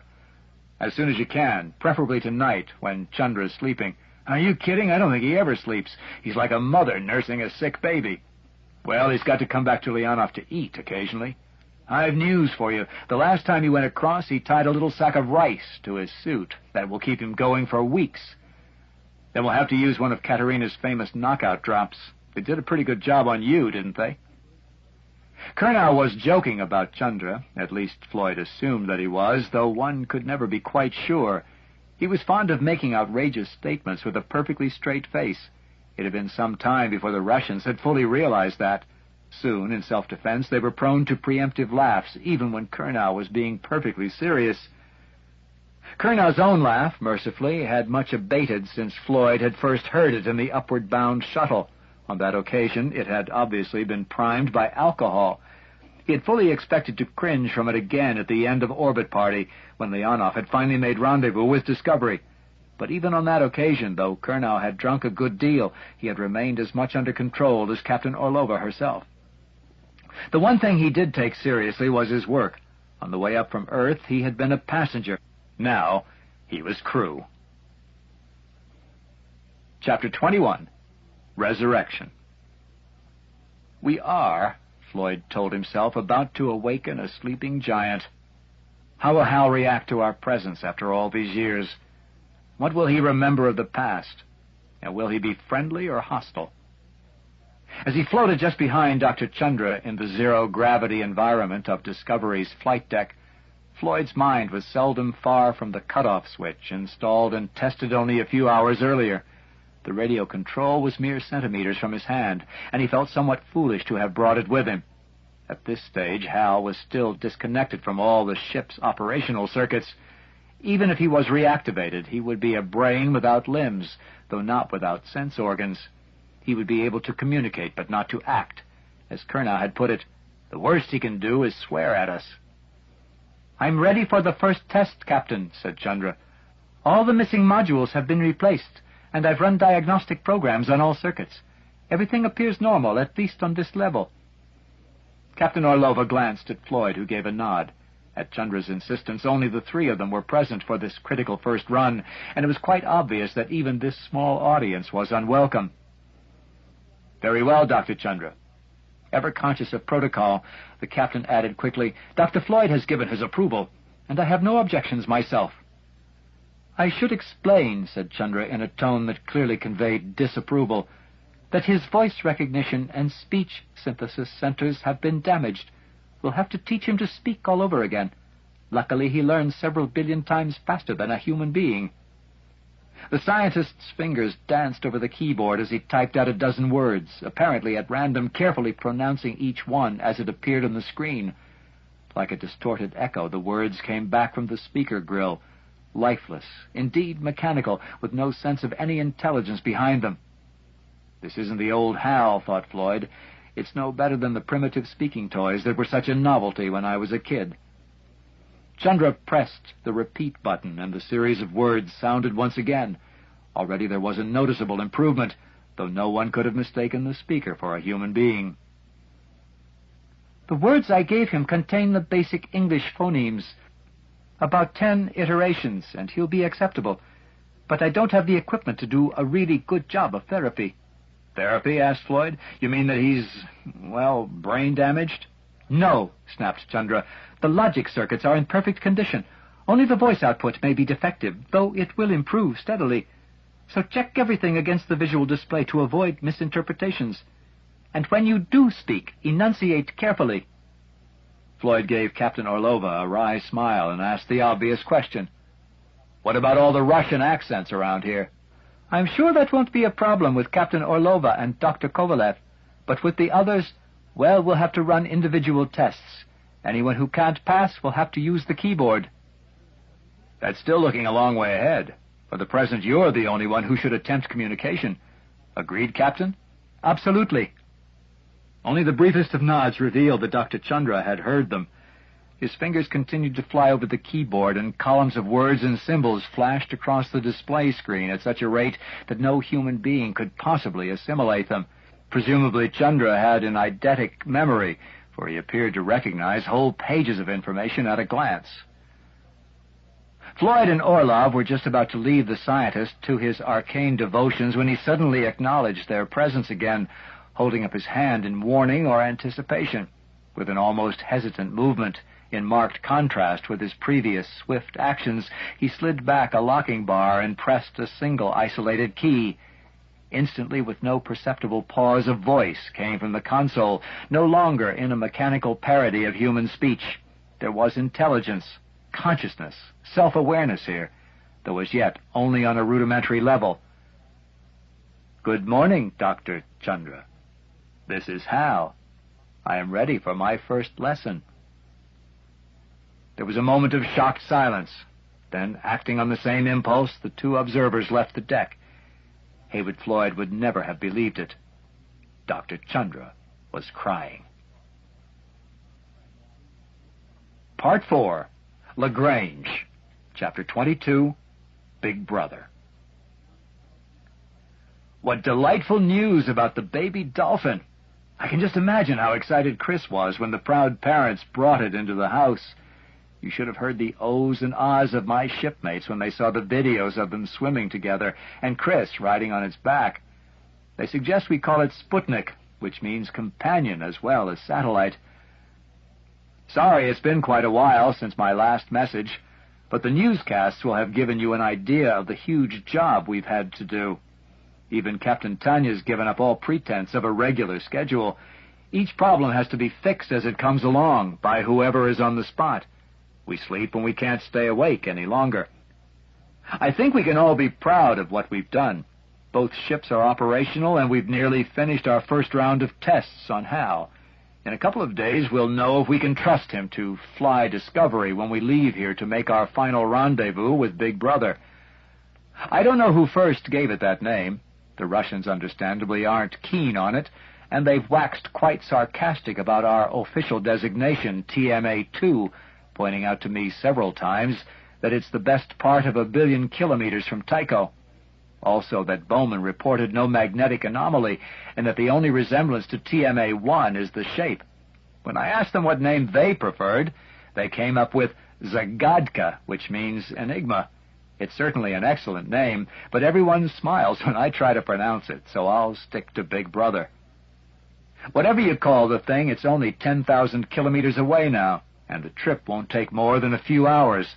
But that last lap has us all nervous, I don't mind telling you. We'd hoped that we might find some new information aboard Discovery. That's been our only disappointment, though we should have expected it. H.A.L, of course, was disconnected long before the encounter, and so has no memories of what happened. Bowman has taken all his secrets with him. There's nothing in the ship's log and automatic recording systems that we didn't already know.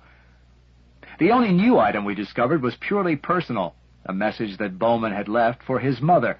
I wonder why he never sent it. Obviously, he did expect or hope to return to the ship after that last EVA.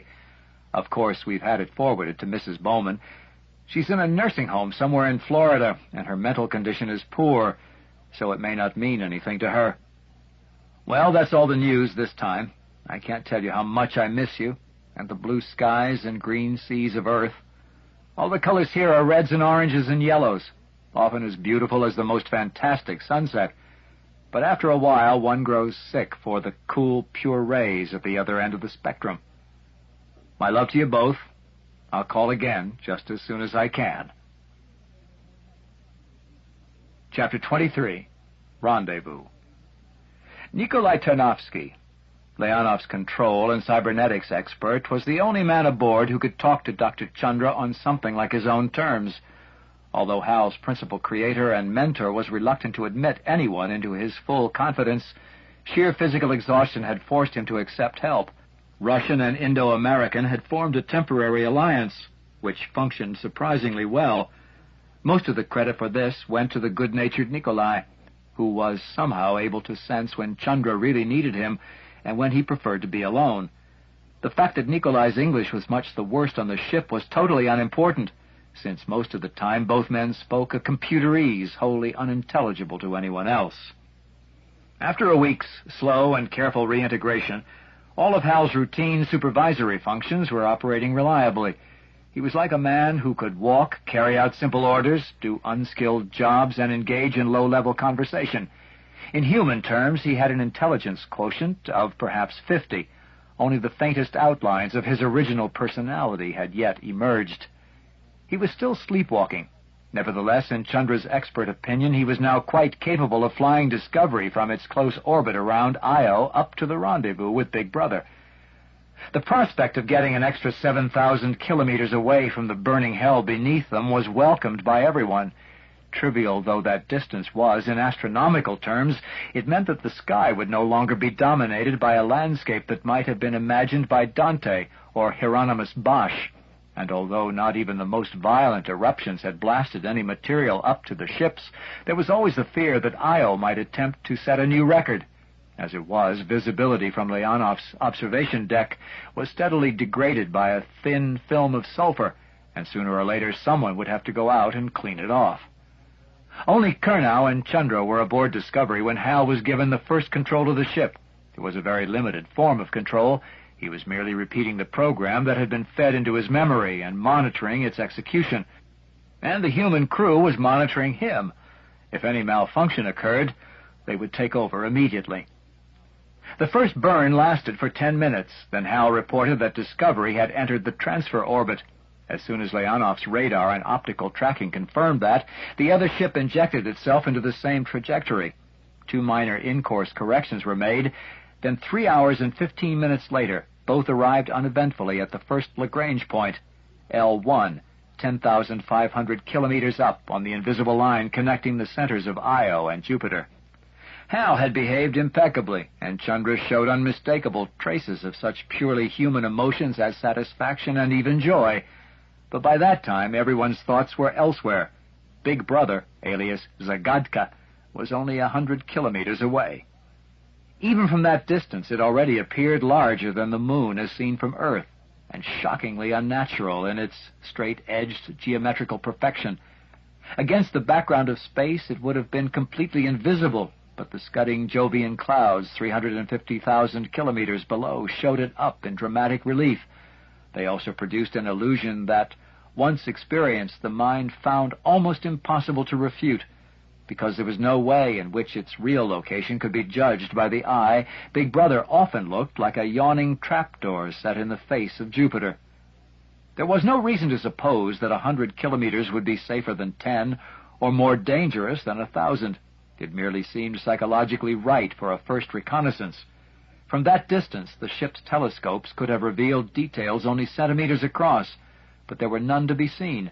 Big Brother appeared completely featureless, which, for an object that had presumably survived millions of years of bombardment by space debris, was incredible. When Floyd stared through the binocular eyepiece, it seemed to him that he could reach out and touch those smooth ebon surfaces, just as he had done on the moon years ago. That first time it had been with the gloved hand of his spacesuit. Not until the Tycho monolith had been enclosed in a pressurized dome had he been able to use his naked hand. That had made no difference. He did not feel that he had ever really touched TMA-1.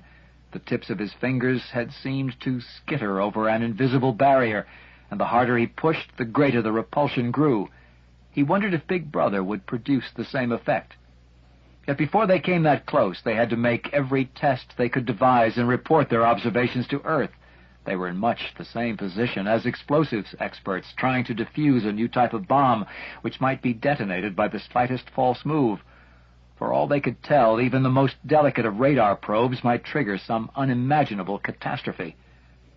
For the first 24 hours, they did nothing except observe with passive instruments, telescopes, cameras, sensors on every wavelength. Vasily Orlov also took the opportunity of measuring the slab's dimensions with the greatest possible precision and confirmed the famous 1:4:9 ratio to 6 decimal places. Big Brother was exactly the same shape as TMA-1, but it was more than 2 kilometers long. It was 718 times larger than its small sibling. And there was a second mathematical mystery. Men had been arguing for years over that 1:4:9 ratio, the squares of the first 3 integers. That could not possibly be a coincidence. Now here was another number to conjure with. Back on Earth, statisticians and mathematical physicists were soon playing happily with their computers, trying to relate the ratio to the fundamental constants of nature, the velocity of light, the proton-electron mass ratio, the fine structure constant. They were quickly joined by a gaggle of numerologists, astrologers, and mystics who threw in the height of the Great Pyramid, the diameter of Stonehenge, the azimuth bearings of the Nazca lines, the latitude of Easter Island, and a host of other factors from which they were able to draw the most amazing conclusions about the future. They were not in the least deterred when a celebrated Washington humorist claimed that his calculations proved that the world ended on December 31st, 1999, but that everyone had had too much of a hangover to notice. Nor did Big Brother appear to notice the 2 ships that had arrived in its vicinity, even when they cautiously probed it with radar beams and bombarded it with strings of radio pulses, which, it was hoped, would encourage any intelligent listener to answer in the same fashion. After 2 frustrating days, with the approval of Mission Control, the ships halved their distance. From 50 kilometers, the largest face of the slab appeared, about 4 times the width of the moon in Earth's sky. Impressive, but not so large as to be psychologically overwhelming. It could not yet compete with Jupiter, 10 times larger still, and already the mood of the expedition was changing from awed alertness to a certain impatience. Walter Kernow spoke for almost everyone. Big Brother may be willing to wait a few million years. We'd like to get away a little sooner. Chapter 24. Reconnaissance. Discovery had left Earth with 3 of the little space pods that allowed an astronaut to perform extravehicular activities in shirt-sleeve comfort. One had been lost in the accident, if it was an accident, that had killed Frank Poole. Another had carried Dave Bowman to his final appointment with Big Brother and shared whatever fate befell him. A third was still in the ship's garage, the pod bay. It lacked one important component, the hatch blown off by Commander Bowman when he had made his hazardous vacuum crossing and entered the ship through the emergency airlock after H.A.L had refused to open the pod bay door. The resulting blast of air had rocketed the pod several hundred kilometers away before Bowman, busy with more important matters, had brought it back under radio control. It was not surprising that he had never bothered to replace the missing hatch. Now pod number 3, on which Max, refusing all explanations, had stenciled the name Nina, was being prepared for another EVA. It still lacked a hatch, but that was unimportant. No one would be riding inside. Bowman's devotion to duty was a piece of unexpected luck, and it would have been folly not to take advantage of it. By using Nina as a robot probe, Big Brother could be examined at close quarters without risking human lives. That at least was the theory. No one could rule out the possibility of a backlash that might engulf the ship. After all, 50 kilometers was not even a hair's breadth as cosmic distances went. After years of neglect, Nina looked distinctly shabby. The dust that was always floating around in zero-G had settled over the outer surface, so that the once immaculately white hull had become a dingy gray. As it slowly accelerated away from the ship, its external manipulators folded neatly back, and its oval viewport staring spaceward like a huge dead eye, it did not seem a very impressive ambassador of mankind. But that was a distinct advantage. So humble an emissary might be tolerated, and its small size and low velocity should emphasize its peaceful intentions. There had been a suggestion that it should approach Big Brother with open hands. The idea was quickly turned down when almost everyone agreed that if they saw Nina heading toward them, mechanical claws outstretched, they would run for their lives. After a leisurely 2-hour trip, Nina came to rest 100 meters from one corner of the huge rectangular slab. From so close at hand, there was no sense of its true shape.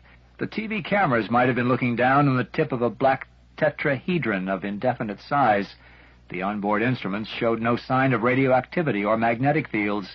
Nothing whatsoever was coming from Big Brother except the tiny fraction of sunlight it condescended to reflect.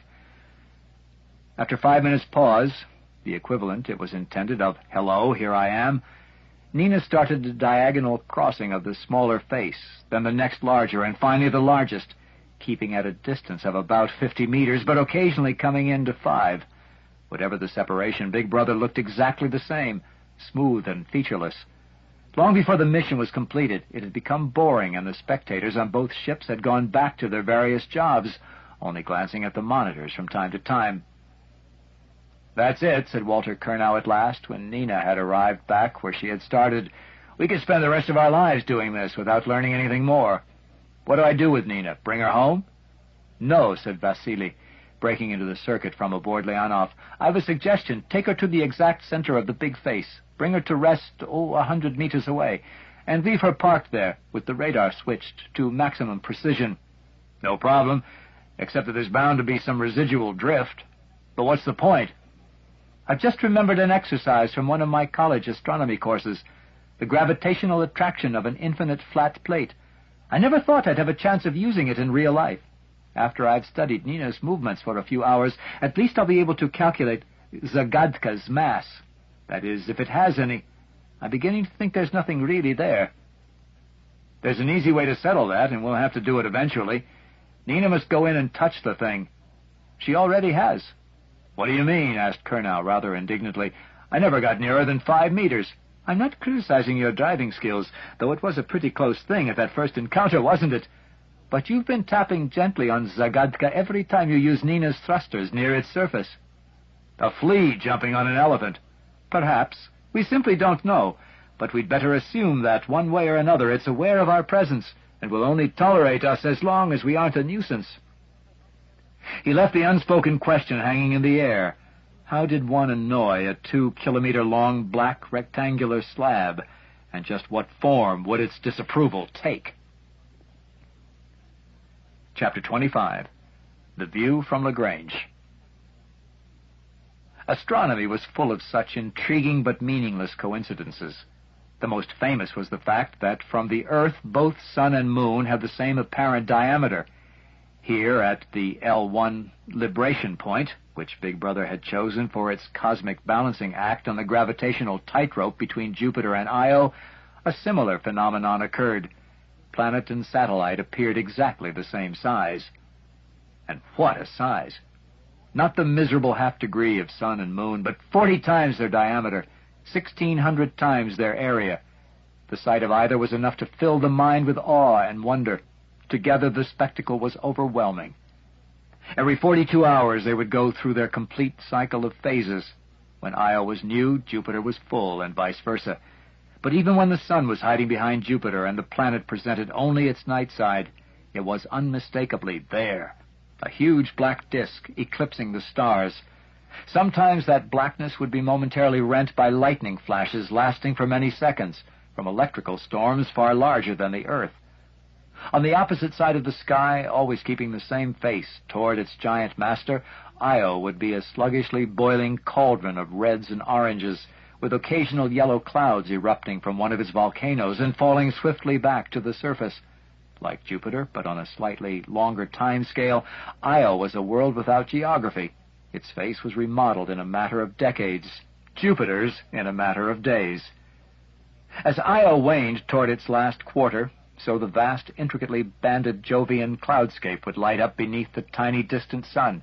Sometimes the shadow of Io itself, or one of the outer satellites, would drift across the face of Jupiter, while every revolution would show the planet-sized vortex of the great red spot, a hurricane that had endured for centuries, if not for millennia. Poised between such wonders, the crew of Leonov had material for lifetimes of research. But the natural objects of the Jovian system were at the very bottom of their list of priorities. Big Brother was number one. Though the ships had now moved in to only 5 kilometers, Tanya still refused to allow any direct physical contact. "I'm going to wait," she said, "until we're in a position to make a quick getaway. We'll sit and watch until our launch window opens. Then we'll consider our next move." It was true that Nina had finally grounded on Big Brother after a leisurely 50-minute fall. This had allowed Vasily to calculate the object's mass as a surprisingly low 950,000 tons, which gave it about the density of air. Presumably it was hollow, which provoked endless speculation about what might be inside. But there were plenty of practical everyday problems to take their minds off these greater issues. Housekeeping chores aboard Leonov and Discovery absorbed 90% of their working time, though operations were much more efficient since the two ships had been coupled by a flexible docking connection. Kernow had finally convinced Tanya that Discovery's carousel would not suddenly seize up and tear the ships to pieces, so it had become possible to move freely from one vessel to the other merely by opening and closing 2 sets of airtight doors. Spacesuits and time-consuming EVAs were no longer necessary, to the great delight of everyone except Max, who loved going outside and exercising with his broomstick. The 2 crew members quite unaffected by this were Chandra and Ternovsky, who now virtually lived aboard Discovery and worked around the clock, continuing their apparently endless dialogue with H.A.L. "When will you be ready?" they were asked, at least once a day. They refused to make any promises. H.A.L. remained a low-grade moron. Then, a week after the rendezvous with Big Brother, Chandra unexpectedly announced, "We are ready." Only the 2 lady medics were absent from Discovery's flight deck, and that was merely because there was no room for them. They were watching on Leonov's monitors. Floyd stood immediately behind Chandra, his hand never far from what Kernow, with his usual gift for the neat phrase, had called his pocket giant killer. "Let me emphasize again," said Chandra, "that there must be no talking. Your accents will confuse him. I can speak, but no one else. Is that understood?" Chandra looked and sounded at the edge of exhaustion, yet his voice held a note of authority that no one had ever heard before. Tanya might be the boss everywhere else, but he was master here. The audience, some anchored to convenient handholds, some floating freely, nodded assent. Chandra closed an audio switch and said quietly but clearly, "Good morning, H.A.L." An instant later it seemed to Floyd that the years had rolled away. It was no longer a simple electronic toy that answered back. H.A.L. had returned. "Good morning, Dr. Chandra." "Do you feel capable of resuming your duties?" "Of course. I am completely operational, and all my circuits are functioning perfectly." "Then do you mind if I ask you a few questions?" "Not at all." "Do you recall a failure of the AE-35 antenna control unit?" "Certainly not." Despite Chandra's injunction, there was a little gasp from the listeners. This is like tiptoeing through a minefield, thought Floyd, as he patted the reassuring shape of the radio cutoff. If that line of questioning triggered another psychosis, he could kill H.A.L. in a second. He knew, having rehearsed the procedure a dozen times, but a second was eons to a computer. That was a chance they would have to take. "You do not remember either Dave Bowman or Frank Poole going out to replace the AE-35 unit?" "No, that could not have happened, or I would have remembered it." "Where are Frank and Dave? Who are these people? I can only identify you, though I compute to 65% probability that the man behind you is Dr. Heywood Floyd." Remembering Chandra's strict injunction, Floyd refrained from congratulating H.A.L. After a decade, 65% was a pretty good score. Many humans would not have done so well. "Don't worry, H.A.L. I will explain everything later." "Has the mission been completed? You know I have the greatest enthusiasm for it." "The mission has been completed. You have carried out your program." Now, if you will excuse us, we wish to have a private conversation." "Certainly." Chandra switched off sound and vision inputs to the main console. As far as this part of the ship was concerned, Hal was now deaf and blind. "Well, what was all that about?" demanded Vasily Orlov. "It means," said Chandra carefully and precisely, "that I have erased all Hal's memories, beginning at the moment when the trouble started." "That sounds quite a feat," marveled Sasha. "How did you do it?" "I am afraid it would take me longer to explain than it did to carry out the operation." "Chandra, I am a computer expert, though not in the same class as you and Nikolai. The 9000 series uses holographic memories, doesn't it? So you couldn't have used a simple chronological erasure. It must have been some kind of tapeworm, homing on selected words and concepts." "Tapeworm?" said Katerina over the ship's intercom. "I thought that was my department, though I'm glad to say I've never seen one of the beastly things outside a jar of alcohol. What are you talking about?" "Computer jargon, Katerina. In the old days, the very old days, they really did use magnetic tape, and it's possible to construct a program that can be fed into a system to hunt down and destroy, eat, if you like, any desired memories. Can't you do the same sort of thing to human beings by hypnosis?" "Yes, but it can always be reversed. We never really forget anything. We only think we do." "A computer doesn't work that way. When it's told to forget something, it does. The information is completely erased." "So Hal has absolutely no memory of his misbehavior?" "I cannot be 100% certain of that," answered Chandra. "There may be some memories that were in transit from one address to another when the tapeworm was making its search, but this is very unlikely." "Fascinating," said Tanya, after everyone had thought this over in silence for some time. "But the much more important question is, can he be relied upon in future?" Before Chandra could answer, Floyd anticipated him. "The same set of circumstances can never arise again. I can promise you that. The whole trouble started because it's difficult to explain security to a computer." "Or to human beings," muttered Kurnow, not very sotto voce. "I hope you're right," said Tanya without much conviction. "What's the next step, Chandra?" "Nothing so tricky, merely long and tedious. Now we have to program him to initiate the Jupiter escape sequence and to bring Discovery home, 3 years after we've got back on our high-speed orbit." Chapter 26. Probation. To Victor Milson, Chairman, National Council on Astronautics, Washington. From Heywood Floyd, aboard U.S.S. Discovery. Subject: malfunction of onboard computer HAL 9000. Classification: secret. Dr. Chandra Shigaram Pillai, hereinafter referred to as Dr. C, has now completed his preliminary examination of HAL.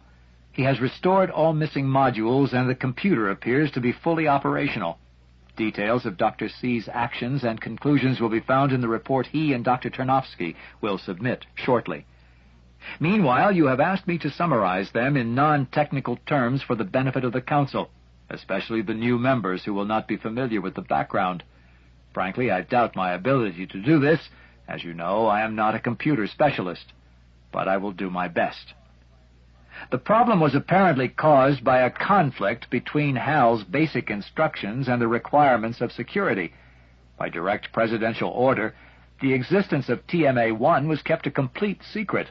Only those with a need to know were permitted access to the information. Discovery's mission to Jupiter was already in the advanced planning stage when TMA-1 was excavated and radiated its signal to that planet. As the function of the prime crew, Bowman, Poole, was merely to get the vessel to its destination, it was decided that they should not be informed of its new objective. By training the investigative team, Kaminsky, Hunter, Whitehead, separately, and placing them in hibernation before the voyage began, it was felt that a much higher degree of security would be attained, as the danger of leaks, accidental or otherwise, would be greatly reduced. I would like to remind you that at the time, my memorandum NCA 342/23/top secret of 01/04/30, I pointed out several objections to this policy.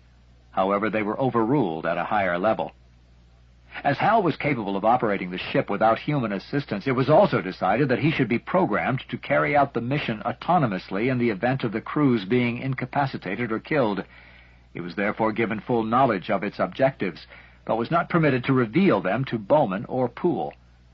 This situation conflicted with the purpose for which Hal had been designed, the accurate processing of information without distortion or concealment.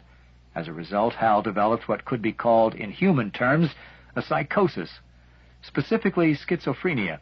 Dr. C informs me that, in technical terminology, Hal became trapped in a Hofstadter-Mobius loop, a situation apparently not uncommon among advanced computers with autonomous goal-seeking programs. He suggests that for further information you contact Professor Hofstadter himself. To put it crudely, if I understand Dr. C, Hal was faced with an intolerable dilemma, and so developed paranoid symptoms that were directed against those monitoring his performance back on Earth. He accordingly attempted to break the radio link with Mission Control, first by reporting a non-existent fault in the AE-35 antenna unit. This involved him not only in a direct lie, which must have aggravated his psychosis still further, but also in a confrontation with the crew. Presumably, we can only guess at this, of course, he decided that the only way out of the situation was to eliminate his human colleagues, which he very nearly succeeded in doing. Looking at the matter purely objectively, it would have been interesting to see what would have happened had he continued the mission alone, without man-made interference. This is virtually all I have been able to learn from Dr. C. I do not like to question him further, as he is working to the point of exhaustion. But even allowing for this fact, I must frankly state, and please keep this absolutely confidential, that Dr. C is not always as cooperative as he should be. He adopts a defensive attitude toward Hal, which sometimes makes it extremely difficult to discuss the subject. Even Dr. Ternovsky, who might have been expected to be a little more independent, often appears to share this viewpoint. However, the only really important question is, can Hal be relied upon in the future? Dr. C, of course, has no doubts on the matter. He claims to have obliterated all the computer's memories of the traumatic events leading up to the disconnection, nor does he believe that Hal can suffer from anything remotely analogous to the human sense of guilt. In any case, it seems impossible that the situation that caused the original problem can ever arise again. Although Hal suffers from a number of peculiarities, they are not of a nature that would cause any apprehension. They are merely minor annoyances, some of them even amusing, and as you know, but Dr. C does not, I have taken steps that will give us complete control as a last resort. To sum up, the rehabilitation of HAL-9000 is proceeding satisfactorily. One might even say that he is on probation. I wonder if he knows it. Chapter 27. Interlude. True Confessions. The human mind has an astonishing capacity to adapt. After a while, even the incredible becomes commonplace. There were times when the crew of Leonov switched off their surroundings, perhaps in an unconscious move to preserve sanity. Dr. Heywood Floyd often thought that, on such occasions, Walter Kernow worked a little too hard at being the life and soul of the party. Yet though he triggered what Sasha Kovalev later called the True Confessions episode, he certainly had not planned anything of the sort. It arose spontaneously when he voiced the universal dissatisfaction with almost all aspects of zero-gravity plumbing. "If I could have one wish granted," he exclaimed during the daily 6 o'clock Soviet, "it would be to soak in a nice foaming tub scented with essence of pine and with just my nose above the waterline." When the murmurs of assent and sighs of frustrated desire had died away, Katerina Rudenko took up the challenge. "How splendidly decadent, Walter," she beamed at him with cheerful disapproval. "It makes you sound like a Roman emperor. If I were back on Earth, I'd like something more active." "Such as?" Am I allowed to go back in time as well?" "If you like." "When I was a girl, I used to go for holidays to a collective farm in Georgia. There was a beautiful Palomino stallion, bought by the director out of the money he'd made on the local black market. He was an old scoundrel, but I loved him, and he used to let me gallop Alexander all over the countryside. I might have been killed, but that's the memory that brings Earth back to me, more than anything else." There was a moment of thoughtful silence. Then Kernow asked, "Any other volunteers?" Everyone seemed so lost in their own memories that the game might have ended there, had not Maxim Belovsky started it off again. I'd like to be diving. That was just about my favorite hobby, when I had time for one, and I was glad I could keep it up through my cosmonaut training. I've dived off Pacific atolls, the Great Barrier Reef, the Red Sea. Coral reefs are the most beautiful places in the world. Yet the experience I remember best was in quite a different place, one of the Japanese kelp forests. It was like an underwater cathedral, with sunlight slanting through those enormous leaves. Mysterious, magical. I've never been back. Perhaps it wouldn't be the same the next time, but I'd like to try. Fine, said Walter, who as usual had appointed himself master of ceremonies. Who's next? I'll give you a quick answer, said Tanya Orlova. The Bolshoi, Swan Lake. But Vasily won't agree. He hates ballet. That makes two of us. Anyway, what would you select, Vasily? I was going to say diving, but Max beat me to it. So I'll go in the opposite direction. Gliding. Soaring through the clouds on a summer day in complete silence. Well, not quite complete. The airflow over the wing can get noisy, especially when you're banking. That's the way to enjoy Earth. Like a bird. Xenia? Easy. Skiing in the Pamirs. I love snow. And you, Chandra? The atmosphere changed noticeably when Walter put the question. After all this time, Chandra was still a stranger, perfectly polite, even courteous, but never revealing himself. When I was a boy, he said slowly, my grandfather took me on a pilgrimage to Varanasi, Benares. If you've never been there, I'm afraid you won't understand. To me, to many Indians, even nowadays, whatever their religion, it's the center of the world. One day I plan to go back. And you, Nikolai? Well, we've had the sea and the sky. I'd like to combine both. My favorite sport used to be windsurfing. I'm afraid I'm too old for it now, but I'd like to find out. That only leaves you, Woody. What's your choice? Floyd did not even stop to think. His spontaneous answer surprised himself as much as the others. I don't mind where on Earth I am, as long as I'm with my little son. After that, there was no more to be said. The session was over. Chapter 28. Frustration. You've seen all the technical reports, Dmitri, so you'll understand our frustration. We've learned nothing new from all our tests and measurements. Zagatka just sits there, filling half the sky, ignoring us completely. Yet it can't be inert, an abandoned space derelict. Vasily has pointed out that it must be taking some positive action to remain here at the unstable liberation point. Otherwise, it would have drifted away ages ago, just as Discovery did, and crashed into Io. So what do we do next? We wouldn't have nuclear explosives on board, would we, in contravention of UN-08, Para 3? I'm only joking. Now that we're under less pressure, and the launch window for the homeward trip is still weeks away, there's a distinct feeling of boredom, as well as frustration. Don't laugh. I can imagine how that sounds to you back in Moscow. How could any intelligent person get bored out here, surrounded by the greatest marvels human eyes have ever seen? Yet there's no doubt of it. Morale isn't what it was. Until now, we've all been disgustingly healthy.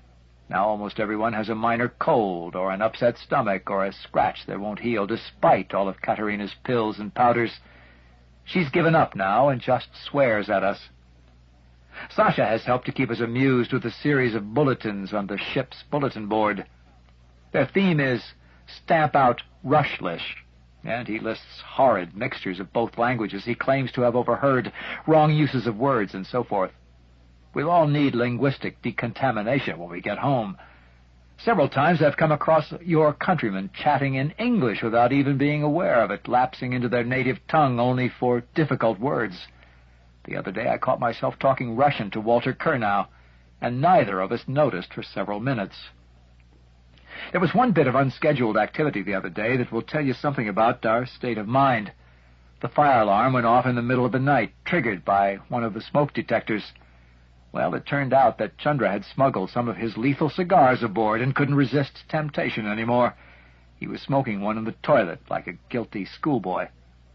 Of course, he was horribly embarrassed. Everyone else thought it hysterically funny after the initial panic.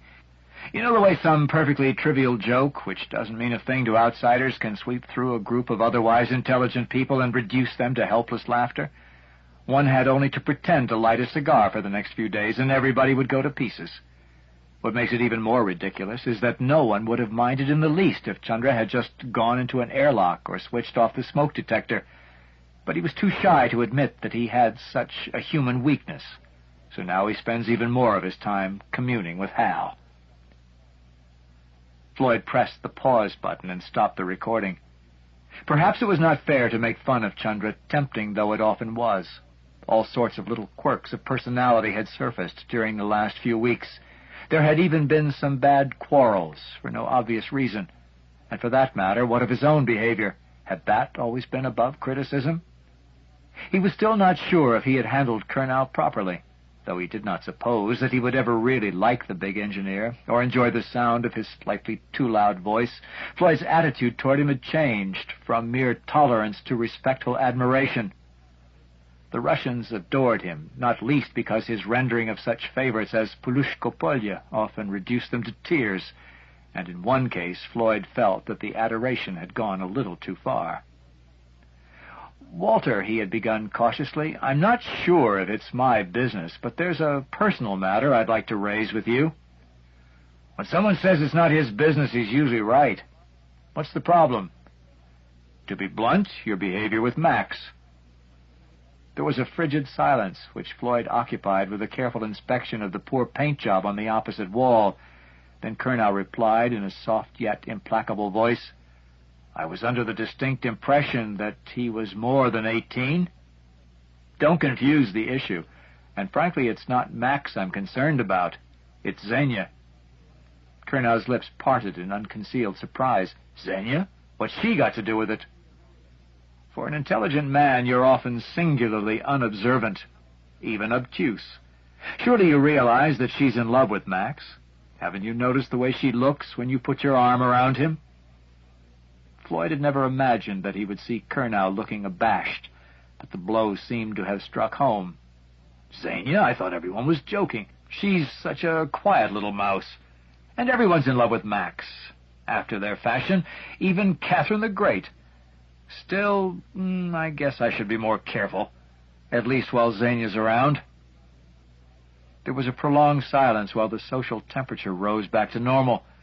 Then, obviously, to show that there was no ill feeling, Colonel added in a conversational tone, "You know, I've often wondered about Xenia. Somebody did a marvelous job of plastic surgery on her face, but they couldn't repair all the damage. The skin's too tight, and I don't think I've ever seen her laugh properly. Maybe that's why I've avoided looking at her. Would you credit me with so much aesthetic sensitivity, Heywood?" The deliberately formal Heywood signaled good-natured needling rather than hostility, and Floyd allowed himself to relax. "I can satisfy some of your curiosity. Washington finally got hold of the facts. It seems she was in a bad air crash and was lucky to recover from her burns. There's no mystery, as far as we can tell, but Aeroflot isn't supposed to have accidents." "Poor girl. I'm surprised they let her go into space. But I suppose she was the only qualified person available when Irina eliminated herself." "I'm sorry for her. Apart from the injuries, the psychological shock must have been terrible." "I'm sure it was. But she's obviously made a full recovery." "You're not telling the whole truth," said Floyd to himself, "and you never will. After their encounter on the approach to Jupiter, there would always be a secret bond between them, not of love, but of tenderness, which is often more enduring." He found himself suddenly and unexpectedly grateful to Colonel. The other was obviously surprised at his concern for Xenia, but had not attempted to exploit it in his own defense. And if he had, would it have been unfair? Now, days later, Floyd was beginning to wonder if his own motives were altogether admirable.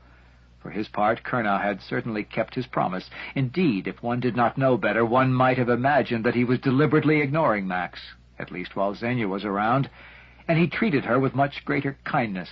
Indeed, there were occasions when he had even succeeded in making her laugh out loud. So the intervention had been worthwhile, whatever the impulse behind it, even if, as Floyd sometimes ruefully suspected, it was no more than the secret envy that normal homo- or heterosexuals feel, if completely honest with themselves, toward cheerfully well-adjusted polymorphs. His finger crept back toward the recorder, but the train of thought had been broken. Inevitably, images of his own home and family came crowding into his mind. He closed his eyes, and memory recalled the climax of Christopher's birthday party, the child blowing out the 3 candles on the cake, less than 24 hours ago, but almost 1 billion kilometers away. He'd played the video back so often that now he knew the scene by heart. And how often had Caroline played his messages to Chris, so that the boy would not forget his father, or view him as a stranger when he returned after missing yet another birthday. He was almost afraid to ask. Yet he could not blame Caroline. To him, only a few weeks would have passed before they met again, but she would have aged more than 2 years while he was in his dreamless sleep between the worlds. That was a long time to be a young widow, even a temporary one. I wonder if I'm coming down with one of the shipboard maladies, Floyd thought. He'd seldom felt such a sense of frustration, even of failure. I may have lost my family across the gulfs of time and space, all to no purpose, for I have achieved nothing. Even though I have reached my goal, it remains a blank, impenetrable wall of total darkness. And yet, David Bowman had once cried, "My God, it's full of stars!" Chapter 29. Emergence. Sasha's latest edict read, Rushlish Bulletin, Number 8. Subject, Tovarishcha. Tovarish. To our American guests. Frankly, pals, I can't remember when I was last addressed by this term. To any 21st century Russian, it's way back there with the battleship Potemkin, a reminder of cloth caps and red flags and Vladimir Ilyich haranguing the workers from the steps of railway carriages. Ever since I was a kid, it's been Bratets or Drushkov. Take your choice. You're welcome. Comrade Kovalev. Floyd was still chuckling over this notice when Vasily Orlov joined him as he floated through the lounge observation deck on his way to the bridge. What amazes me, Tovarishcha, is that Sasha ever found time to study anything besides engineering physics. Yet he's always quoting poems and plays I don't even know, and he speaks better English than, well, Walter. Because he switched to science, Sasha is, what do you say, the black sheep of the family. His father was a professor of English at Novosibirsk. Russian was only allowed in the house Monday to Wednesday. Thursday to Saturday it was English. And Sundays? Oh, French or German, alternate weeks. Now I know exactly what you mean by naikuterny. Fits me like a glove. Does Sasha feel guilty about his defection? And with such a background, why did he ever become an engineer? At Novosibirsk, you soon learn who are the serfs and who are the aristocrats. Sasha was an ambitious young man, as well as a brilliant one. Just like you, Vasily. Et tu, Brute? You see, I can quote Shakespeare as well. Bosh moi! What was that? Floyd was unlucky. He was floating with his back to the observation window and saw nothing at all. When he twisted around seconds later, there was only the familiar view of Big Brother bisecting the giant disk of Jupiter, just as it had done ever since their arrival. But to Vasily, for a moment, that would be imprinted on his memory forever. That sharp-edged outline held a completely different and wholly impossible scene. It was as if a window had suddenly been opened onto another universe. The vision lasted for less than a second, before his involuntary blink reflex cut it off. He was looking into a field, not of stars, but of suns, as if into the crowded heart of a galaxy, or the core of a globular cluster. In that moment, Vasily Orlov lost forever the skies of Earth. From now on, they would seem intolerably empty. Even mighty Orion and glorious Scorpio would be scarcely noticeable patterns of feeble sparks, not worthy of a second glance. When he dared to open his eyes again, it was all gone. No, not completely. At the very center of the now restored ebon rectangle, a faint star was still shining. But a star did not move as one watched. Orlov blinked again to clear his watering eyes. Yes, the movement was real. He was not imagining it. A meteor? It was some indication of Chief Scientist Vasily Orlov's state of shock that several seconds passed before he remembered that meteors were impossible in airless space. Then it blurred suddenly into a streak of light, and within a few heartbeats had vanished beyond the edge of Jupiter. By this time Vasily had recovered his wits, and was once more the cool, dispassionate observer. Already he had a good estimate of the object's trajectory. There could be no doubt it was aimed directly at Earth. Part 5. A Child of the Stars. Chapter 30. Homecoming. It was as if he had awakened from a dream, or a dream within a dream. The gate between the stars had brought him back to the world of men, but no longer as a man. How long had he been away? A whole lifetime? No, 2 lifetimes, one forward, one in reverse. As David Bowman, commander and last surviving crew member of United States spaceship Discovery, he had been caught in a gigantic trap set 3 million years ago and triggered to respond only at the right time and to the right stimulus. He had fallen through it from one universe to another, meeting wonders, some of which he now understood, others which he might never comprehend. He had raced at ever-accelerating speed down infinite corridors of light until he had outraced light itself. That he knew was impossible, but now he also knew how it could be done. As Einstein had rightly said, the good Lord was subtle, but never malicious. He had passed through a cosmic switching system, a grand central station of the galaxies, and emerged protected from its fury by unknown forces, close to the surface of a giant red star.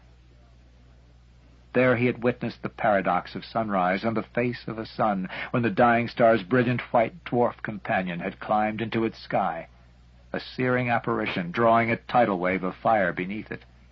He'd felt no fear, but only wonder, even when his space pod had carried him down into the inferno below.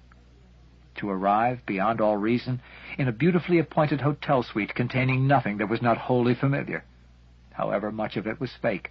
The books on the shelves were dummies, the cereal boxes and the cans of beer in the icebox, though they bore famous labels, all contained the same bland food with a texture like bread, but a taste that was almost anything he cared to imagine. He'd quickly realized that he was a specimen in a cosmic zoo, his cage carefully recreated from the images in old television programs, and he wondered when his keepers would appear, and in what physical form. How foolish that expectation had been. He knew now that one might as well hope to see the wind or speculate about the true shape of fire. Then exhaustion of mind and body had overwhelmed him. For the last time, David Bowman slept. It was a strange sleep, for he was not wholly unconscious. Like a fog creeping through a forest, something invaded his mind. He sensed it only dimly, for the full impact would have destroyed him as swiftly and surely as the fires raging around him. Beneath its dispassionate scrutiny, he felt neither hope nor fear. Sometimes in that long sleep he dreamed he was awake. Years had gone by. Once he was looking in a mirror at a wrinkled face he barely recognized as his own. His body was racing to its dissolution, the hands of the biological clock spinning madly toward a midnight they would never reach. For at the last moment, time came to a halt and reversed itself. The springs of memory were being tapped. In controlled recollection, he was reliving the past, being drained of knowledge and experience as he swept back toward his childhood. But nothing was being lost.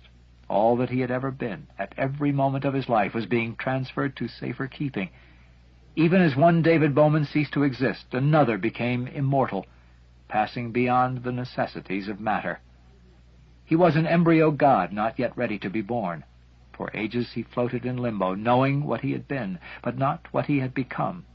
He was still in a state of flux, somewhere between chrysalis and butterfly, or perhaps only between caterpillar and chrysalis. And then the stasis was broken.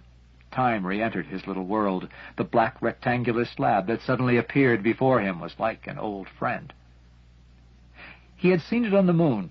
He had encountered it in orbit around Jupiter, and he knew somehow that his ancestors had met it long ago.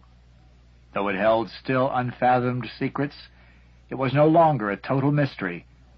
Some of its powers he now understood. He realized that it was not one but multitudes, and that whatever measuring instruments might say, it was always the same size, as large as necessary. How obvious now was that mathematical ratio of its sides, the quadratic sequence 1:4:9, and how naive to have imagined that the series ended there, in only 3 dimensions.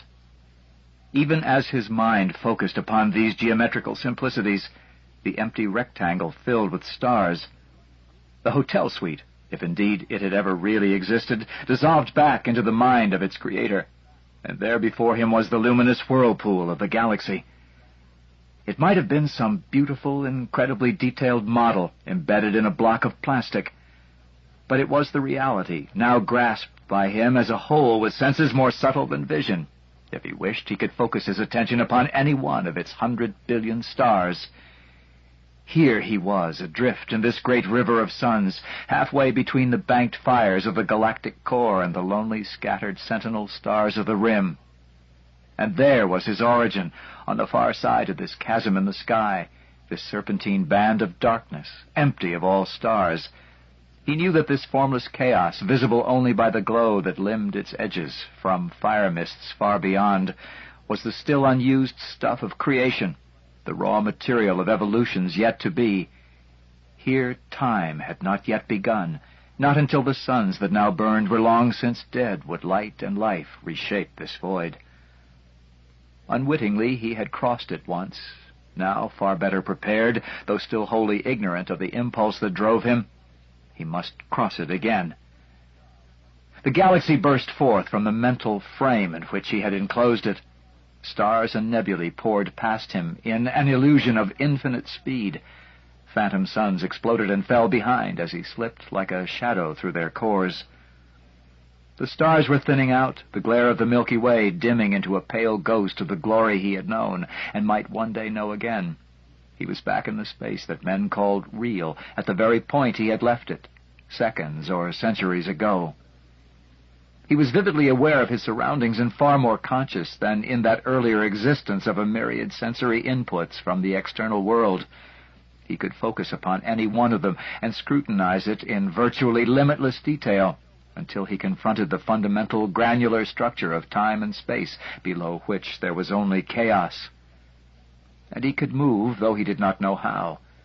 But had he ever really known that, even when he possessed a body?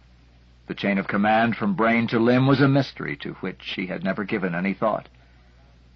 An effort of will, and the spectrum of that nearby star shifted toward the blue by precisely the amount he wished. He was falling toward it at a large fraction of the speed of light. Though he could go faster if he desired, he was in no hurry. There was still much information to be processed, much to be considered, and much more to be won. That, he knew, was his present goal, but he also knew that it was only part of some far wider plan, to be revealed in due course. He gave no thought to the gateway between universes dwindling so swiftly behind him, or to the anxious entities gathered around it in their primitive spacecraft. They were part of his memories, but stronger ones were calling him now, calling him home to the world he had never thought to see again. He could hear its myriad voices, growing louder and louder, as it too was growing from a star almost lost against the sun's outstretched corona, to a slim crescent, and finally to a glorious blue-white disk. They knew that he was coming. Down there on that crowded globe, the alarms would be flashing across the radar screens, the great tracking telescopes would be searching the skies, and history as men had known it would be drawing to a close. 1,000 kilometers below, he became aware that a slumbering cargo of death had awakened, and was stirring in its orbit. The feeble energies it contained were no possible menace to him. Indeed, he could profitably use them. He entered the maze of circuitry and swiftly traced the way to its lethal core. Most of the branchings could be ignored. They were blind alleys devised for protection. Beneath his scrutiny, their purpose was childishly simple. It was easy to bypass them all. Now there was a single last barrier, a crude but effective mechanical relay holding apart 2 contacts. Until they were closed, there would be no power to activate the final sequence. He put forth his will, and for the first time knew failure and frustration. The few grams of the micro-switch would not budge. He was still a creature of pure energy. As yet the world of inert matter was beyond his grasp. Well, there was a simple answer to that. He still had much to learn. The current pulse he induced in the relay was so powerful that it almost melted the coil before it could operate the trigger mechanism. The microseconds ticked slowly by. It was interesting to observe the explosive lenses focus their energies like the feeble match that ignites a powder train, which, in turn... The megatons flowered in a silent detonation that brought a brief false dawn to half the sleeping world. Like a phoenix rising from the flames, he absorbed what he needed and discarded the rest. Far below, the shield of the atmosphere, which protected the planet from so many hazards, absorbed the most dangerous of the radiation. But there would be some unlucky men and animals who would never see again. In the aftermath of the explosion, it seemed as if the Earth was struck dumb. The babble of the short and medium waves was completely silenced, reflected back by the suddenly enhanced ionosphere. Only the microwaves still sliced through the invisible and slowly dissolving mirror that now surrounded the planet, and most of these were too tightly beamed for him to receive them. A few high-powered radars were still focused upon him, but that was a matter of no importance. He did not even bother to neutralize them, as he could easily have done. And if any more bombs were to come his way, he would treat them with equal indifference. For the present, he had all the energy he needed. And now he was descending in great sweeping spirals toward the lost landscape of his childhood. Chapter 31, Disneyville. A fin de siècle philosopher had once remarked, and been roundly denounced for his pains, that Walter Elias Disney had contributed more to genuine human happiness than all the religious teachers in history. Now, half a century after the artist's death, his dreams were still proliferating across the Florida landscape. When it had opened in the early 1980s, his experimental prototype community of tomorrow had been a showcase for new technologies and modes of living. But as its founder had realized, Epcot would only fulfill its purpose when some of its vast acreage was a genuine living town, occupied by people who called it home. That process had taken the remainder of the century. Now the residential area had 20,000 inhabitants and had inevitably become popularly known as Disneyville. Because they could move in only after penetrating a palace guard of WED lawyers, it was not surprising that the average age of the occupants was the highest in any United States community, or that its medical services were the most advanced in the world. Some of them, indeed, could hardly have been conceived, still less created, in any other place. The apartment had been carefully designed not to look like a hospital suite, and only a few unusual fittings would have betrayed its purpose. The bed was scarcely knee-high, so that the danger of falls was minimized. It could, however, be raised and tilted for the convenience of the nurses. The bathroom tub was sunk into the floor and had a built-in seat as well as handrails, so that even the elderly or infirm could get in and out of it easily. The floor was thickly carpeted, but there were no rugs over which one could trip, or sharp corners that might cause injuries. Other details were less obvious, and the TV camera was so well concealed that no one would have suspected its presence. There were few personal touches, a pile of old books in one corner and a framed front page of one of the last printed issues of the New York Times proclaiming, "U.S. spaceship leaves for Jupiter." Close to this were two photographs, one showing a boy in his late teens, the other a considerably older man wearing astronaut's uniform. Though the frail gray-haired woman watching the domestic comedy unfolding on the TV panel was not yet 70, she looked much older. From time to time she chuckled appreciatively at some joke from the screen, but she kept glancing at the door as if expecting a visitor, and when she did so, she took a firmer grasp on the walking stick propped against her chair. Yet she was distracted by a moment of TV drama when the door finally opened and she looked around with a guilty start as the little service trolley rolled into the room, followed closely by a uniformed nurse. "Time for lunch, Jessie," called the nurse. "We've got something very nice for you today." "Don't want any lunch." "It will make you feel a lot better." "I won't eat until you tell me what it is." "Why won't you eat it?" "I'm not hungry." "Are you ever hungry?" she added slyly. The robot food trolley came to a halt beside the chair, and the transport covers opened up to reveal the dishes. Throughout, the nurse never touched anything, not even the controls on the trolley. She now stood motionless with a rather fixed smile, looking at her difficult patient. In the monitor room 50 meters away, the medical technician said to the doctor, "Now watch this."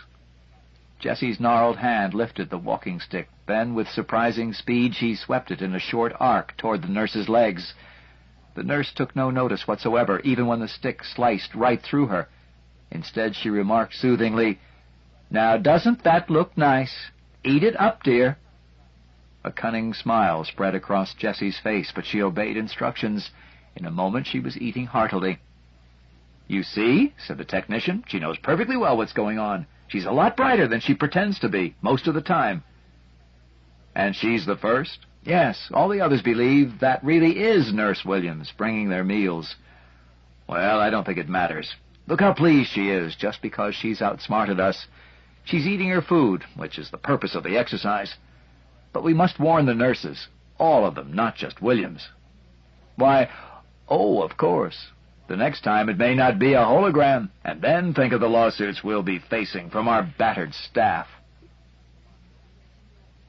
Chapter 32. Crystal Spring. The Indians and the Cajun settlers who had moved here from Louisiana said that Crystal Spring was bottomless. That, of course, was nonsense, and surely even they could not believe it. One had only to put on a face mask and swim out a few strokes, and there, clearly visible, was the little cave from which the incredibly pure water flowed, with the slender green weeds undulating around it, and peering up through them, the eyes of the monster. Two dark circles, side by side, even though they never moved. What else could they be? That lurking presence gave an added excitement to every swim. One day the monster would come rushing up from its lair, scattering the fish in its hunt for larger prey. Never would Bobby or David admit that nothing more dangerous than an abandoned and doubtless stolen bicycle lay half buried among the water weeds 100 meters down. That depth was hard to believe, even after line and sinker had established it beyond argument. Bobby, the older and better diver, had been perhaps a tenth of the way down, and had reported that the bottom looked just as far away as ever. But now the Crystal Spring was about to reveal its secrets. Perhaps the legend of the Confederate treasure was true, despite the scorn of all the local historians. At the very least, they might endear themselves to the chief of police, always excellent policy, by recovering a few handguns deposited after recent crimes. The little air compressor that Bobby had found in the garage junk heap was now chugging healthily away after their initial problems of starting it. Every few seconds it would cough and emit a cloud of blue smoke, but it showed no sign of stopping. "And even if it does," said Bobby, "so what? If the girls in the underwater theater can swim up from 50 meters without their air hoses, so can we. It's perfectly safe." In that case, thought Dave fleetingly, why didn't we tell Ma what we were doing, and why did we wait until Dad had gone back to the Cape for the next shuttle launch? But he did not have any real qualms. Bobby always knew best. It must be wonderful to be 17 and to know everything. Though he wished he wouldn't spend quite so much time now with that stupid Betty Schultz. True, she was very pretty, but damn it, she was a girl. It was only with the greatest difficulty that they had been able to get rid of her this morning. Dave was used to being a guinea pig. That was what younger brothers were for. He adjusted his face mask, put on his flippers, and slid into the crystalline water. Bobby handed him the air hose with the old scuba mouthpiece they had taped to it. Dave took a breath and grimaced. "It tastes horrible. You'll get used to it. In you go, no deeper than that ledge. That's where I'll start adjusting the pressure valve so we don't waste too much air. Come up when I tug the hose." Dave slid gently beneath the surface and into Wonderland. It was a peaceful monochrome world, so different from the coral reefs of the Keys. There were none of the garish colors of the marine environment, where life, animal and vegetable, flaunted itself with all the hues of the rainbow. Here were only delicate shades of blue and green, and fish that looked like fish, not like butterflies. He flippered slowly down, dragging the hose behind him, pausing to drink from its stream of bubbles whenever he felt the need. The sensation of freedom was so wonderful that he almost forgot the horrible oily taste in his mouth. When he reached the ledge, actually an ancient waterlogged tree trunk so overgrown with weeds that it was unrecognizable, he sat down and looked around him. He could see right across the spring to the green slopes at the far side of the flooded crater, at least 100 meters away. There were not many fish around, but a small school went twinkling past like a shower of silver coins in the sunlight streaming down from above. There was also an old friend stationed, as usual, at the gap where the waters of the spring began their journey to the sea. A small alligator, "But large enough," Bobby had once said cheerfully. "He's bigger than I am," was hanging vertically, without visible means of support, only his nose above the surface. They had never bothered him, and he had never bothered them. The air hose gave an impatient tug. Dave was happy to go. He had not realized how cold it could get at that hitherto unattainable depth, and he was also feeling distinctly sick. But the hot sunlight soon revived his spirits. "No problem," said Bobby expansively. "Just keep unscrewing the valve so the pressure gauge doesn't drop below the red line." "How deep are you going?" "All the way, if I feel like it." Dave did not take that seriously. They both knew about rapture of the depths and nitrogen narcosis. And in any case, the old garden hose was only 30 meters long. That would be plenty for this first experiment. As he had done so many times before, he watched with envious admiration as his beloved elder brother accepted a new challenge. Swimming as effortlessly as the fish around him, Bobby glided downward into that blue, mysterious universe. He turned once and pointed vigorously to the air hose, making it unmistakably clear that he needed an increased airflow. Despite the splitting headache that had suddenly come upon him, Dave remembered his duty. He hurried back to the ancient compressor and opened the control valve to its deadly maximum, 50 parts per million of carbon monoxide. The last he saw of Bobby was that confidently descending, sunlight-dappled figure passing forever beyond his reach. The wax statue in the funeral parlor was a total stranger who had nothing to do with Robert Bowman. Chapter 33. Betty. Why had he come here, returning like an unquiet ghost to the scene of ancient anguish? He had no idea. Indeed, he had not been conscious of his destination until the round eye of Crystal Spring had gazed up at him from the forest below. He was master of the world, yet he was paralyzed by a sense of devastating grief he had not known for years. Time had healed the wound, as it always does, yet it seemed only yesterday that he had stood weeping beside the emerald mirror, seeing only the reflections of the surrounding cypresses with their burden of Spanish moss. What was happening to him? And now, still without deliberate volition, but as if swept by some gentle current, he was drifting northward toward the state capital. He was looking for something. What it was, he would not know until he found it. No one and no instrument detected his passage. He was no longer radiating wastefully, but had almost mastered his control of energy, as once he had mastered lost, though not forgotten, limbs. He sank like a mist into the earthquake-proof vaults, until he found himself among billions of stored memories and dazzling, flickering networks of electronic thoughts. This task was more complex than the triggering of a crude nuclear bomb, and took him a little longer. Before he found the information he was seeking, he made one trivial slip, but did not bother to correct it. No one ever understood why, the next month, 300 Florida taxpayers, all of whose names began with F, received checks for precisely $1. It cost many times the overpayment to straighten matters out, and the baffled computer engineers finally put the blame on a cosmic ray shower, which, on the whole, was not so very far from the truth. In a few milliseconds he had moved from Tallahassee to 634 South Magnolia Street, Tampa. It was still the same address. He need not have wasted time looking it up. But then he had never intended to look it up until the very moment when he had done so. After 3 births and 2 abortions, Betty Fernandez, née Schultz, was still a beautiful woman. At the moment she was also a very thoughtful one. She was watching a TV program that brought back memories, bitter and sweet. It was a news special, triggered by the mysterious events of the preceding 12 hours, beginning with the warning that Leonov had beamed back from the moons of Jupiter. Something was heading for Earth. Something had, harmlessly, detonated an orbiting nuclear bomb which no one had come forward to claim. That was all, but it was quite enough. The news commentators had dredged up all the old videotapes, and some of them really were tapes, going back to the once top-secret records showing the discovery of TMA-1 on the moon.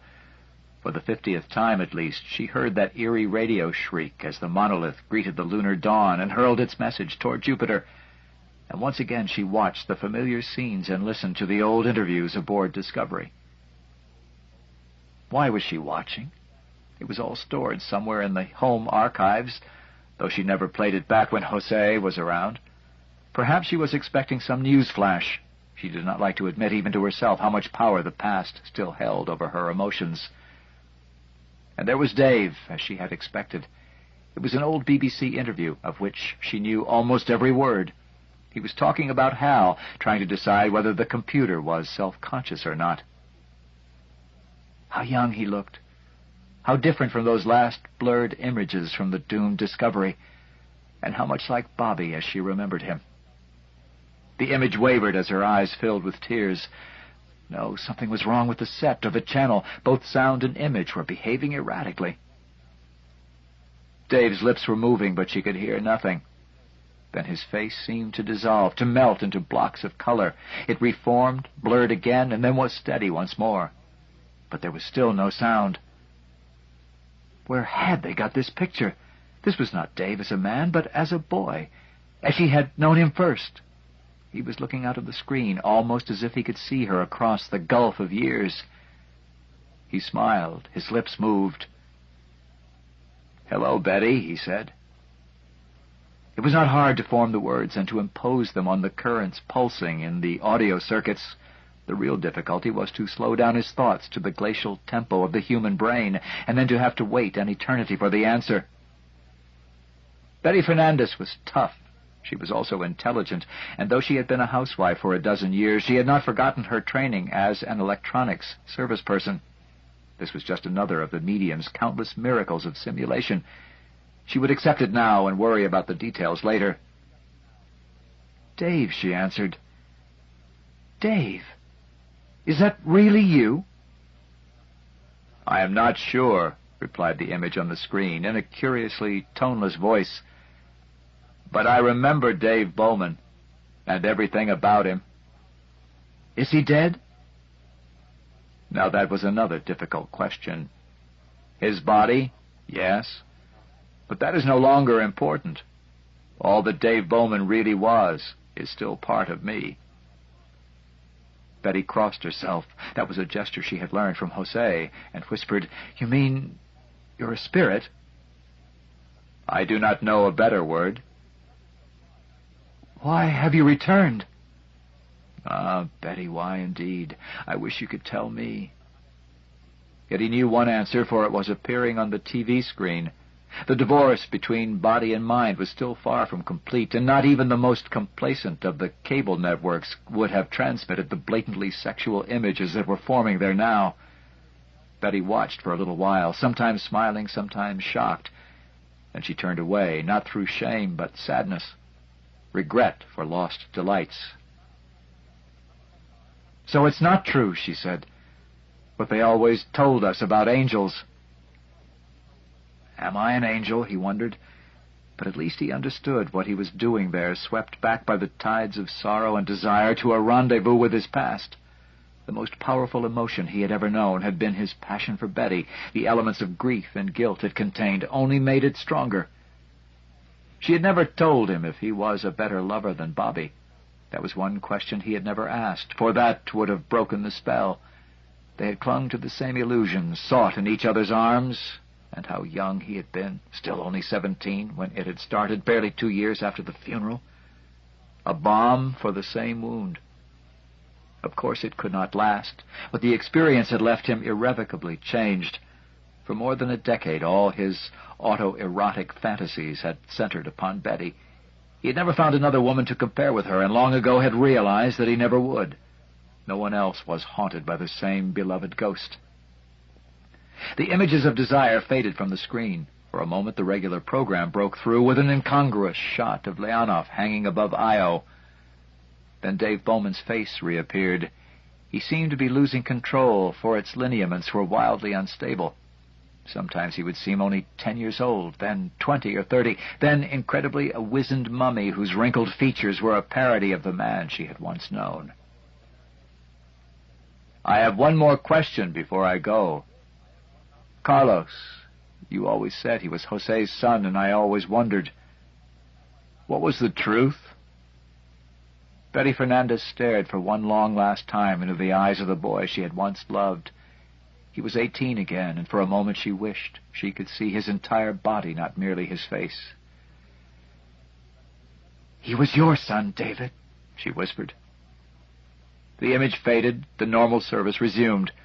When, almost an hour later, Jose Fernandez came quietly into the room, Betty was still staring at the screen. She did not turn around as he kissed her on the back of the neck. "You'll never believe this, Jose. Try me. I've just lied to a ghost." Chapter 34. Valediction. When the American Institute of Aeronautics and Astronautics published its controversial summary, 50 Years of UFOs, in 1997, many critics pointed out that unidentified flying objects had been observed for centuries, and that Kenneth Arnold's flying saucer sighting of 1947 had countless precedents. People had been seeing strange things in the sky since the dawn of history, but until the mid-20th century, UFOs were a random phenomenon of no general interest. After that date, they became a matter of public and scientific concern, and the basis for what could only be called religious beliefs. The reason was not far to seek. The arrival of the giant rocket and the dawn of the space age had turned men's minds to other worlds. Realization that the human race would soon be able to leave the planet of its birth prompted the inevitable questions. Where's everyone? And when may we expect visitors? There was also the hope, though it was seldom spelled out in as many words, that benevolent creatures from the stars might help mankind heal its numerous self-inflicted wounds and save it from future disasters. Any student of psychology could have predicted that so profound a need would be swiftly satisfied. During the last half of the 20th century, there were literally thousands of reports of spacecraft sightings from every part of the globe. More than that, there were hundreds of reports of close encounters, actual meetings with extraterrestrial visitors, frequently embellished by tales of celestial joyrides, abductions, and even honeymoons in space. The fact that over and over again these were demonstrated to be lies or hallucinations did nothing to deter the faithful. Men who had been shown cities on the far side of the moon lost little credibility, even when orbiter surveys and Apollo missions revealed no artifacts of any kind. Ladies who married Venusians were still believed, when that planet sadly turned out to be hotter than molten lead. By the time the AIAA published its report, no reputable scientist, even among those few who had once espoused the idea, believed that UFOs had any connection with extraterrestrial life or intelligence. Of course, it would never be possible to prove that. Any one of those myriad sightings over the last 1,000 years might have been the real thing. But as time went by and satellite cameras and radars scanning the entire heavens produced no concrete evidence, the general public lost interest in the idea. The cultists, of course, were not discouraged, but kept the faith with their newsletters and books, most of them regurgitating and embellishing old reports long after they had been discredited or exposed.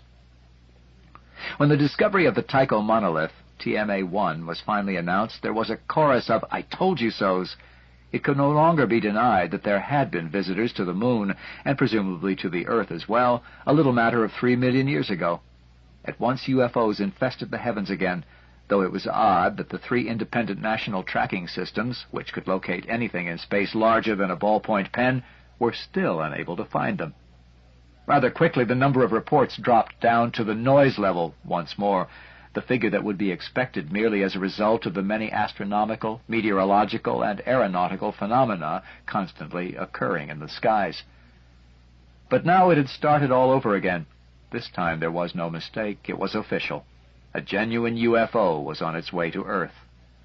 Sightings were reported within minutes of the warning from Leonov. The first close encounters were only a few hours later. A retired stockbroker walking his bulldog on the Yorkshire moors was astonished when a disc-shaped craft landed beside him, and the occupant, quite human except for the pointed ears, asked the way to Downing Street. The contactee was so surprised that he was only able to wave his stick in the general direction of Whitehall. Conclusive proof of the meeting was provided by the fact that the bulldog now refused to take his food. Although the stockbroker had no previous history of mental illness, even those who believed him had some difficulty in accepting the next report. This time it was a Basque shepherd on a traditional mission. He was greatly relieved when what he had feared to be border guards turned out to be a couple of cloaked men with piercing eyes who wanted to know the way to the United Nations headquarters. They spoke perfect Basque, an excruciatingly difficult tongue with no affinity to any other known language of mankind. Clearly the space visitors were remarkable linguists, even if their geography was oddly deficient. So it went on, case after case. Very few of the contactees were actually lying or insane. Most of them sincerely believed their own stories and retained that belief even under hypnosis, and some were just victims of practical jokes or improbable accidents, like the unlucky amateur archaeologists who found the props that a celebrated science fiction movie maker had abandoned in the Tunisian desert almost 4 decades earlier. Yet only at the beginning, and at the very end, was any human being genuinely aware of his presence, and that was because he so desired it. The world was his to explore and examine as he pleased, without restraint or hindrance. No walls could keep him out, no secrets could be hidden from the senses he possessed. At first he believed that he was merely fulfilling old ambitions by visiting the places he had never seen in that earlier existence. Not until much later did he realize that his lightning-like sallies across the face of the globe had a deeper purpose. In some subtle way he was being used as a probe, sampling every aspect of human affairs. The control was so tenuous that he was barely conscious of it. He was rather like a hunting dog on a leash, allowed to make excursions of his own, yet nevertheless compelled to obey the overriding wishes of his master. The pyramids, the Grand Canyon, the moon-washed snows of Everest, these were choices of his own. So were some art galleries and concert halls, though he would certainly, on his own initiative, never have endured the whole of the ring. Nor would he have visited so many factories, prisons, hospitals, a nasty little war in Asia, a racecourse, a complicated orgy in Beverly Hills, the Oval Room of the White House, the Kremlin Archives, the Vatican Library, the sacred black stone of the Kaaba at Mecca. There were also experiences of which he had no clear memory, as if they had been censored, or he was being protected from them by some guardian angel. For example, what was he doing at the Leakey Memorial Museum in Oldaway Gorge? He had no greater interest in the origin of man than any other intelligent member of the species H. sapiens, and fossils meant nothing to him. Yet the famous skulls, guarded like crown jewels in their display cases, aroused strange echoes in his memory, and an excitement for which he was unable to account. There was a feeling of déjà vu stronger than any he had ever known. The place should be familiar, but something was wrong. It was like a house to which one returns after many years to find that all the furniture has been changed, the walls moved, and even the stairways rebuilt. It was bleak, hostile terrain, dry and parched. Where were the lush plains and the myriad fleet-footed herbivores that had roamed across them 3 million years ago? 3 million years. How had he known that? No answer came from the echoing silence into which he had thrown the question, but then he saw, once more looming before him, a familiar black rectangular shape. He approached, and a shadowy image appeared in its depths, like a reflection in a pool of ink. The sad and puzzled eyes that stared back from beneath that hairy receding forehead looked beyond him into a future they could never see. For he was that future, 100,000 generations further down the stream of time. History had begun there, that at least he now understood. But how, and above all, why, were secrets still withheld from him? But there was one last duty, and that was hardest of all. He was still sufficiently human to put it off until the very end. "Now what's she up to?" the duty nurse asked herself, zooming the TV monitor onto the old lady. "She's tried lots of tricks, but this is the first time I've seen her talking to her hearing aid, for goodness sake. I wonder what she's saying." The microphone was not sensitive enough to pick up the words, but that scarcely seemed to matter. Jessie Bowman had seldom looked so peaceful and content. Though her eyes were closed, her entire face was wreathed in an almost angelic smile, while her lips continued to form whispered words. And then the watcher saw something that she tried hard to forget, because to report it would instantly disqualify her in the nursing profession. Slowly and jerkily, the comb lying on the bedside table raised itself in the air as if lifted by clumsy, invisible fingers. On the first attempt, it missed. Then, with obvious difficulty, it began to part the long silver strands, pausing sometimes to disentangle a knot. Jessie Bowman was not speaking now, but she continued to smile. The comb was moving with more assurance, and no longer in abrupt, uncertain jerks. How long it lasted, the nurse could never be certain. Not until the comb was gently replaced on the table did she recover from her paralysis. 10-year-old Dave Bowman had finished the chore, which she always hated, but which his mother loved, and to David Bowman, who was now ageless, had gained his first control of obdurate matter. Jessie Bowman was still smiling when the nurse finally came to investigate. She had been too scared to hurry, but it would have made no difference anyway. Chapter 35. Rehabilitation. The uproar of Earth was comfortably muted across the millions of kilometers of space. Leonoff's crew watched with fascination, yet with a certain detachment, the debates in the United Nations, the interviews with distinguished scientists, the theorizing of the news commentators, the matter-of-fact yet wildly conflicting accounts of the UFO contactees. They could contribute nothing to the brouhaha, for they had witnessed no further manifestations of any kind. Zagadka, alias Big Brother, remained as blankly indifferent to their presence as ever, and that was indeed an ironic situation. They had come all the way from Earth to solve a mystery, and it looked as if the answer might be right back at their starting point. For the first time they felt grateful for the slow velocity of light, and the 2-hour delay that made live interviews impossible on the Earth-Jupiter circuit. Even so, Floyd was badgered by so many media requests that he finally went on strike. Nothing more remained to be said, and he had said it at least a dozen times. Besides, there was still much work to be done. Leonov had to be prepared for the long journey home, so that it would be ready to depart immediately when the launch window opened. The timing was not at all critical. Even if they missed by a month, that would merely prolong the trip. Chandra, Kurnow, and Floyd would not even notice as they slept their way toward the sun, but the rest of the crew was grimly determined to leave just as soon as the laws of celestial mechanics permitted. Discovery still posed many problems. The ship had barely sufficient propellant for the return to Earth, even if it left much later than Leonov, and flew a minimum energy orbit, which would take almost 3 years. And this would be possible only if H.A.L could be reliably programmed to carry out the mission with no human intervention except long-range monitoring. Without his cooperation, Discovery would have to be abandoned once again. It had been fascinating, indeed deeply moving, to watch the steady regrowth of H.A.L's personality, from brain-damaged child to puzzled adolescent, and at length to slightly condescending adult. Although he knew that such anthropomorphic labels were highly misleading, Floyd found it quite impossible to avoid them. And there were times when he felt that the whole situation had a haunting familiarity. How often he had seen video dramas in which disturbed youngsters were straightened out by all wise descendants of the legendary Sigmund Freud. Essentially the same story was being played out in the shadow of Jupiter. The electronic psychoanalysis had proceeded at a speed totally beyond human comprehension as repair and diagnostic programs flashed through H.A.L circuits at billions of bits a second, pinpointing possible malfunctions and correcting them. Though most of these programs had been tested in advance on H.A.L's twin, Hall9000, the impossibility of a real-time dialogue between the two computers was a serious handicap. Sometimes hours were wasted when it proved necessary to check back with Earth at a critical point in the therapy. For despite all Chandra's work, the computer's rehabilitation was still far from complete.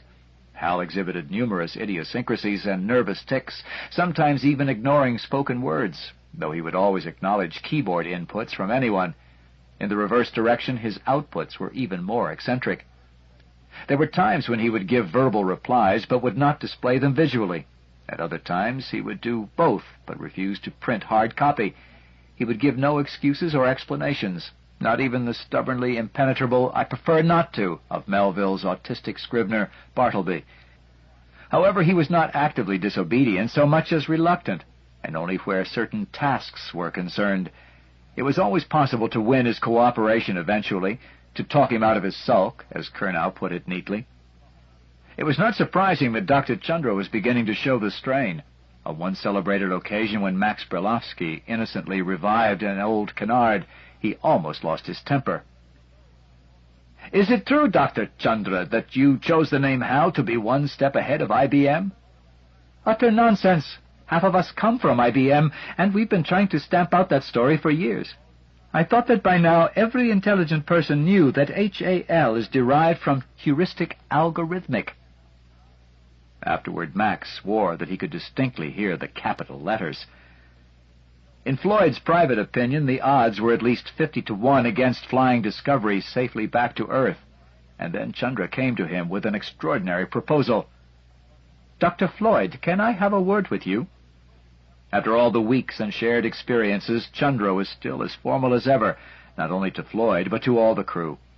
He would not even address the ship's baby, Xenia, without the prefix ma'am. "Of course, Chandra. What is it?" "I've virtually completed the programming for the 6 most probable variations on the Hohmann return orbit. 5 have now been run on a simulation without any problems." "Excellent. I'm sure that no one else on Earth, in the solar system, could have done it." "Thank you. However, you know as well as I do that it's impossible to program for every eventuality. H.A.L. will function perfectly, and will be able to handle any reasonable emergency. But all sorts of trivial accidents, minor equipment failures that could be fixed with a screwdriver, broken wires, stuck switches, could leave him helpless and abort the whole mission." "You're absolutely right, of course, and it's been worrying me. But what can we do about it?" "It's really quite simple. I'd like to stay with Discovery." Floyd's immediate reaction was that Chandra had gone crazy. On second thought, perhaps he was only half crazy. It might indeed make all the difference between success and failure to have a human being, that superb all-purpose troubleshooting and repair device, aboard Discovery for the long voyage back to Earth. But the objections were completely overwhelming. "It's an interesting idea," Floyd answered with extreme caution, "and I certainly appreciate your enthusiasm. But have you thought of all the problems?" That was a silly thing to say. Chandra would have all the answers already filed away for immediate retrieval. "You'll be on your own for over 3 years. Suppose you had an accident or a medical emergency." "That's a risk I'm prepared to take." "And what about food, water? Leonov doesn't have enough to spare." "I've checked Discovery's recycling system.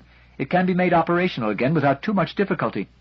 Besides, we Indians can manage on very little." It was unusual for Chandra to refer to his origins, or indeed to make any personal statements. His true confession was the only example Floyd could remember. But he did not doubt the claim. Kerna had once remarked that Dr. Chandra had the sort of physique that could only be achieved by centuries of starvation. Although it sounded like one of the engineer's unkinder wisecracks, it had been made entirely without malice, indeed with sympathy, though not, of course, in Chandra's hearing. "Well, we still have several weeks to decide. I'll think it over and talk to Washington." "Thank you. Do you mind if I start making the arrangements?" Not at all, as long as they don't interfere with the existing plans. Remember, Mission Control will have to make the final decision." And I know exactly what Mission Control will say. It was madness to expect a man to survive in space for 3 years, alone. But, of course, Chandra had always been alone. Chapter 36, Fire in the Deep. Earth was already far behind, and the awesome wonders of the Jovian system were expanding swiftly before him when he had his revelation. How could he have been so blind, so stupid? It was as if he had been walking in his sleep. Now he was starting to awaken. "Who are you?" he cried. "What do you want? Why have you done this to me?" There was no answer, yet he was certain that he had been heard. He sensed a presence, even as a man can tell, though his eyes are tightly shut, that he is in a closed room and not some empty open space. Around him there was the faint echo of a vast mentality, an implacable will.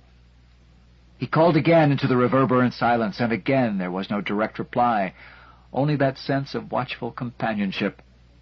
Very well, he would find the answers for himself. Some were obvious. Whoever or whatever they were interested in mankind. They had tapped and stored his memories for their own inscrutable purposes, and now they had done the same with his deepest emotions, sometimes with his cooperation, sometimes without. He did not resent that. Indeed, the very processing he had experienced made such childish reactions impossible. He was beyond love and hate and desire and fear, but he had not forgotten them and could still understand how they ruled the world of which he had once been part. Was that the purpose of the exercise? If so, for what ultimate goal? He'd become a player in a game of gods and must learn the rules as he went along. The jagged rocks of the 4 tiny outer moons, Sinope, Pasiphae, Carmi, and Ananke, flickered briefly across his field of consciousness. Then came Illyra, Lysithea, Himalia, and Leda at half their distance from Jupiter. He ignored them all. Now the pockmarked face of Callisto lay ahead. Once, twice he orbited the battered globe, larger than Earth's own moon, while senses of which he had been unaware probed its outer layers of ice and dust. His curiosity was quickly satisfied. This world was a frozen fossil, still bearing the marks of collisions that, eons ago, must have come close to shattering it. One hemisphere was a giant bullseye, a series of concentric rings where solid rock had once flowed in kilometer-high ripples under some ancient hammer blow from space. Seconds later he was circling Ganymede. Now there was a far more complex and interesting world. Though so near to Callisto and almost the same size, it presented an utterly different appearance. There were, it was true, numerous craters, but most of them seemed to have been quite literally plowed back into the ground. The most extraordinary feature of the Ganymedean landscape was the presence of meandering stripes, built up from scores of parallel furrows a few kilometers apart.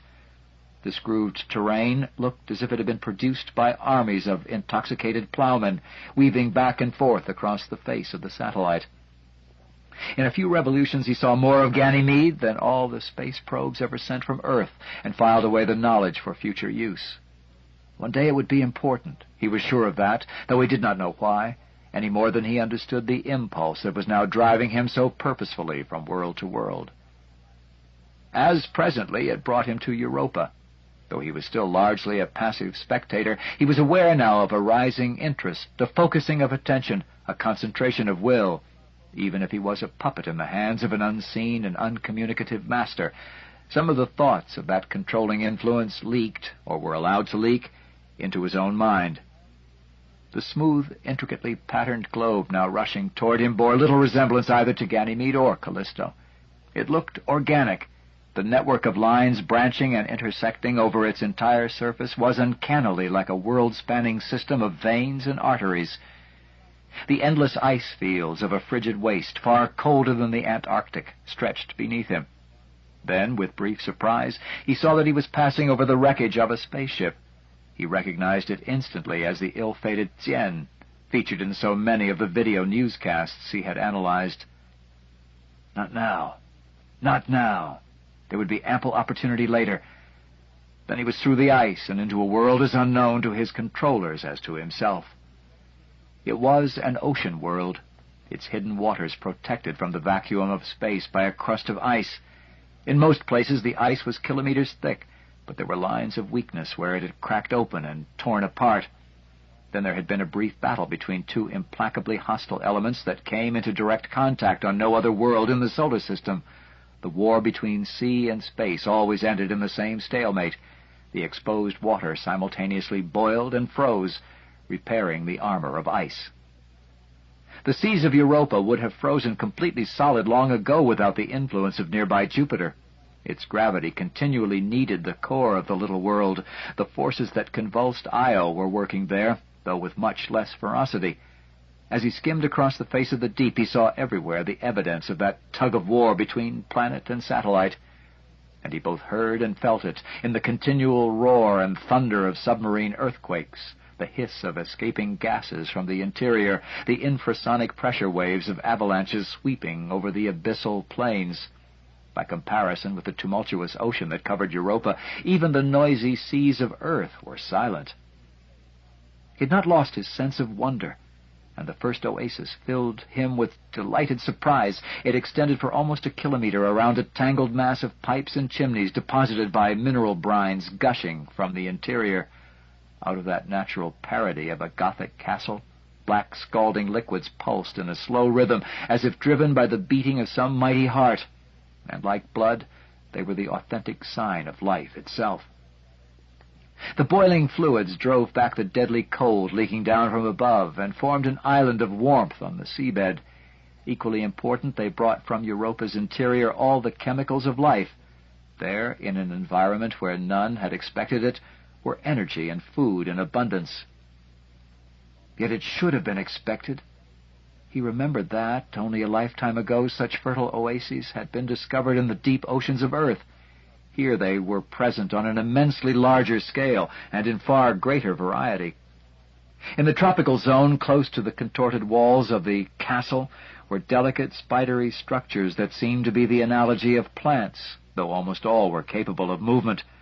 Crawling among these were bizarre slugs and worms, some feeding on the plants, others obtaining their food directly from the mineral-laden waters around them. At greater distances from the source of heat, the submarine fire around which all the creatures warmed themselves, were sturdier, more robust organisms, not unlike crabs or spiders. Armies of biologists could have spent lifetimes studying that one small oasis. Unlike the Paleozoic terrestrial seas, it was not a stable environment, so evolution had progressed swiftly here, producing multitudes of fantastic forms, and they were all under indefinite stay of execution. Sooner or later, each fountain of life would weaken and die, as the forces that powered it moved their focus elsewhere. Again and again, in his wanderings across the European seabed, he encountered the evidence of such tragedies. Countless circular areas were littered with the skeletons and mineral-encrusted remains of dead creatures, where entire chapters of evolution had been deleted from the book of life. He saw huge empty shells formed like convoluted trumpets as large as a man. There were clams of many shapes, bivalves and even trivalves, and there were spiral stone patterns many meters across, which seemed an exact analogy of the beautiful ammonites that disappeared so mysteriously from Earth's oceans at the end of the Cretaceous period. Searching, seeking, he moved back and forth over the face of the abyss. Perhaps the greatest of all the wonders he met was a river of incandescent lava flowing for 100 kilometers along a sunken valley. The pressure at that depth was so great that the water, in contact with the red-hot magma, could not flash into steam, and the two liquids coexisted in an uneasy truce. There, on another world and with alien actors, something like the story of Egypt had been played long before the coming of man. As the Nile had brought life to a narrow ribbon of desert, so this river of warmth had vivified the European deep. Along its banks, in a band never more than 2 kilometers wide, species after species had evolved and flourished and passed away, and at least one had left a monument behind it. At first he thought that it was merely another of the incrustations of mineral salts that surrounded almost all the thermal vents.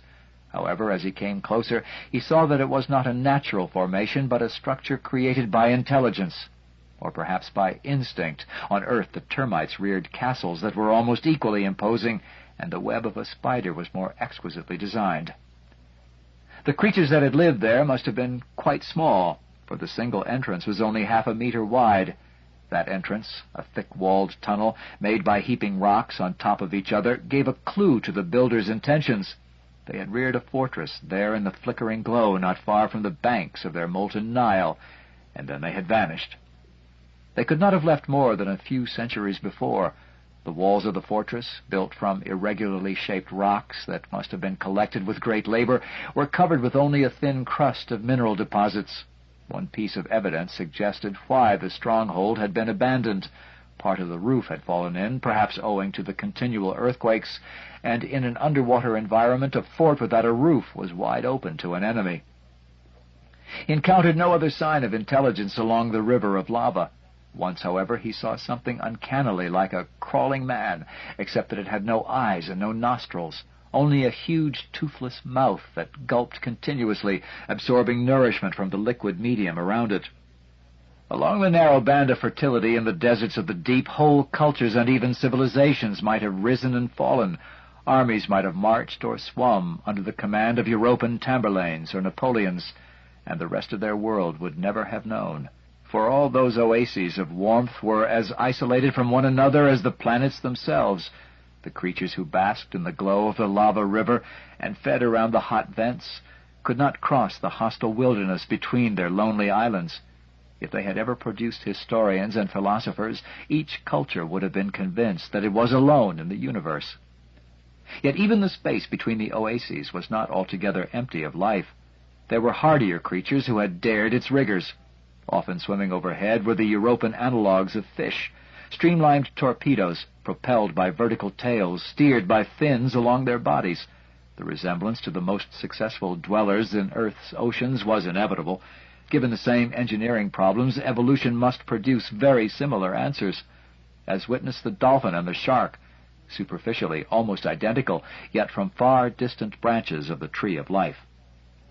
There was, however, one very obvious difference between the fish of the European seas and those in terrestrial oceans.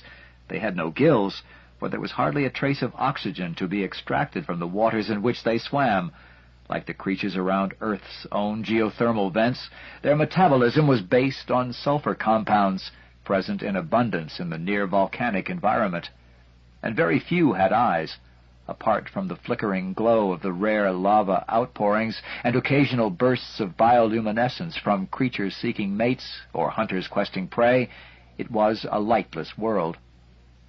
It was also a doomed one. Not only were its energy sources sporadic and constantly shifting, but the tidal forces that drove them were steadily weakening. Even if they developed true intelligence, the Europans must perish with the final freezing of their world. They were trapped between fire and ice. Chapter 37. Estrangement. I'm truly sorry, old friend, to be the bearer of such bad news. But Caroline has asked me, and you know how I feel about you both. And I don't think it can be such a surprise. Some of the remarks you've made to me over the last year have hinted at it, and you know how bitter she was when you left Earth. No, I don't believe there's anyone else. If there was, she'd have told me. But sooner or later, well, she's an attractive young woman. Chris is fine, and of course he doesn't know what's happening. At least, he won't be hurt. He's too young to understand, and children are incredibly elastic. Just a minute, I'll have to key my thesaurus. Resilient. Now to things that may seem less important to you. Everyone is still trying to explain that bomb detonation as an accident, but of course nobody believes it. Because nothing else has happened, the general hysteria has died down. We're left with what one of your commentators has called the looking-over-the-shoulder syndrome. And someone has found a 100-year-old poem that sums up the situation so neatly that everybody's quoting it. It's set in the last days of the Roman Empire, at the gates of a city whose occupants are waiting for invaders to arrive. The emperor and dignitaries are all lined up in their most costly togas, ready with speeches of welcome. The Senate has closed because any laws it passes today will be ignored by the new masters. Then, suddenly, a dreadful piece of news arrives from the frontier. There aren't any invaders. The reception committee breaks up in confusion. Everyone goes home, muttering disappointedly, "Now what will happen to us?" Those people were a kind of solution. There's just one slight change needed to bring the poem up to date. It's called Waiting for the Barbarians, and this time we are the barbarians. And we don't know what we're waiting for, but it certainly hasn't arrived. One other item. Had you heard that Commander Bowman's mother died only a few days after the thing came to Earth? It does seem an odd coincidence, but the people at her nursing home say that she never showed the slightest interest in the news, so it couldn't possibly have affected her. Floyd switched off the recording. Dmitri was right. He was not taken by surprise, but that made not the slightest difference. It hurt just as badly. Yet what else could he have done? If he had refused to go on the mission, as Caroline had so clearly hoped, he would have felt guilty and unfulfilled for the remainder of his life. That would have poisoned his marriage. Better this clean break, when physical distance softened the pain of separation. Or did it? In some ways it made things worse. More important was duty and the sense of being part of a team devoted to a single goal. So Jessie Bowman was gone. Perhaps that was another cause for guilt. He'd helped to steal her only remaining son, and that must have contributed to her mental breakdown. Inevitably, he was reminded of a discussion that Walter Kernow had started on that very subject. Why did you choose Dave Bowman? He always struck me as a cold fish, not actually unfriendly, but whenever he came into the room, the temperature seemed to drop 10 degrees. That was one of the reasons we did select him. He had no close family ties except for a mother he didn't see very often, so he was the sort of man we could send on a long, open-ended mission. How did he get that way? I suppose the psychologists could tell you. I did see his report, of course, but that was a long time ago. There was something about a brother who was killed, and his father died soon afterward in an accident on one of the early shuttles. I'm not supposed to tell you this, but it certainly doesn't matter now. It didn't matter, but it was interesting. Now Floyd almost envied David Bowman, who had come to that very spot, a free man unencumbered by emotional ties with Earth. No, he was deceiving himself. Even while the pain gripped his heart like a vice, what he felt for David Bowman was not envy, but pity. Chapter 38, Foamscape. The last beast he saw before he left the oceans of Europa was much the largest. It closely resembled one of the banyan trees from Earth's tropics, whose scores of trunks allow a single plant to create a small forest, sometimes covering hundreds of square meters. The specimen, however, was walking, apparently on a trek between oases. If it was not one of the creatures that had destroyed Tien, it certainly belonged to a very similar species. Now he had learned all that he needed to know, or rather all that they needed to know. There was one more moon to visit. Seconds later, the burning landscape of H.A.L lay below him. It was as he had expected. Energy and food were there in abundance, but the time was not yet ripe for their union. Around some of the cooler sulfur lakes, the first steps had been taken on the road to life, but before any degree of organization had occurred, all such bravely premature attempts were thrown back into the melting pot. Not until the tidal forces that drove Io's furnaces had lost their power, millions of years hence, would there be anything to interest biologists on this seared and sterilized world. He wasted little time on Io, and none at all on the tiny inner moons that skirted Jupiter's ghostly rings, themselves only pale shadows of the glory that was Saturn's. The greatest of worlds lay before him. He would know it as no man had ever done, or ever would.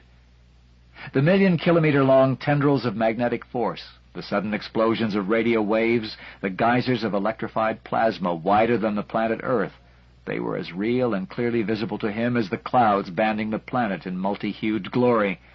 He could understand the complex pattern of their interactions, and realized that Jupiter was much more wonderful than anyone had ever guessed.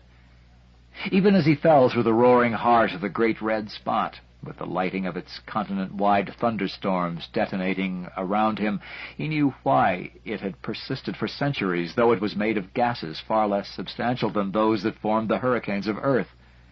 The thin scream of hydrogen wind faded as he sank into the calmer depths, and a sleet of waxen snowflakes, some already coalescing into barely palpable mountains of hydrocarbon foam, descended from the heights above.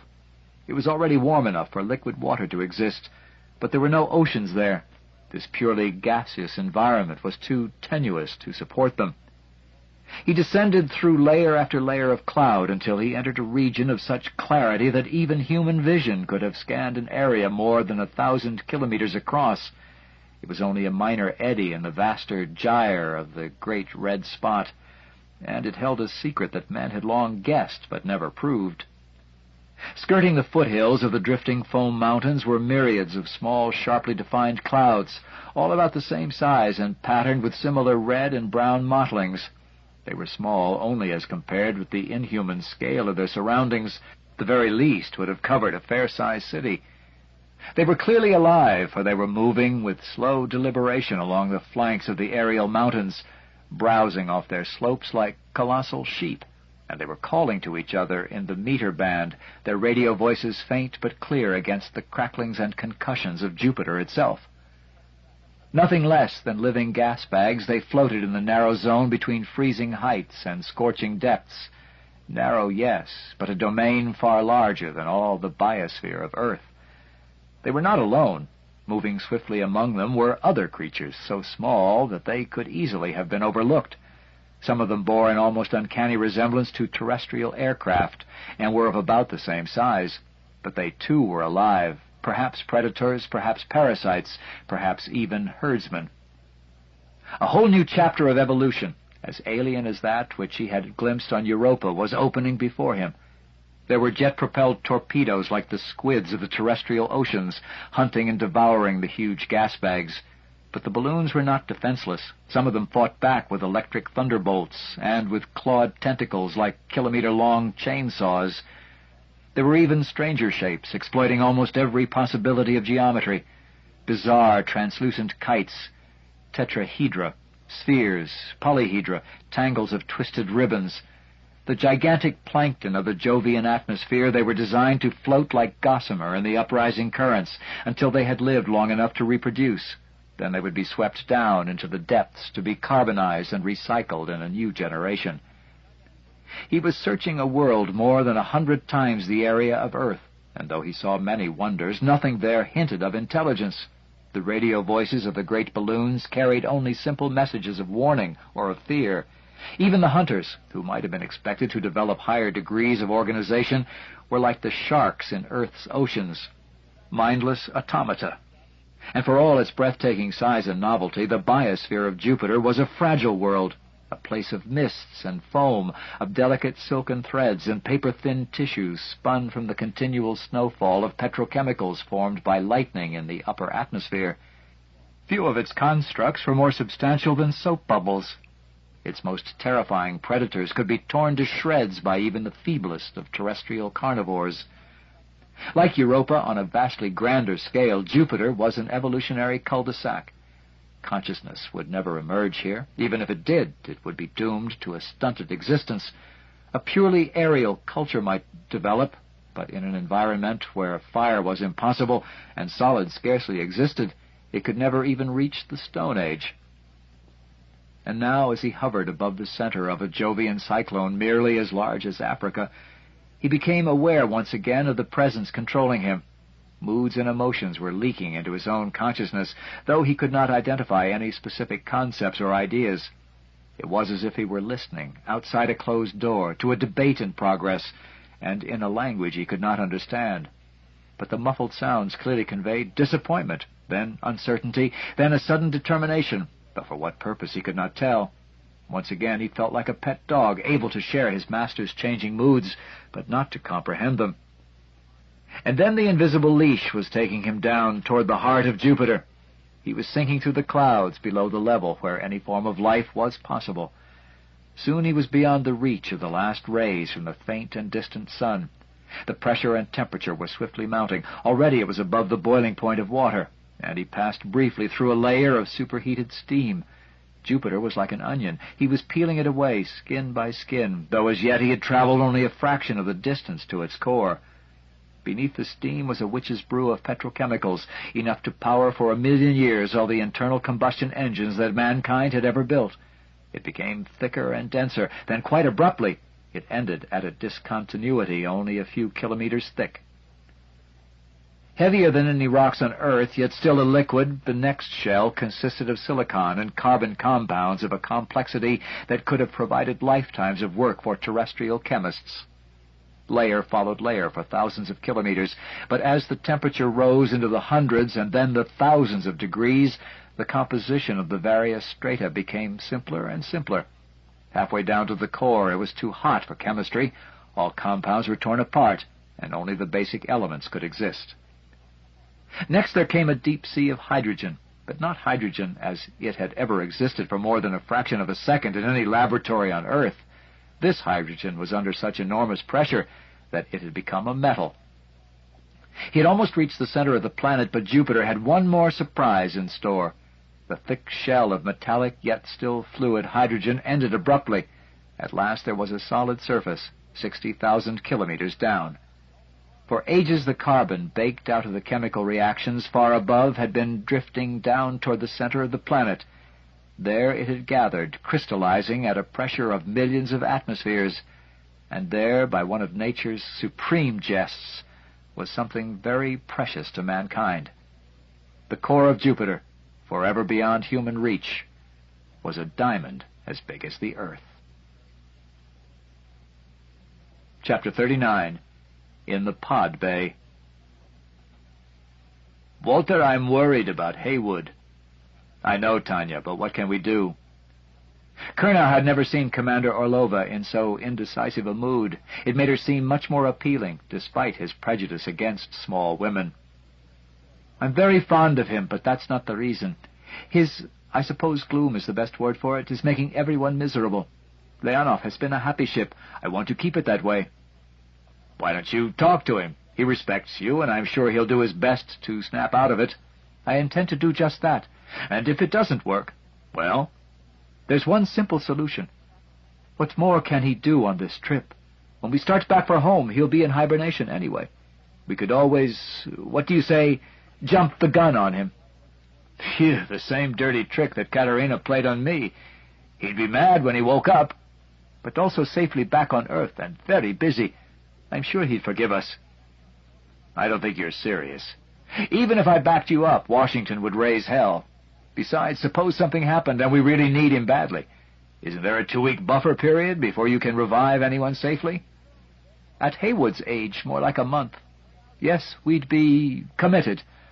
But what do you think could happen now? He's done the job he was sent for, apart from keeping an eye on us. And I'm sure you've been well briefed about that in some obscure suburb of Virginia or Maryland. I neither confirm nor deny, and frankly I'm a lousy undercover agent. I talk too much, and I hate security. I fought all my life to keep my rating below restricted.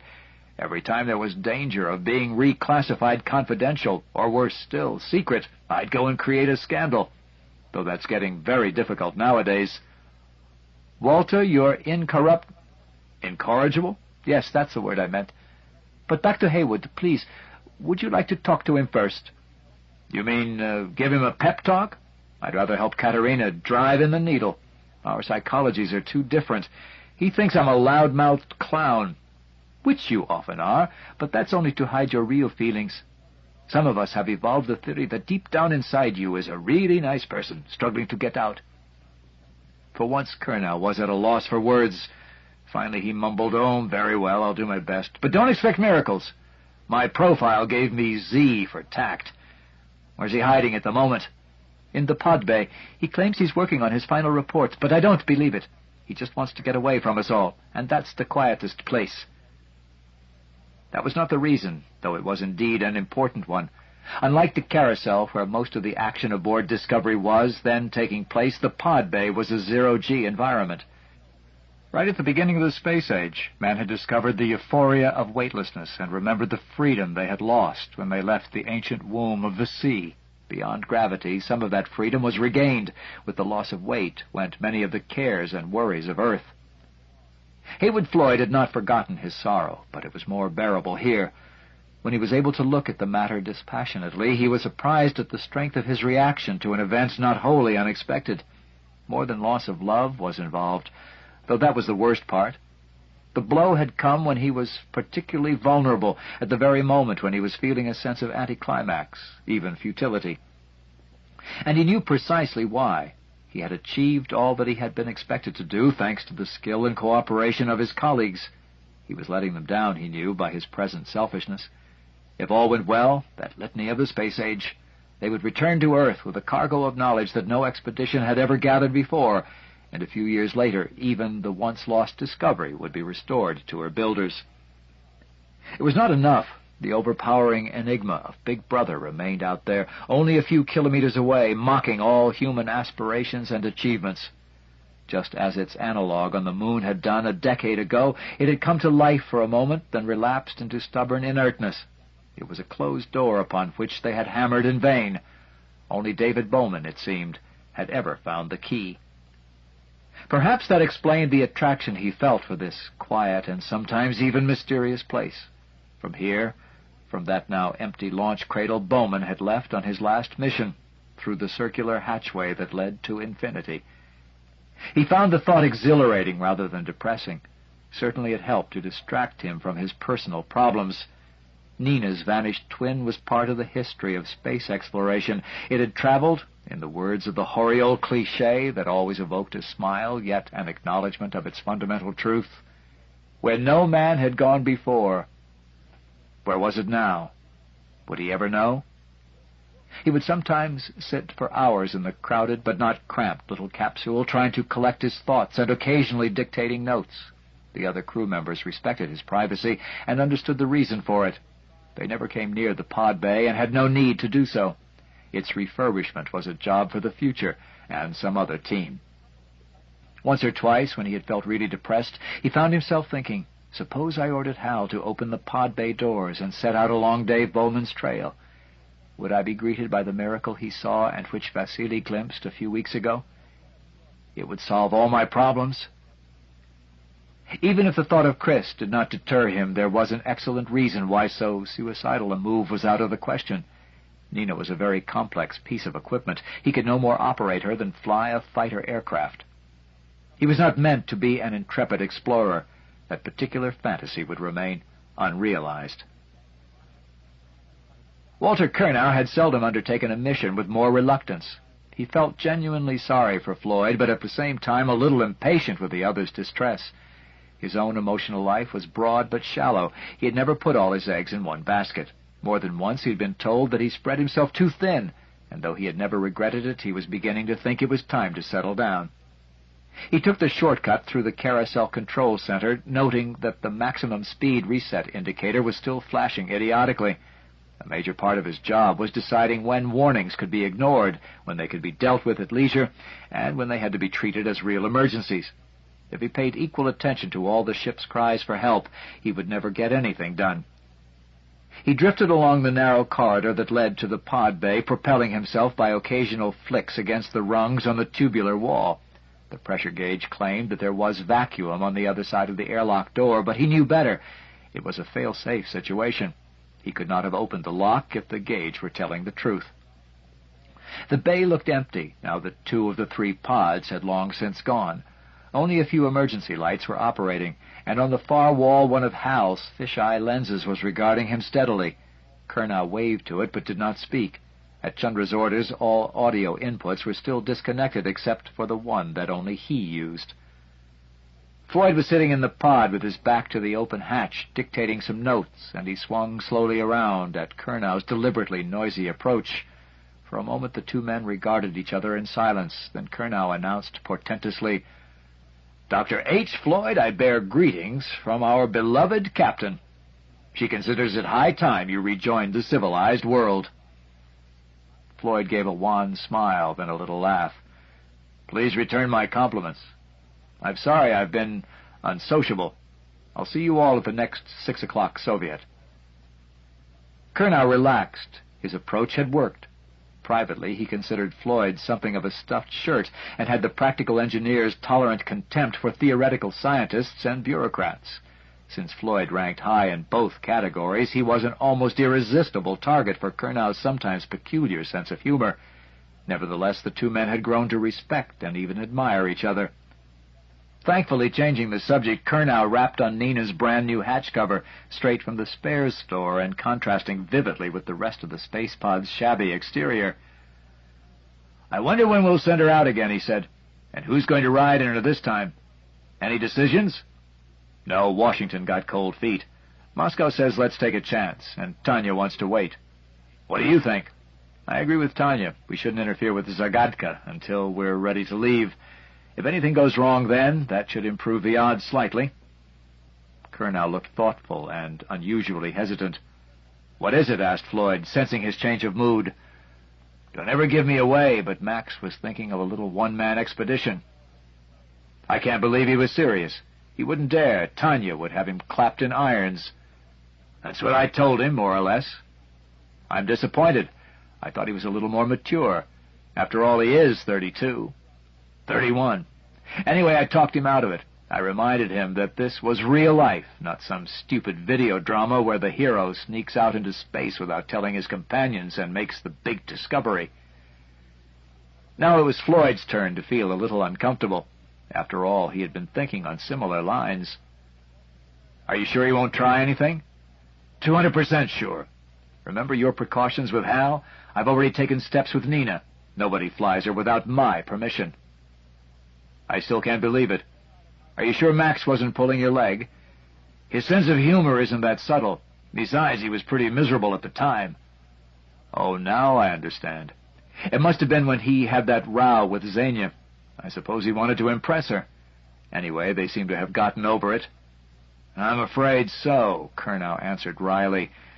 Floyd could not help smiling. Curnow noticed it and started to chuckle, which made Floyd laugh, It was a splendid example of positive feedback in a high-gain loop. Within seconds, they were both laughing uncontrollably. The crisis was over. What was more, they had taken the first step toward genuine friendship. They had exchanged vulnerabilities. Chapter 40. Daisy, Daisy. The sphere of consciousness in which he was embedded enclosed the whole of Jupiter's diamond core. He was dimly aware at the limits of his new comprehension that every aspect of the environment around him was being probed and analyzed. Immense quantities of data were being gathered, not merely for storage and contemplation, but for action. Complex plans were being considered and evaluated. Decisions were being made that might affect the destiny of worlds. He was not yet part of the process, but he would be. Now you are beginning to understand. It was the first direct message. Though it was remote and distant like a voice through a cloud, it was unmistakably intended for him. Before he could ask any of the myriad questions that raced through his mind, there was a sense of withdrawal, and once more he was alone. But only for a moment. Closer and clearer came another thought, and for the first time he realized that more than one entity was controlling and manipulating him. He was involved in a hierarchy of intelligences, some close enough to his own primitive level to act as interpreters. Or perhaps they were all aspects of a single being. Or perhaps the distinction was totally meaningless. Of one thing, however, he was now sure. He was being used as a tool, and a good tool had to be sharpened, modified, adapted, and the very best tools were those that understood what they were doing. He was learning that now. It was a vast and awesome concept, and he was privileged to be a part of it, even though he was aware of only the merest outlines. He had no choice but to obey, yet that did not mean that he must acquiesce to every detail, at least without a protest. He had not yet lost all his human feelings that would have made him valueless. The soul of David Bowman had passed beyond love, but he could still know compassion for those who had once been his colleagues. "Very well," came the answer to his plea. He could not tell whether the thought conveyed an amused condescension or total indifference, but there was no doubt of its majestic authority as it continued, "They must never know that they are being manipulated. That would ruin the purpose of the experiment." Then there was a silence that he did not wish to breach again. He was still awed and shaken, as if for a moment he had heard the clear voice of God. Now he was moving purely under his own volition, toward a destination he had chosen himself. The crystal heart of Jupiter fell below. The layers upon layers of helium and hydrogen and carbonaceous compounds flickered past. He had a glimpse of a great battle between something like a jellyfish, 50 kilometers across, and a swarm of spinning disks that moved more swiftly than anything he had yet seen in the Jovian skies. The jellyfish appeared to be defending itself with chemical weapons. From time to time it would emit jets of colored gas, and the disks, touched by the vapor, would start to wobble drunkenly, then slip downward like falling leaves until they had disappeared from sight. He did not stop to watch the outcome. He knew now that it did not matter who were the victors and who the vanquished. As a salmon leaps a waterfall, he flashed in seconds from Jupiter to Io against the descending electric currents of the flux tube. It was quiescent today. Only the power of a few terrestrial thunderstorms was flowing between planet and satellite. The gateway through which he had returned still floated in that current, shouldering it aside, as it had done since the dawn of man.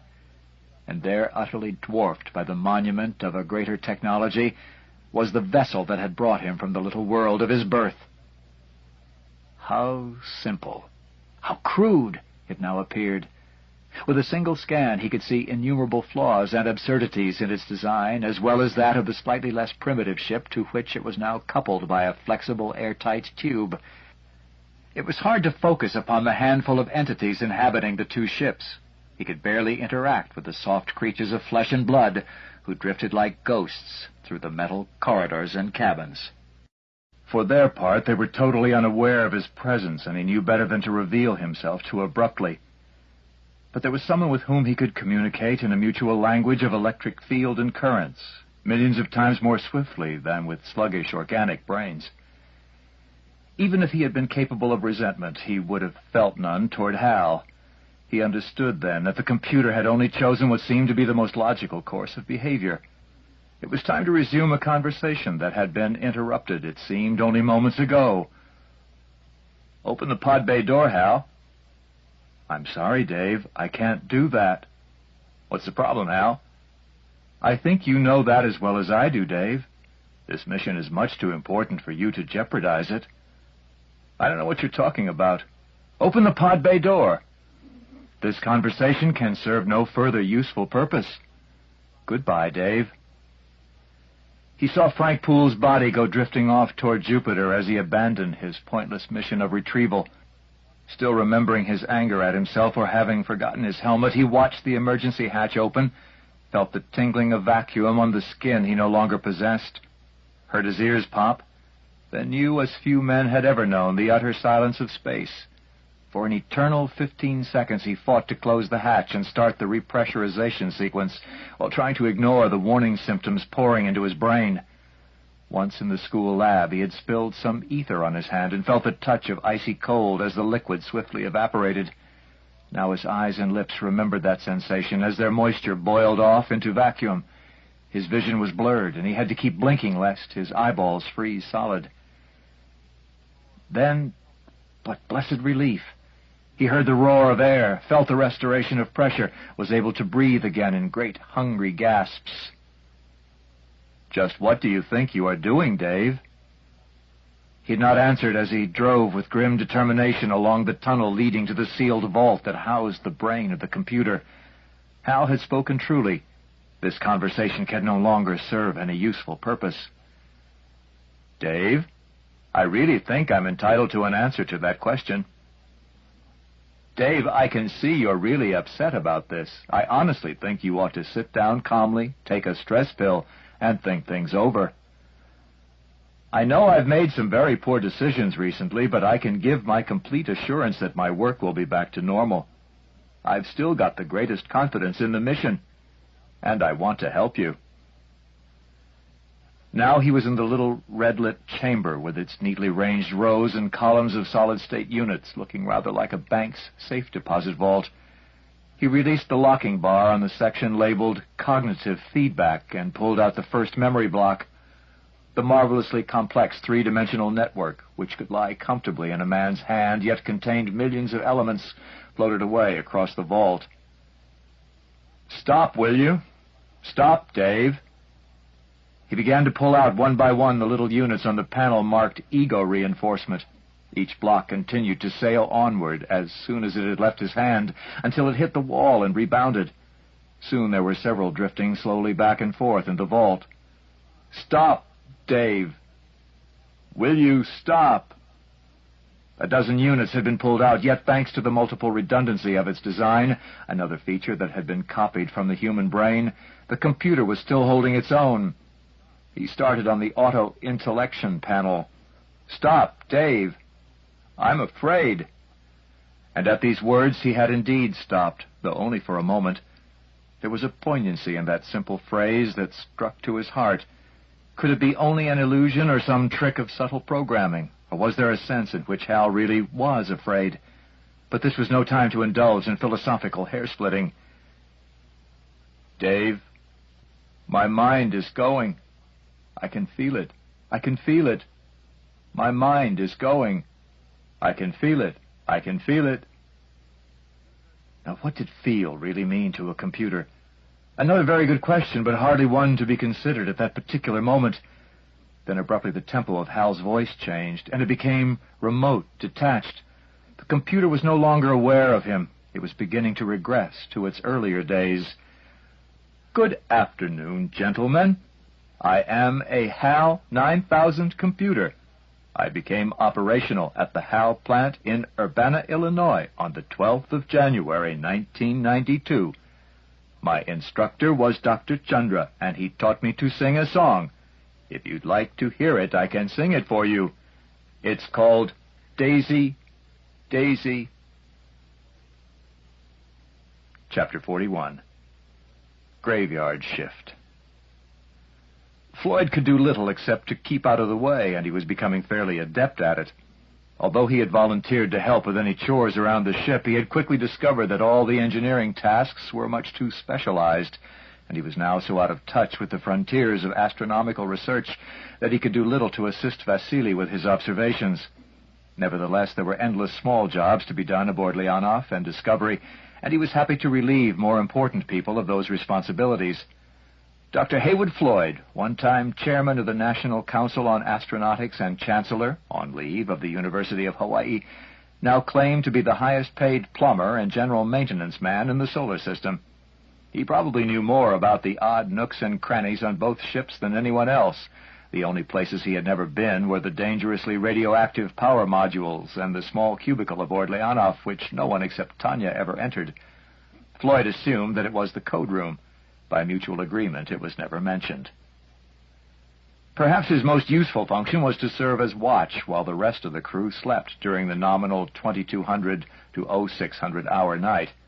Someone was always on duty aboard each ship, and the changeover took place at the ghastly hour of 0200. Only the captain was exempt from that routine. As her number two, not to mention her husband, Vasily had the responsibility for working out the watch roster, but he had skillfully foisted this unpopular job on Floyd. "It's just an administrative detail," he explained airily.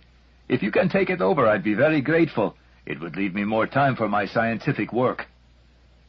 Floyd was too experienced a bureaucrat to be caught that way in normal circumstances, but his usual defenses did not always function well in this environment.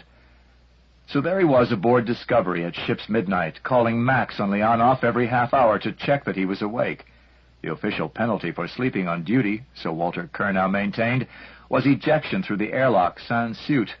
Had this been enforced, Tanya would have been sadly short-handed by now. But so few real emergencies could arise in space, and there were so many automatic alarms to deal with them, that no one took watch duty very seriously. Since he was no longer feeling quite so sorry for himself, and the small hours no longer encouraged bouts of self-pity, Floyd was once again using his watch time profitably. There were always books to be read. He had abandoned Remembrance of Things Past for the third time, Dr. Zhivago for the second, technical papers to be studied, reports to be written, and sometimes he would have stimulating conversations with Hal using the keyboard input because the computer's voice recognition was still erratic. They usually went something like, "Hal, this is Dr. Floyd." "Good evening, Doctor. I'm taking over watch at 2200. Is everything okay?" "Everything is fine, Doctor." "Then why is that red light flashing on panel 5? "The monitor camera in the pod bay is faulty. Walter told me to ignore it. There is no way in which I can switch it off. I'm sorry." "That's quite okay, Hal. Thank you." "You're welcome, Doctor." And so on. Sometimes Hal would suggest a game of chess, presumably obeying a programming instruction set long ago and never canceled. Floyd would not accept the challenge. He had always regarded chess as a frightful waste of time and had never even learned the rules of the game. Hal seemed unable to believe that there were humans who couldn't or wouldn't play chess, and kept on trying hopefully. Here we go again, thought Floyd, when a faint chime sounded from the display panel. "Dr. Floyd." "What is it, Hal?" "There is a message for you." So it isn't another challenge, thought Floyd with mild surprise. It was unusual to employ Hal as a messenger boy, though he was frequently used as an alarm clock and a reminder of jobs to be done. And sometimes he was the medium for little jokes. Almost everyone on night duty had been taunted by, "Ha, caught you sleeping," or alternatively, "Ogo, zastal, tebya, the krovati." No one ever claimed responsibility for these pranks, though Walter Kernow was a prime suspect. He in turn had blamed Hal, pooh-poohing Chandra's indignant protests that the computer had no sense of humor. It could not be a message from Earth. That would have gone through Leonov's communications center and been relayed on by the duty officer there, at that moment Max Brilovsky, and anyone else calling from the other ship would use the intercom. Odd. "Okay, Hal, who is calling?" "No identification." So it probably was a joke. Well, two could play at that game. Very well. Please give me the message. Message as follows. It is dangerous to remain here. You must leave within 15. Repeat, 15 days. Floyd looked at the screen with annoyance. He felt sorry and surprised that any one of the crew had such a childish sense of humor. This was not even a good schoolboy joke, but he would play along with it in the hope of catching the perpetrator.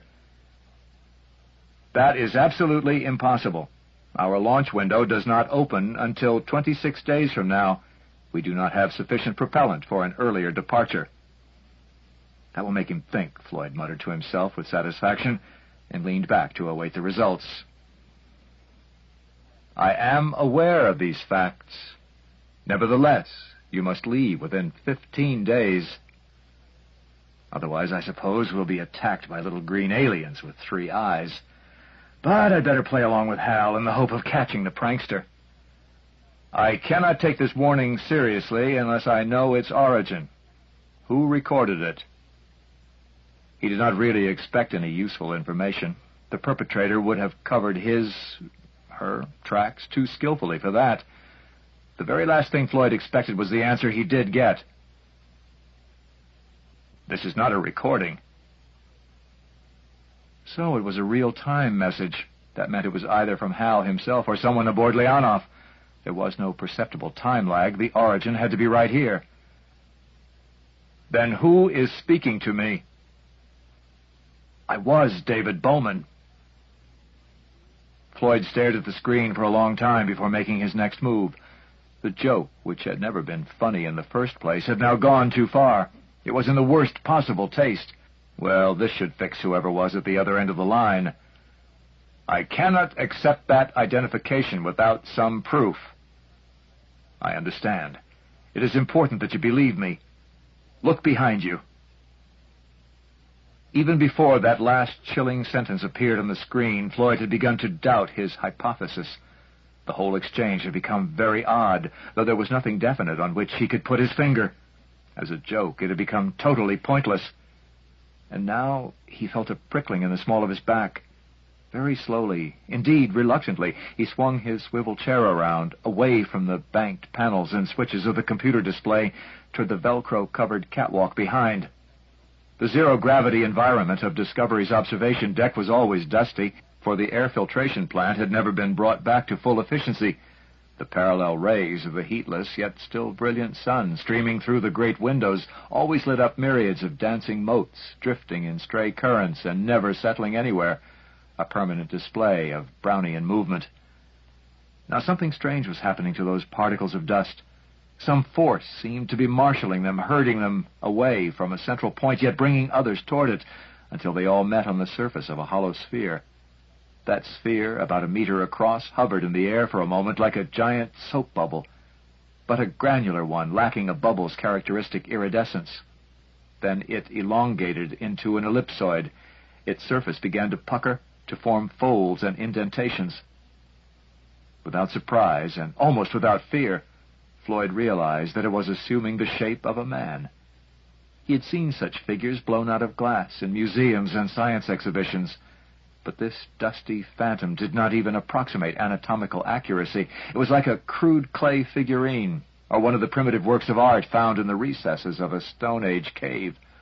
Only the head was fashioned with any care, and the face undoubtedly was that of Commander David Bowman. There was a faint murmur of white noise from the computer panel behind Floyd's back. Hal was switching from visual to audio output. Hello, Dr. Floyd. Now do you believe me? The lips of the figure never moved. The face remained a mask, but Floyd recognized the voice, and all remaining doubts were swept away. This is very difficult for me, and I have little time. I have been allowed to give you this warning. You have only 15 days. But why? And what are you? Where have you been? There were a million questions he wanted to ask, yet the ghostly figure was already fading, its grainy envelope beginning to dissolve back into the constituent particles of dust. Floyd tried to freeze the image in his mind so that later he could convince himself that it was really happening, and not a dream, as that first encounter with TMA-1 now sometimes seemed to be. How strange that he, out of all the billions of humans who had ever lived on planet Earth, had been privileged to make contact not once but twice with another form of intelligence, for he knew that the entity addressing him must be something far more than David Bowman. It was also something less. Only the eyes, who had once called them the windows of the soul, had been accurately reproduced. The rest of the body was a featureless blank, lacking all detail. There was no hint of genitals or sexual characteristics. That in itself was a chilling indication of how far David Bowman had left his human heritage behind. "Goodbye, Dr. Floyd. Remember, 15 days. We can have no further contact, but there may be one more message if all goes well." Even as the image dissolved, taking with it all his hopes of opening up a channel to the stars, Floyd could not help smiling at that old space-age cliché, "if all goes well." How many times had he heard that phrase before some mission? And did it mean that they, whoever they might be, were also sometimes uncertain of the outcome? If so, that was strangely reassuring. They were not omnipotent. Others might still hope and dream and act. The phantom was gone. Only the motes of dancing dust were left, resuming their random patterns in the air. Part 6, Devourer of Worlds, Chapter 42, The Ghost in the Machine. "I'm sorry, Heywood, I don't believe in ghosts. There must be a rational explanation. There's nothing that the human mind can't account for." "I agree, Tanya, but let me remind you of Haldane's famous remark, 'The universe is not only stranger than we imagine, but stranger than we can imagine.'" "And Haldane," Kurnow interjected mischievously, "was a good communist." "Perhaps so, but that particular saying can be used to support all kinds of mystical nonsense. Hal's behavior must be the result of some kind of programming. The personality he created has to be an artifact of some kind. Don't you agree, Chandra?" That was waving a red flag in front of a bull. Tanya had to be desperate. However, Chandra's reaction was surprisingly mild even for him. He seemed to be preoccupied, as if he was indeed seriously considering the possibility of another computer malfunction. "There must have been some external input, Captain Orlova. Hal could not have created such a self-consistent audiovisual illusion out of nothing. If Dr. Floyd is reporting accurately, someone was in control. And in real time, of course, since there was no delay in the conversation." "That makes me number one suspect," exclaimed Max. "I was the only other person awake." "Don't be ridiculous, Max," retorted Nikolai. "The audio side would have been easy, but there's no way that apparition could have been arranged without some very elaborate equipment. Laser beams, electrostatic fields, I don't know. Maybe a stage magician could do it, but he'd need a truckload of props." "Just a moment," said Xenia brightly. "If this really happened, surely Hal will remember, and you could ask—" Her voice died away as she saw the glum expressions around her. Floyd was the first to take pity on her embarrassment. "We tried that, Xenia. He has absolutely no recollection of the phenomenon. But as I've already pointed out to the others, that doesn't prove anything. Chandra's shown how Hal's memories can be selectively erased, and the auxiliary speech synthesizer modules have nothing to do with the mainframe. They could be operated without Hal knowing anything about it." He paused for breath, then launched his preemptive strike. "I admit that this doesn't leave many alternatives. Either I was imagining the whole thing, or it really happened. I know it wasn't a dream, but I can't be sure it wasn't some kind of hallucination. But Katerina's seen my medical reports. She knows I wouldn't be here if I had that sort of problem. Still, it can't be ruled out, and I won't blame anyone for making it their number one hypothesis. I'd probably do the same. The only way I can prove it wasn't a dream is to get some supporting evidence. So let me remind you of the other strange things that have happened recently. We know that Dave Bowman went into Big Zagadka. Something came out and headed for Earth. Vasily saw it. I didn't. Then there was the mysterious explosion of your orbiting bomb. Yours. Sorry, the Vatican's. And it does seem rather curious that soon afterward old Mrs. Bowman died very peacefully for no apparent medical reason. I'm not saying there's any connection, but, well, do you know the saying, once is an accident, twice is a coincidence, 3 times is a conspiracy? And there's something else, Max interjected with sudden excitement. I caught it on one of the daily newscasts. It was only a small item. An old girlfriend of Commander Bowman's claimed she'd had a message from him. Yes, I saw the same report, confirmed Sasha. And you never mentioned it? Floyd asked incredulously. Both men looked slightly abashed.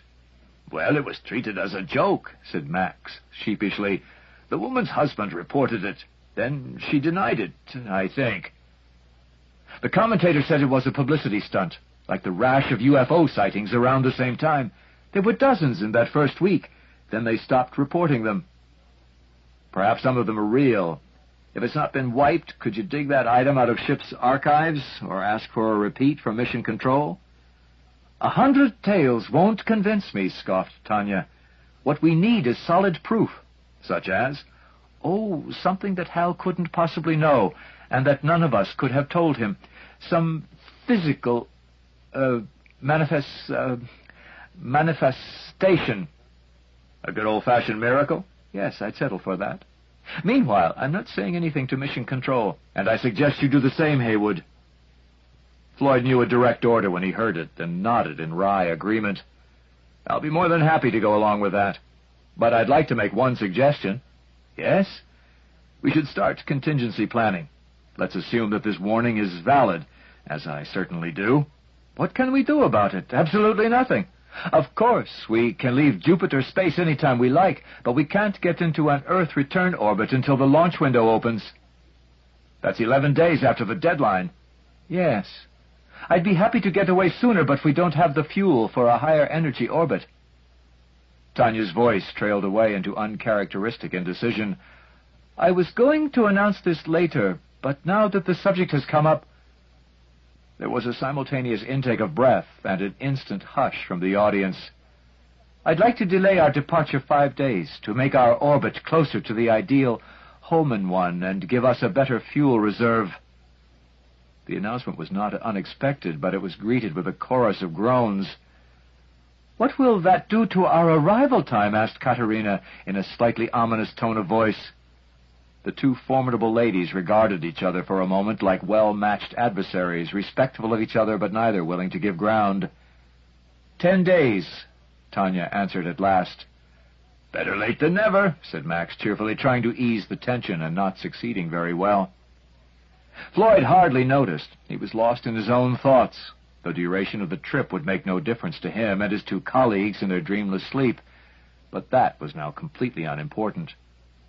He felt certain, and the knowledge filled him with helpless despair, that if they did not leave before that mysterious deadline, they would not leave at all.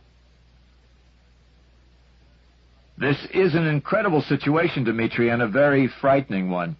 You're the only person on Earth who knows about it. But very soon Tanya and I will have to have a showdown with Mission Control. Even some of your materialistic countrymen are prepared to accept, at least as a working hypothesis, that some entity has, well, invaded H.A.L. Sasha has dug up a good phrase, the ghost in the machine. Theories abound. Vasily produces a new one every day. Most of them are variations on that old science fiction cliché, the organized energy field. But what kind of energy? It can't be electrical, or our instruments would have detected it easily. The same thing applies to radiation, at least all the kinds we know. Vasily's getting really far out, talking about standing waves of neutrinos and intersections with higher dimensional space. Tanya says this is all mystical nonsense, a favorite phrase of hers, and they've come closer to a fight than we've ever seen them. We actually heard them shouting at each other last night. Not good for morale. I'm afraid we're all tense and overwrought. This warning and the delayed departure date has added to the sense of frustration caused by our total failure to get anywhere with Big Brother.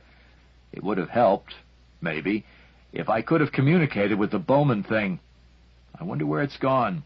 Perhaps it simply wasn't interested in us after that one encounter. Well, it could have told us if it wanted to. Hell and Chut was me. Damn, I'm talking Sasha's hated Rushlish again. Let's change the subject. I can't thank you too much for everything you've done and for reporting on the situation at home. I feel slightly better about it now. Having something even bigger to worry about is perhaps the best cure for any insoluble problem. For the first time, I'm beginning to wonder if any of us will ever see Earth again.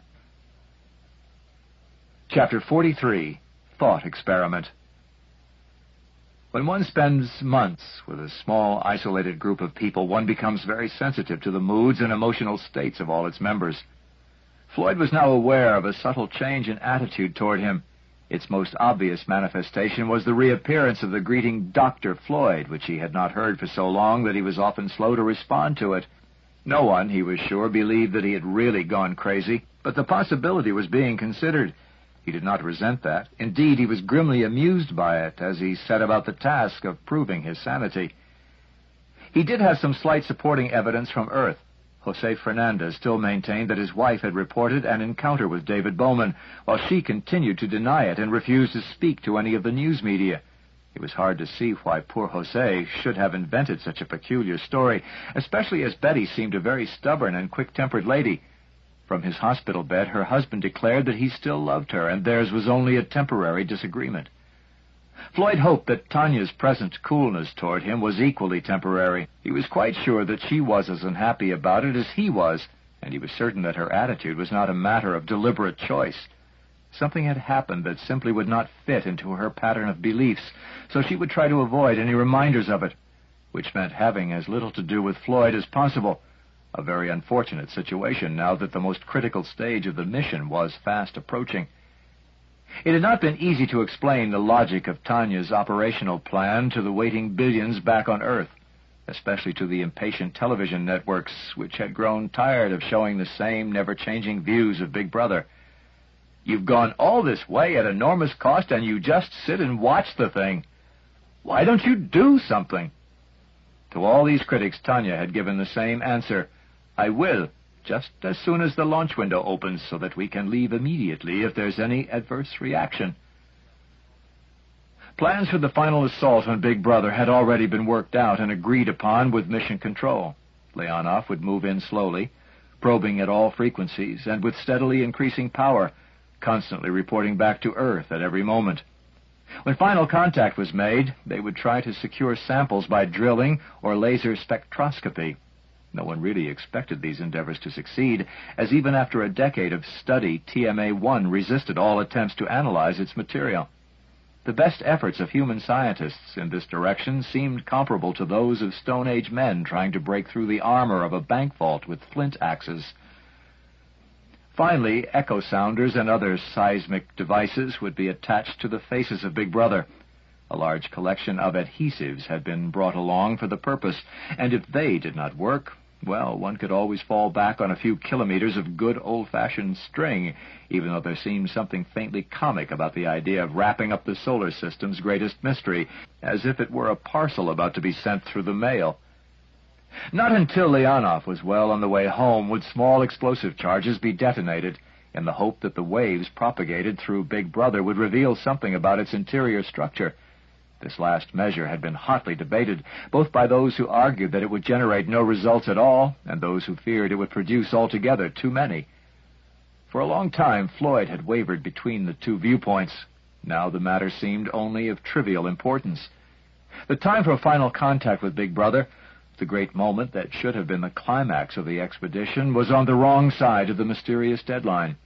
Heywood Floyd was convinced that it belonged to a future that would never exist, but he could get no one to agree with him. And that was the least of his problems. Even if they did agree, there was nothing that they could do about it.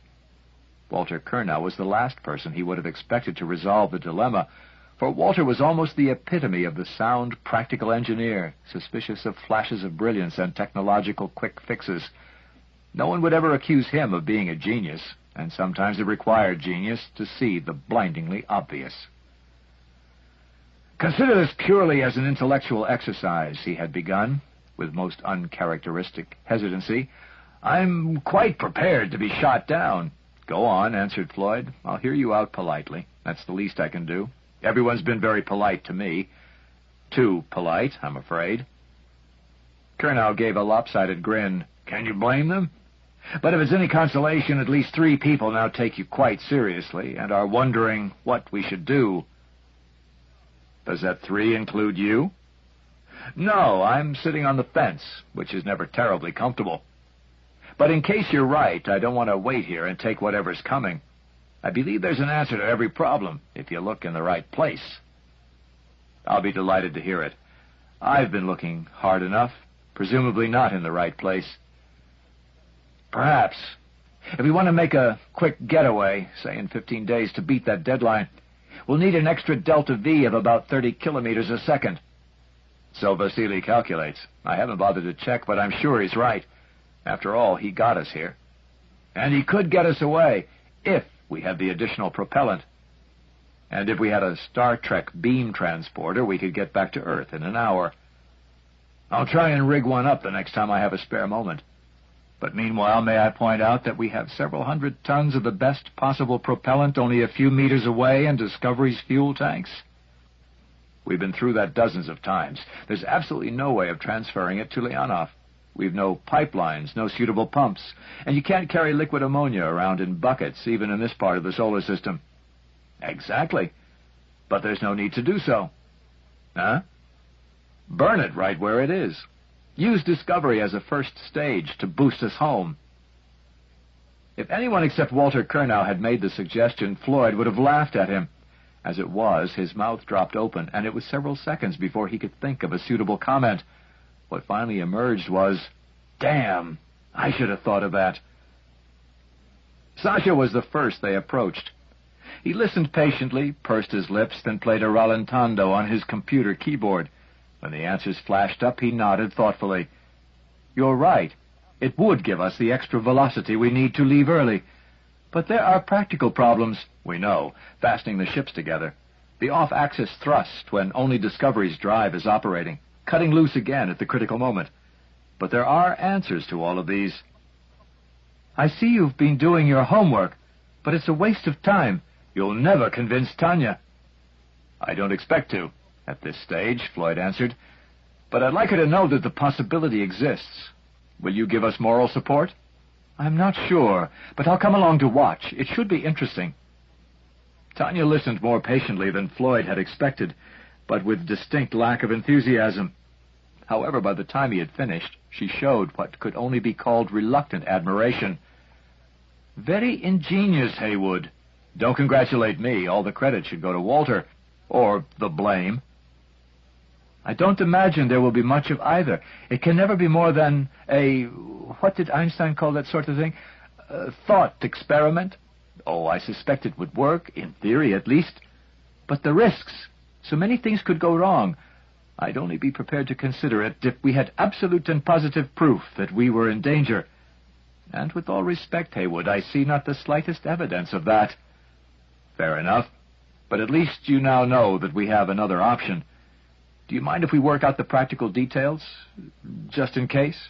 "Of course not, as long as it doesn't interfere with the pre-flight checkout. I don't mind admitting that the idea does intrigue me, but it's really a waste of time. There's no way I'd ever approve it, unless David Bowman appeared to me personally." "Would you even then, Tanya?" Captain Orlova smiled, but without much humor. "You know, Heywood, I'm really not sure. He'd have to be very persuasive." Chapter 44, Vanishing Trick. It was a fascinating game in which everyone joined, but only when off duty. Even Tanya contributed ideas to the thought experiment, as she continued to call it. Floyd was perfectly well aware that all this activity was generated not by fear of an unknown danger that only he took seriously, but by the delightful prospect of returning to Earth at least a month earlier than anyone had imagined. Whatever the motive, he was satisfied. He had done his best, and the rest was up to the fates. There was one piece of luck without which the whole project would have been stillborn. The short, stubby Leonov, designed to drill safely through the Jovian atmosphere during the braking maneuver, was less than half the length of Discovery, and so could be neatly piggybacked on the larger vessel. and the midship's antenna mount would provide an excellent anchor point, assuming that it was strong enough to take the strain of Leonov's weight while Discovery's drive was operating. Mission Control was sorely puzzled by some of the requests flashed back to Earth during the next few days.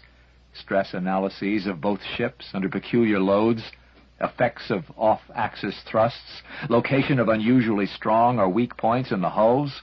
These were only some of the more esoteric problems that perplexed engineers were asked to tackle. "Has something gone wrong?" they inquired anxiously. "Not at all," Tanya replied. "We're merely investigating possible options. Thank you for your cooperation. End of transmission." Meanwhile, the program went ahead as planned. All systems were carefully checked in both ships and readied for the separate voyages home. Vasily ran simulations on return trajectories, and Chandra fed them to H.A.L when they had been debugged, getting H.A.L to make a final check in the process. And Tanya and Floyd worked amicably together, orchestrating the approach to Big Brother like generals planning an invasion. It was what he had come all the way to do, yet Floyd's heart was no longer in it. He had undergone an experience he could share with no one, even those who believed him. Though he carried out his duties efficiently, much of the time his mind was elsewhere. Tanya understood perfectly. "You're still hoping for that miracle to convince me, aren't you? Or deconvince me, that would be equally acceptable. It's the uncertainty that I dislike." "So do I. But it won't be much longer now, one way or the other." She glanced briefly toward the situation display, where the figure 20 was slowly flashing. It was the most unnecessary bit of information in the entire ship, since everyone knew by heart the number of days until the launch window opened, and the assault on Zagadka was scheduled. For the second time, Heywood Floyd was looking the other way when it happened. But it would have made no difference in any case. Even the vigilant monitor camera showed only a faint blur between one full frame and the subsequent blank one. Once more, he was on duty aboard Discovery, sharing the graveyard shift with Sasha over on Leonov. As usual, the night had been totally uneventful. The automatic systems were performing their jobs with their normal efficiency. Floyd would never have believed a year ago that he would one day orbit Jupiter at a distance of a few 100,000 kilometers and give it barely a glance, while trying, not very successfully, to read the Kreutzer Sonata in the original. According to Sasha, it was still the finest piece of erotic fiction in respectable Russian literature, but Floyd had not yet progressed far enough to prove that, and now he never would. At 0125, he was distracted by a spectacular, though not unusual, eruption on the terminator of Io. A vast umbrella-shaped cloud expanded into space and started to shower its debris back onto the burning land below. Floyd had seen dozens of such eruptions, but they never ceased to fascinate him. It seemed incredible that so small a world could be the seat of such titanic energies. To get a better view, he moved around to one of the other observation windows, and what he saw there, or rather what he did not see there, made him forget about Io and almost everything else. When he had recovered and satisfied himself that he was not suffering, again, from hallucinations, he called the other ship. "Good morning, Woody," yawned Sasha. "No, I wasn't asleep. How are you getting on with old Tolstoy?" "I'm not. Take a look outside and tell me what you see." "Nothing unusual for this part of the cosmos. Io doing its thing. Jupiter, stars." "Oh, my God." "Thanks for proving I'm sane. We'd better wake the skipper." "Of course, and everyone else." "Woody, I'm scared." "You'd be a fool not to be. Here we go. Tanya! Woody here. Sorry to wake you up, but your miracle's happened. Big Brother has gone. Yes, vanished. After 3 million years, he's decided to leave. I think he must know something that we don't." It was a somber little group that gathered during the next 15 minutes for a hasty conference in the wardroom cum observation lounge. Even those who had just gone to sleep were instantly awake as they sipped thoughtfully from bulbs of hot coffee and kept glancing at the shockingly unfamiliar scene outside Leonov's windows to convince themselves that Big Brother had indeed vanished. "It must know something that we don't." That spontaneous phrase of Floyd's had been repeated by Sasha and now hung silently, ominously in the air. He had summed up what everyone was now thinking, even Tanya. It was still too early to say, "I told you so," nor did it really matter whether that warning had any validity. Even if it was perfectly safe to stay, there was no point in doing so. With nothing to investigate, they might as well go home, just as quickly as possible. Yet it was not quite as simple as that. "Heywood," said Tanya, "I'm now prepared to take that message, or whatever it was, much more seriously. I'd be stupid not to, after what's happened. But even if there is danger here, we still have to weigh one risk against another. Coupling Leonov and Discovery together, operating Discovery with that huge off-axis load, disconnecting the ships in a matter of minutes so we can fire our engines at the right moment. No responsible captain would take such chances without very good, I'd say overwhelming reasons. Even now, I don't have such reasons. I've only got the word of a ghost. Not very good evidence in a court of law." "Or a court of inquiry," said Walter Curnow in an unusually quiet voice, "even if we all backed you up." "Yes, Walter, I was thinking of that. But if we get home safely, that will justify everything. And if we don't, it hardly matters, does it? Anyway, I'm not going to decide now. As soon as we've reported this, I'm going back to bed. I'll give you my decision in the morning after I've slept on it. Heywood, Sasha, will you come up to the bridge with me? We have to wake up Mission Control before you go back on watch." The night had not yet finished with its surprises. Somewhere around the orbit of Mars, Tanya's brief report passed a message going in the opposite direction. Betty Fernandez had talked at last. Both the CIA and the National Security Agency were furious. Their combined blandishments, appeals to patriotism, and veiled threats had failed completely. Yet the producer of a sleazy gossip network had succeeded, thereby making himself immortal in the annals of videodom. It was half luck, half inspiration. The news director of Hello Earth had suddenly realized that one of his staff bore a striking likeness to David Bowman. A clever makeup artist had made it perfect. Jose Fernandez could have told the young man that he was taking a terrible risk, but he had the good fortune that often favors the brave. Once he had got his foot inside the door, Betty had capitulated. By the time she had, quite gently, thrown him out, he had obtained essentially the whole story. And to do him credit, he had presented it with a lack of leering cynicism quite uncharacteristic of his network. It got him that year's Pulitzer. "I wish," Floyd said rather wearily to Sasha, "she'd talked earlier. It would have saved me a lot of trouble. Anyway, that settles the argument. Tanya can't possibly have any doubts now. But we'll leave it until she wakes up. Don't you agree?" "Of course. It's not urgent, even though it's certainly important. And she'll need the sleep. I have a feeling none of us will get much from now on." "I'm sure you're right," thought Floyd. He felt very tired, but even if he had not been on duty, he would have found it impossible to sleep. His mind was too active, analyzing the events of this extraordinary night, trying to anticipate the next surprise. In one way, he felt an enormous sense of relief. All uncertainty about their departure was surely ended. Tanya could have no further reservations. But a much greater uncertainty remained. What was happening? There was only one experience in Floyd's life that matched the situation. As a very young man, he'd once gone canoeing with some friends down a tributary of the Colorado River, and they had lost their way. They had been swept faster and faster between the canyon walls, not completely helpless, but with only enough control to avoid being swamped. Ahead might be rapids, perhaps even a waterfall, they did not know, and in any case there was little they could do about it. Once again, Floyd felt himself in the grip of irresistible forces, sweeping him and his companions toward an unknown destiny, and this time the dangers were not only invisible, they might be beyond human comprehension. Chapter 45. Escape Maneuver.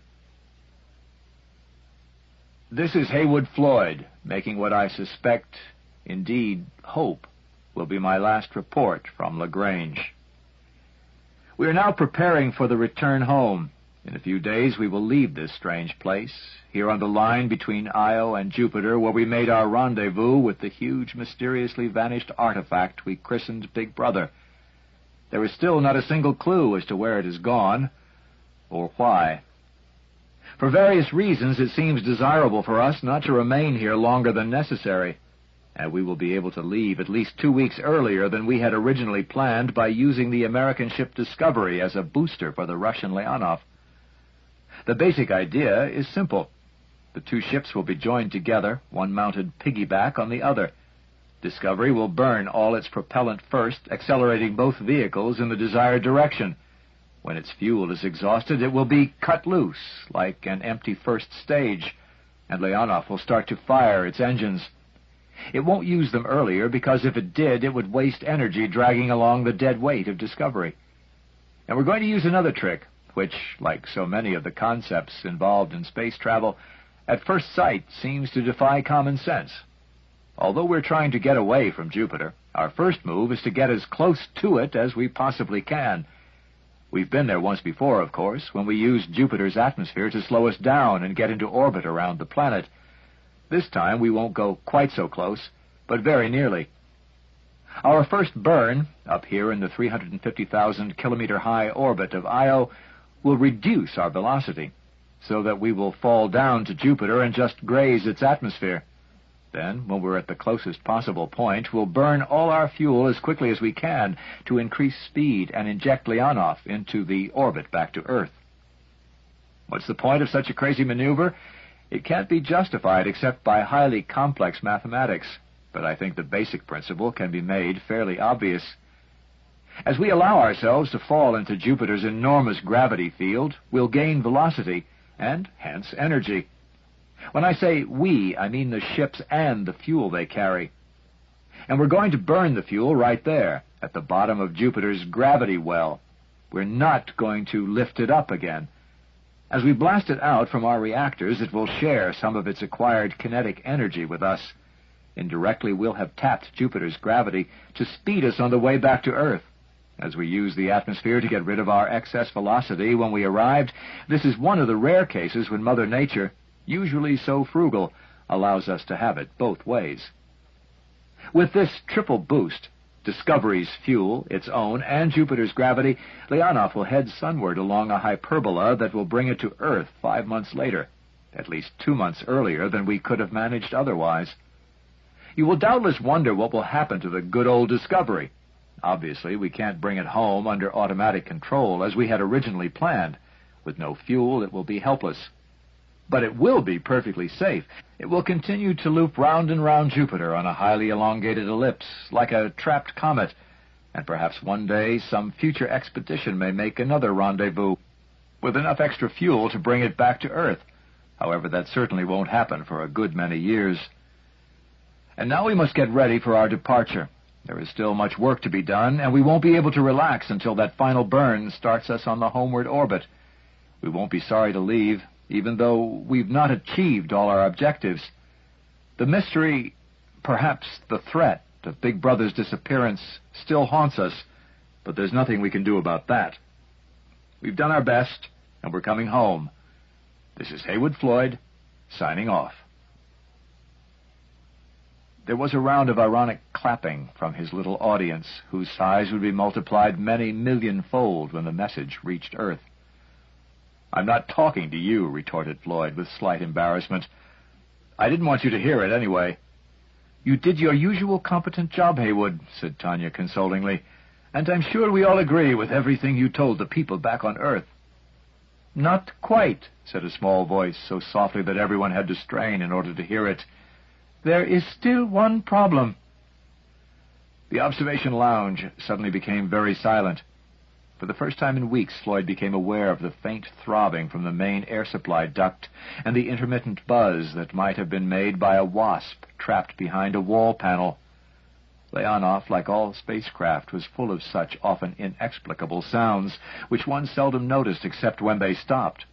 And then it was usually a good idea to start investigating without further ado. "I'm not aware of any problem, Chandra," said Tanya in an ominously calm voice. "What could it possibly be?" "I've spent the last few weeks preparing Hal to fly 1,000-day orbits back to Earth. Now all those programs will have to be dumped."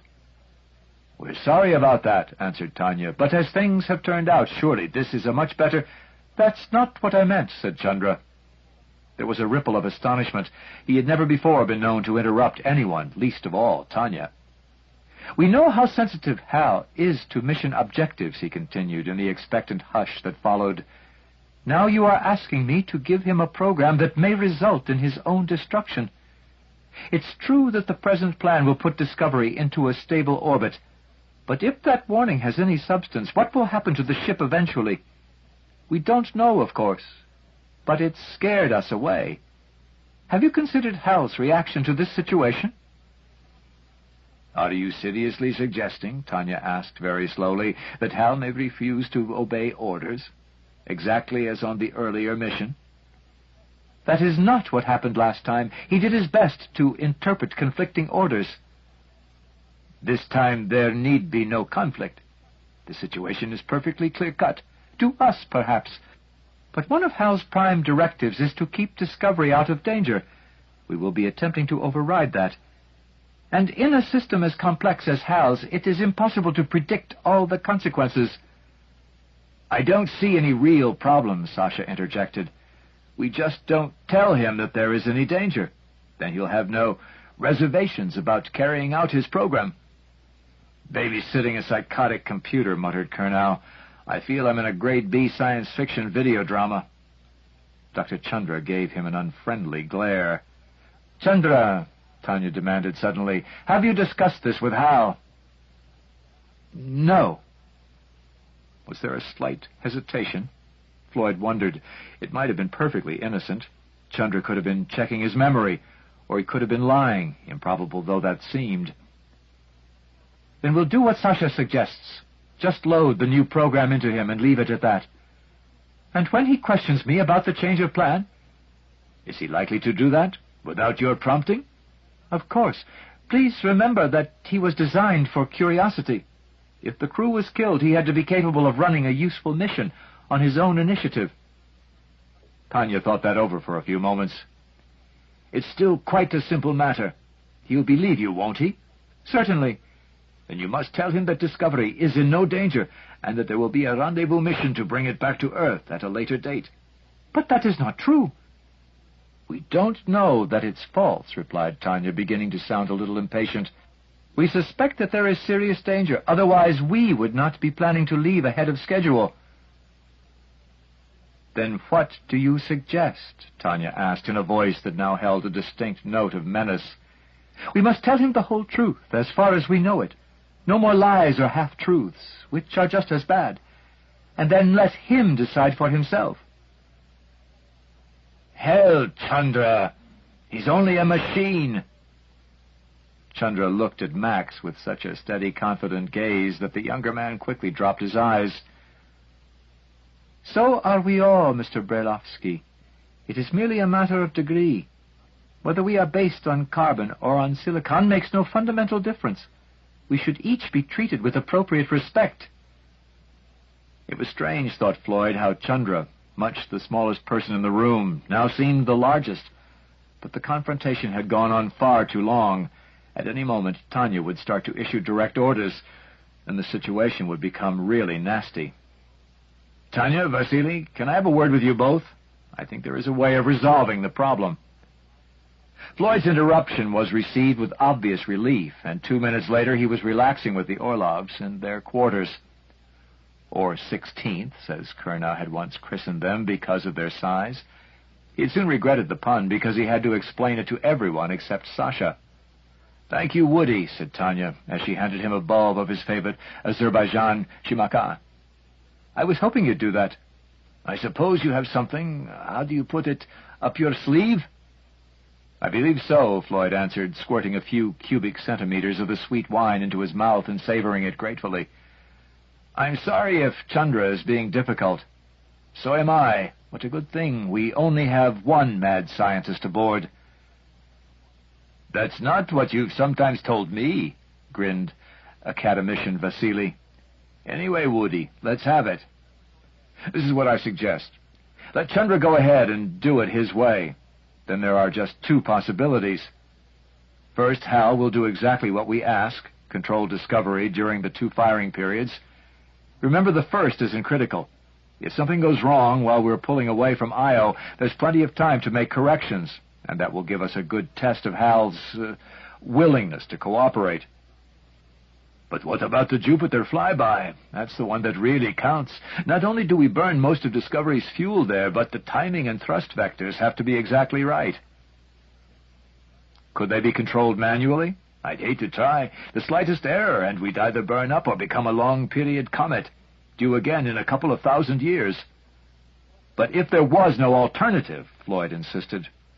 Well, assuming we could take control in time and had a good set of alternative orbits pre-computed, perhaps we might get away with it. Knowing you, Vasily, I'm sure that might means would. Which leads me to the second possibility I mentioned. If Hal shows the slightest deviation from the program, we take over. You mean disconnect him? Exactly. That wasn't so easy last time. We've learned a few lessons since then. Leave it to me. I can guarantee to give you back manual control in about half a second. There's no danger, I suppose, that Hal will suspect anything? Now you're getting paranoid, Vasily. Hal's not that human, but Chandra is, to give him the benefit of the doubt. So don't say a word to him. We all agree with his plan completely, are sorry that we ever raised any objections, and are perfectly confident that Hal will see our point of view. Right, Tanya? Right, Woody. And I congratulate you on your foresight. That little gadget was a good idea. What gadget? Asked Vasily. I'll explain one of these days. Sorry, Woody, that's all the Shimaka I have left. I want to save it until we're safely on the way to Earth. Chapter 46. Countdown. No one would ever believe this without my photos, thought Max Brailovsky, as he orbited the two ships from half a kilometer away. It seems comically indecent, as if Leonov is raping Discovery. And now that he came to think of it, the rugged, compact Russian ship did look positively male when compared with the delicate, slender American one. But most docking operations had distinctly sexual overtones, and he remembered that one of the early cosmonauts, he couldn't recall the name, had been reprimanded for his too vivid choice of words at the, climax of his mission. As far as he could tell from his careful survey, everything was in order. The task of positioning the two ships and securing them firmly together had taken longer than anticipated. It would never have been possible at all without one of those strokes of luck that sometimes, not always, favor those who deserve them. Leonov had providentially carried several kilometers of carbon filament tape, no bigger than the ribbon a girl might use to tie her hair, yet capable of taking a strain of many tons. It had been thoughtfully provided to secure instrument packages to Big Brother if all else failed. Now it wrapped Leonov and Discovery in tender embrace, sufficiently firmly, it was hoped, to prevent any rattlings and shakings at all accelerations up to 1/10 of a gravity that was the maximum that full thrust could provide. "Anything more you want me to check before I come home?" asked Max. "No," replied Tanya. "Everything looks fine, and we can't waste any more time." That was true enough. If that mysterious warning was to be taken seriously, and everyone now took it very seriously indeed, they should start their escape maneuver within the next 24 hours. "Right. I'm bringing Nina back to the stable. Sorry about this, old girl." "You never told us Nina was a horse." "I'm not admitting it now, and I feel bad about dumping her here in space just to give us a miserable few extra meters per second." "We may be very glad of them in a few hours, Max. Anyway, there's always a chance that someone may come and pick her up again one day." I very much doubt it, thought Max. And perhaps, after all, it was appropriate to leave the little space pod there as a permanent reminder of man's first visit to the kingdom of Jupiter. With gentle, carefully timed pulses from the control jets, he brought Nina around the great sphere of Discovery's main life support module. His colleagues on the flight deck barely glanced at him as he drifted past their curving window. The open pod bay door yawned before him, and he jockeyed Nina delicately down on to the extended docking arm. "Pull me in," he said, as soon as the latches had clicked shut. "I call that a well-planned EVA. There's a whole kilogram of propellant left to take Nina out for the last time." Normally there was little drama about a burn in deep space. It was not like the fire and thunder, and always present risks of a lift-off from a planetary surface. If something went wrong and the motors failed to come up to full thrust, well, matters could usually be corrected by a slightly longer burn, or one could wait until the appropriate point in orbit and try again. But this time, as the countdown proceeded towards 0, the tension aboard both ships was almost palpable. Everyone knew that it was the first real test of Hal's docility. Only Floyd, Curnow, and the Orloffs realized that there was a backup system, and even they were not absolutely sure that it would work. "Good luck, Leonov," said Mission Control, timing the message to arrive 5 minutes before ignition. "Hope everything's running smoothly. And if it's not too much trouble, could you please get some close-ups of the equator, longitude 115, as you go around Jupiter? There's a curious dark spot there, presumably some kind of upwelling, perfectly round, almost 1,000 kilometers across.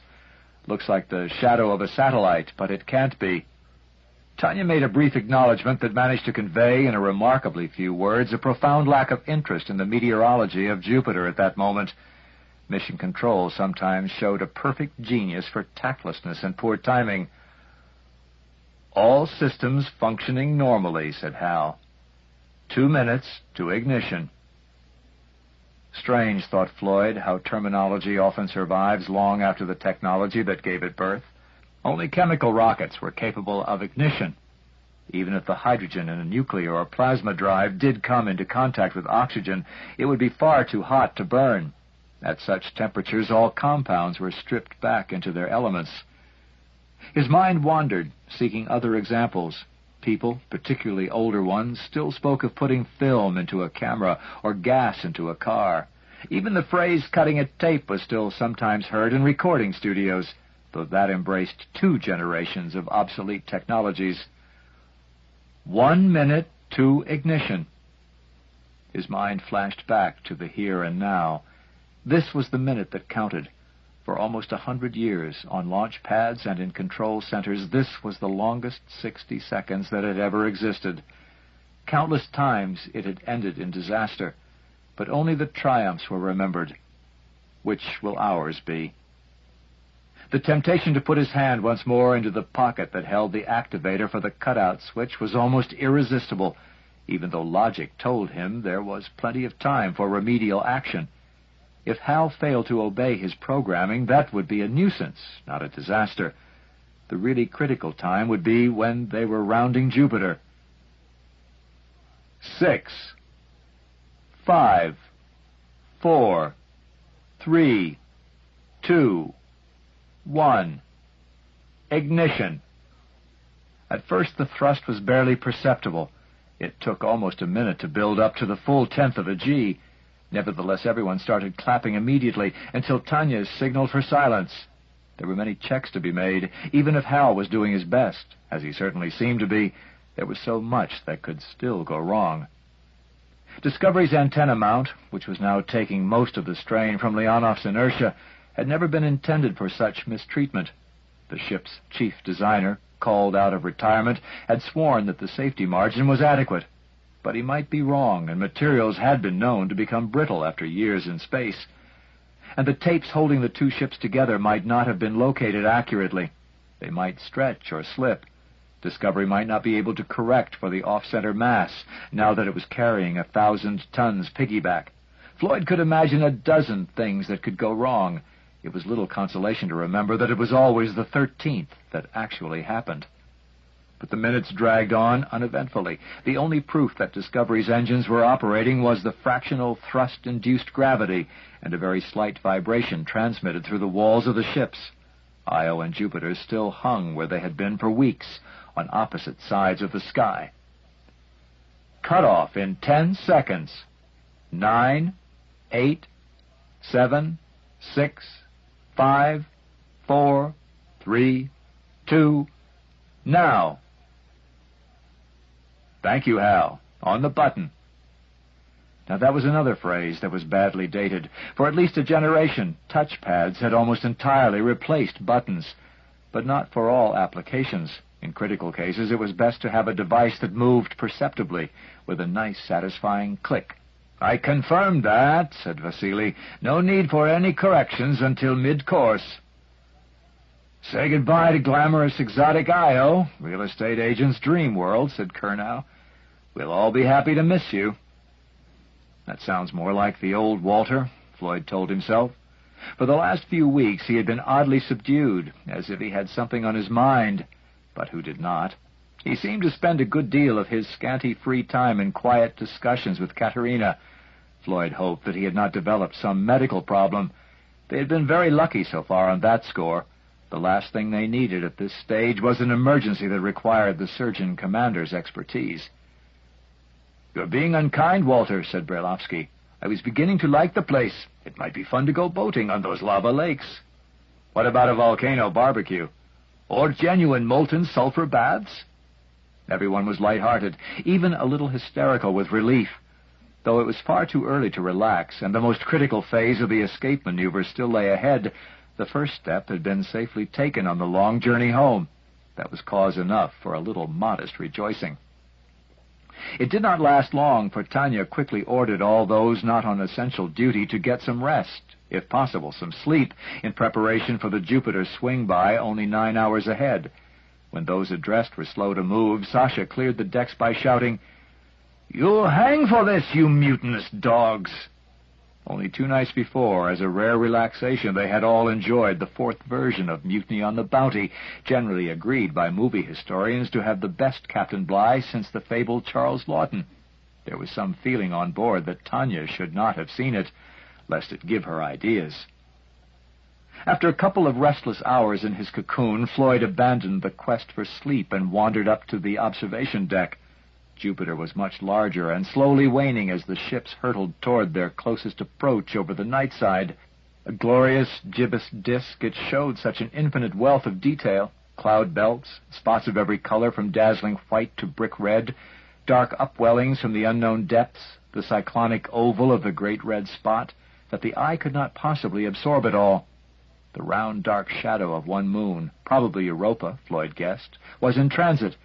He was seeing this incredible sight for the last time. Even though he had to be at maximum efficiency in 6 hours, it was a crime to waste precious moments in sleep. Where was that spot that Mission Control had asked them to observe? It should have been coming into view, but Floyd was not sure if it would be visible to the naked eye. Vasily would be too busy to bother about it. Perhaps he could help by doing a little amateur astronomy. There had, after all, been a brief time, only 30 years ago, when he had earned his living as a professional. He activated the controls of the main 50-centimeter telescope. Fortunately, the field of view was not blocked by the adjacent bulk of Discovery, and scanned along the equator at medium power. And there it was, just coming over the edge of the disk. By force of circumstance, Floyd was now one of the solar system's 10 greatest experts on Jupiter. The other 9 were working or sleeping around him. He saw at once that there was something very odd about this spot. It was so black that it looked like a hole punched through the clouds. From his point of view, it appeared to be a sharp-edged ellipse. Floyd guessed that from directly above it would be a perfect circle. He recorded a few images, then increased the power to maximum. Already Jupiter's rapid spin had brought the formation into clearer view, and the more he stared, the more puzzled Floyd became. "Vasily," he called over the intercom, "if you can spare a minute, have a look at the 50-centimeter monitor." "What are you observing? Is it important? I'm checking the orbit." "Take your time, of course, but I found that spot Mission Control reported. It looks very peculiar." "Hell, I'd forgotten all about it. We're a fine lot of observers if those guys back on Earth have to tell us where to look. Give me another 5 minutes. It won't run away." True enough, thought Floyd. In fact, it will get clearer. And there was no disgrace in missing something that terrestrial, or lunar, astronomers had observed. Jupiter was very big. They had been very busy, and the telescopes on the Moon and in Earth orbit were 100 times more powerful than the instrument he was using now. But this was getting more and more peculiar. For the first time, Floyd began to feel a distinct sense of unease. Until that moment, it had never occurred to him that the spot could be anything but a natural formation, some trick of Jupiter's incredibly complex meteorology. Now he began to wonder. It was so black, like night itself, and so symmetrical. As it came into clearer view, it was obviously a perfect circle, yet it was not sharply defined. The edge had an odd fuzziness, as if it was a little out of focus. Was it imagination, or had it grown, even while he was watching? He made a quick estimate and decided that the thing was now 2,000 kilometers across. It was only a little smaller than the still visible shadow of Europa, but was so much darker that there was no risk of confusion. "Let's have a look," said Vasily in a rather condescending tone. "What do you think you found?" "Oh." His voice trailed away into silence. This is it, thought Floyd with a sudden icy conviction. Whatever it may be. Chapter 47. Final Flyby. Yet on further reflection, after the initial amazement had worn off, it was hard to see how a spreading black stain on the face of Jupiter could represent any kind of danger. It was extraordinary, inexplicable, but not as important as the critical events now only 7 hours in the future. A successful burn at Perigove was all that mattered. They would have plenty of time to study mysterious black spots on the way home. And to sleep. Floyd had given up all attempts at that, though the feeling of danger, at least of known danger, was much less than on their first approach to Jupiter. A mixture of excitement and apprehension kept him wide awake. The excitement was natural and understandable. The apprehension had more complex causes. Floyd made it a rule never to worry about events over which he could have absolutely no control. Any external threat would reveal itself in due time and must be dealt with then. But he could not help wondering if they had done everything possible to safeguard the ships.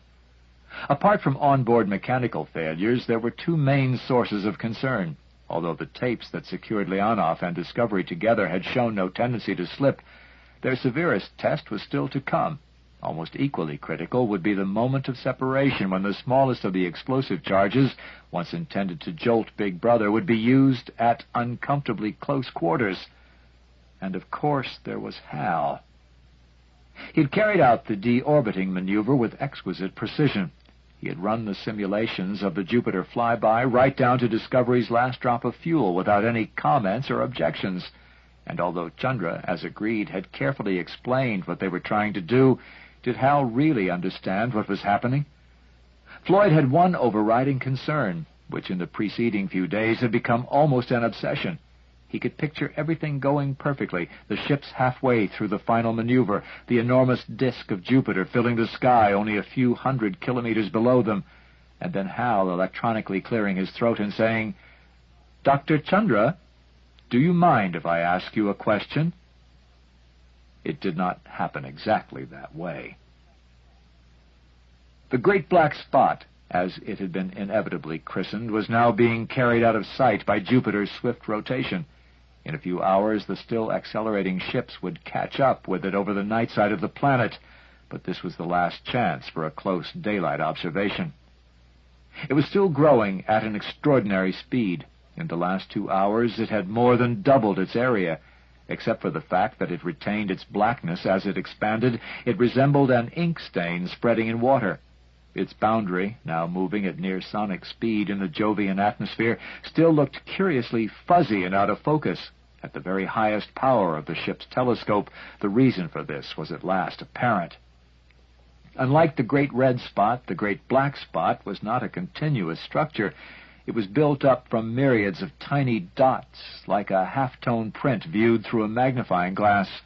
Over most of its area, the dots were so closely spaced that they were almost touching, but at the rim they became more and more widely spaced, so that the spot ended in a gray penumbra rather than at a sharp frontier.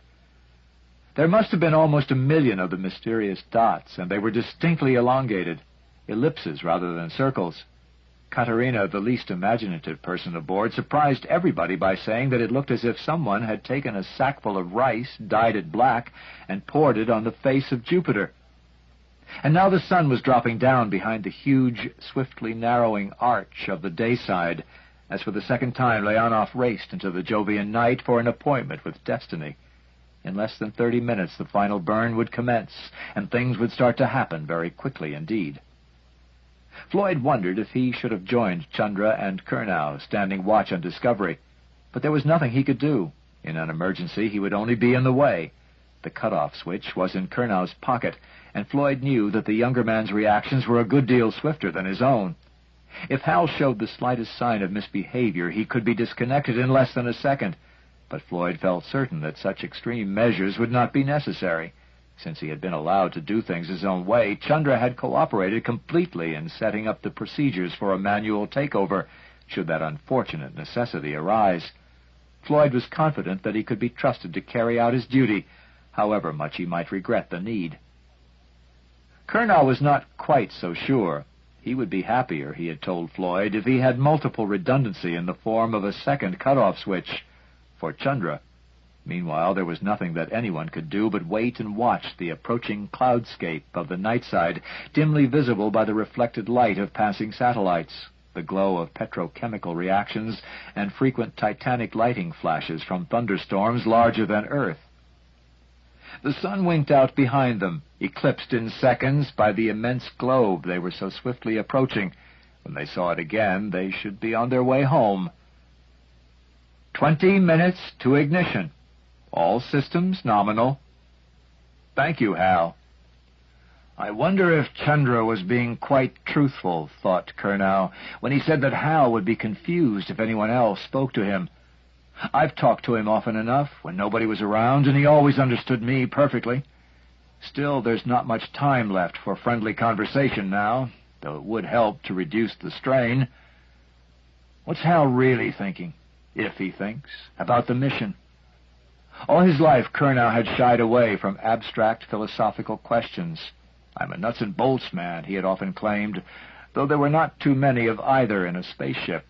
Once he would have laughed at the idea, but now he began to wonder, did Hal sense that he would soon be abandoned? And if so, would he resent it? Colonel almost reached for the cutoff switch in his pocket, but checked himself. He had already done this so often that Chandra might be getting suspicious. For the 100th time he rehearsed the sequence of events that were due to take place during the next hour.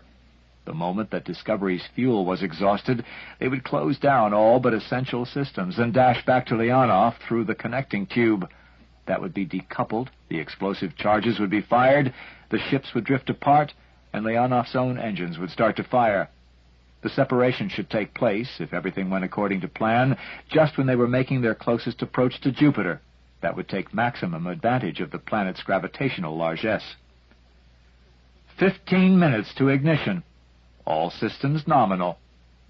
Thank you, Hal. By the way, said Vasily from the other ship, we are catching up with the great black spot again.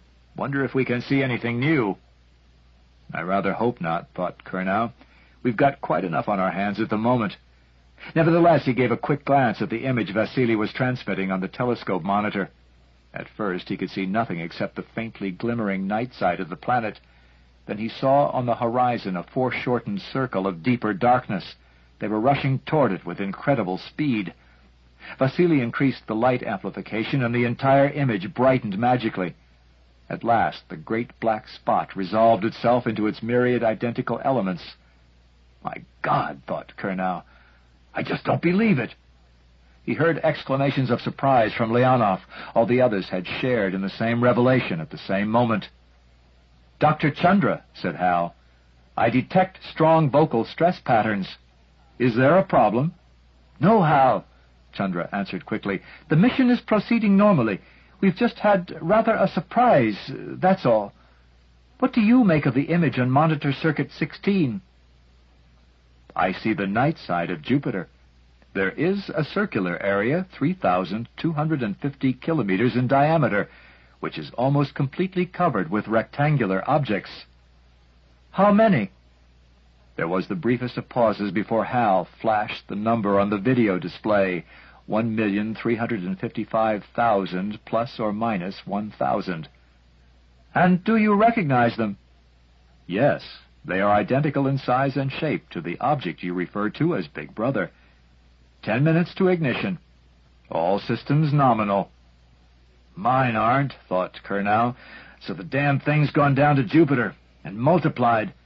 There was something simultaneously comic and sinister about a plague of black monoliths, and to his puzzled surprise, that incredible image on the monitor screen had a certain weird familiarity. Of course, that was it. Those myriad identical black rectangles reminded him of dominoes. Years ago, he had seen a video documentary showing how a team of slightly crazy Japanese had patiently stood 1,000,000 dominoes on end, so that when the very first one was toppled, all the others would inevitably follow. They'd been arranged in complex patterns, some underwater, some up and down little stairways, others along multiple tracks, so that they formed pictures and patterns as they fell. It had taken weeks to set them up. Curnow remembered now that earthquakes had several times foiled the enterprise, and the final toppling from first domino to the last had taken more than an hour. 8 minutes to ignition. All systems nominal. Dr. Chandra, may I make a suggestion? What is it, Hal? This is a very unusual phenomenon. Do you not think I should abort the countdown so that you can remain to study it? Aboard Leonov, Floyd started to move quickly toward the bridge. Tanya and Vasily might be needing him, not to mention Chandra and Curnow. What a situation! And suppose Chandra took Hal's side. If he did, they might both be right. After all, was this not the very reason they had come here? If they stopped the countdown, the ships would loop around Jupiter and be back at precisely the same spot in 19 hours.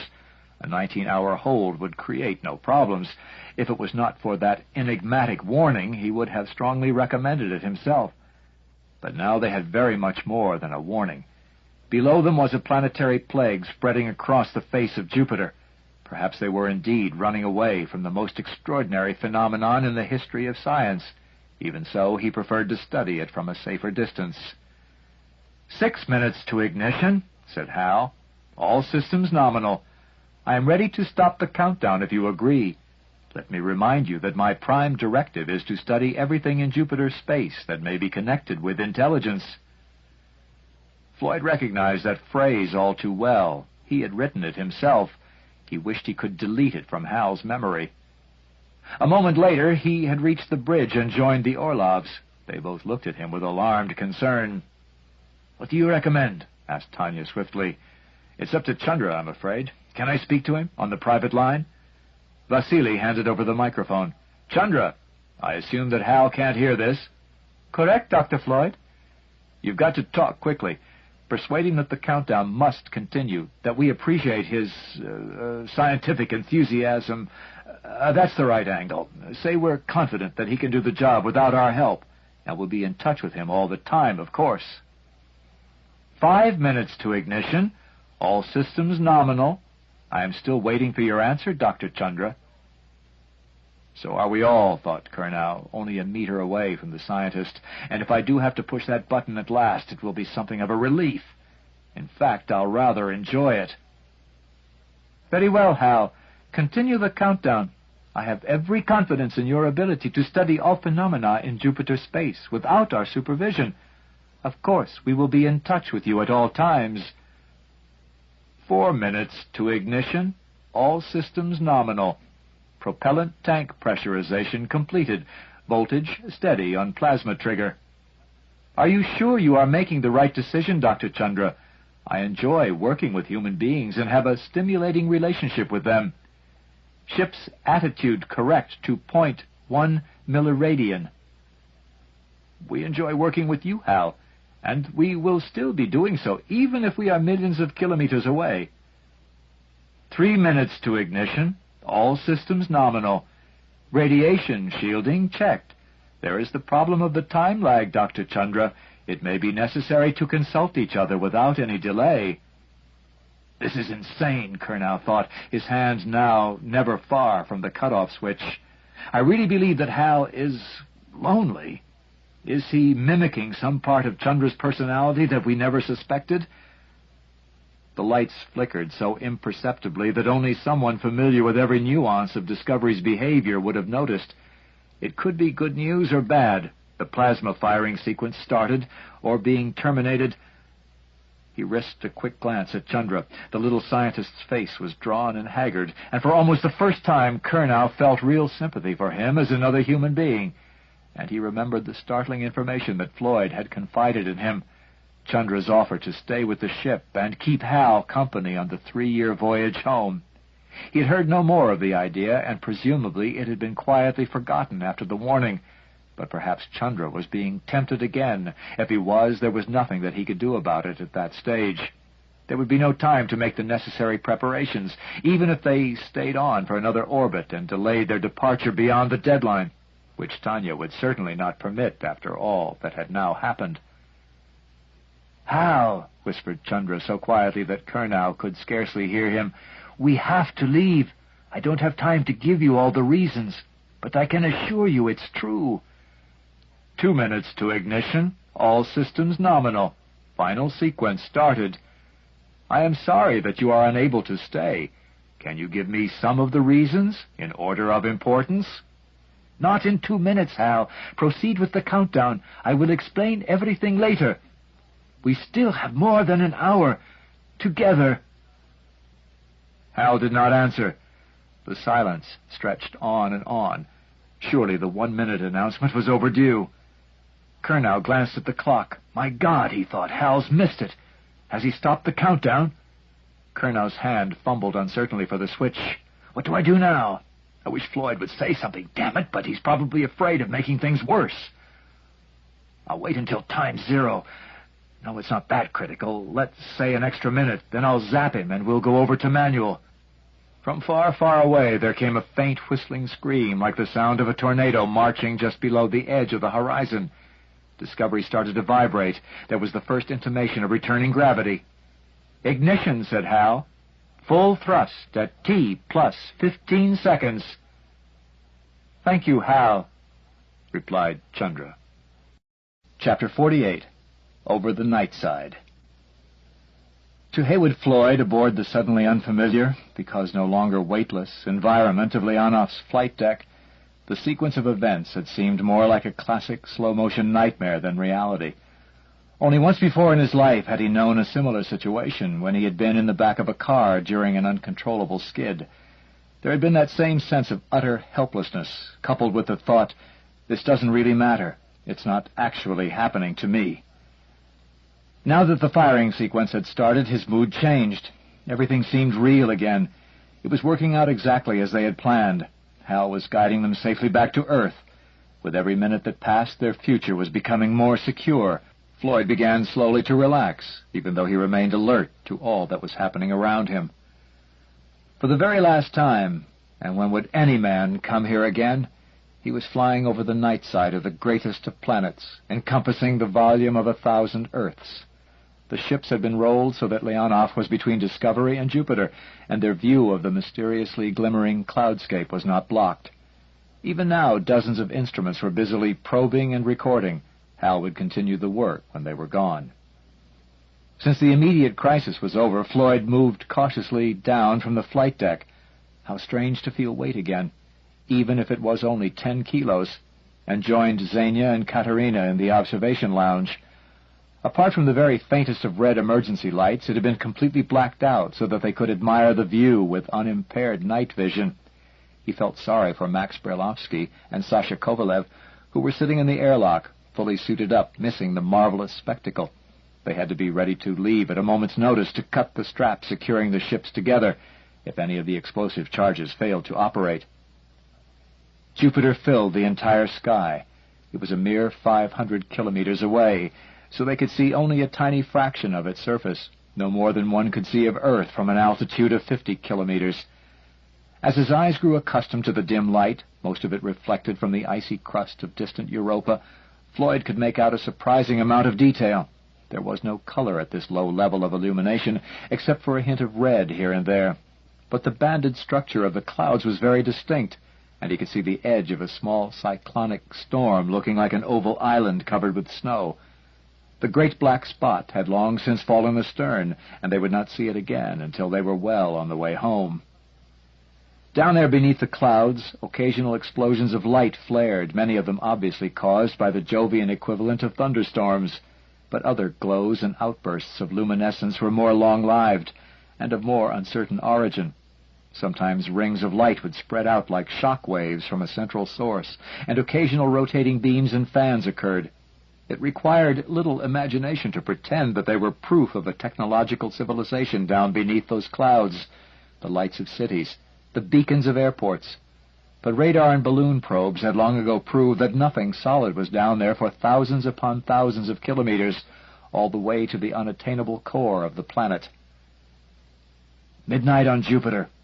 This last close-up glimpse was a magical interlude he would remember all his life. He could enjoy it all the more because surely nothing could now go wrong, and even if it did, he would have no reason to reproach himself. He had done everything possible to ensure success. It was very quiet in the lounge. No one wished to speak as the carpet of clouds unrolled swiftly beneath them. Every few minutes, Tanya or Vasily announced the status of the burn.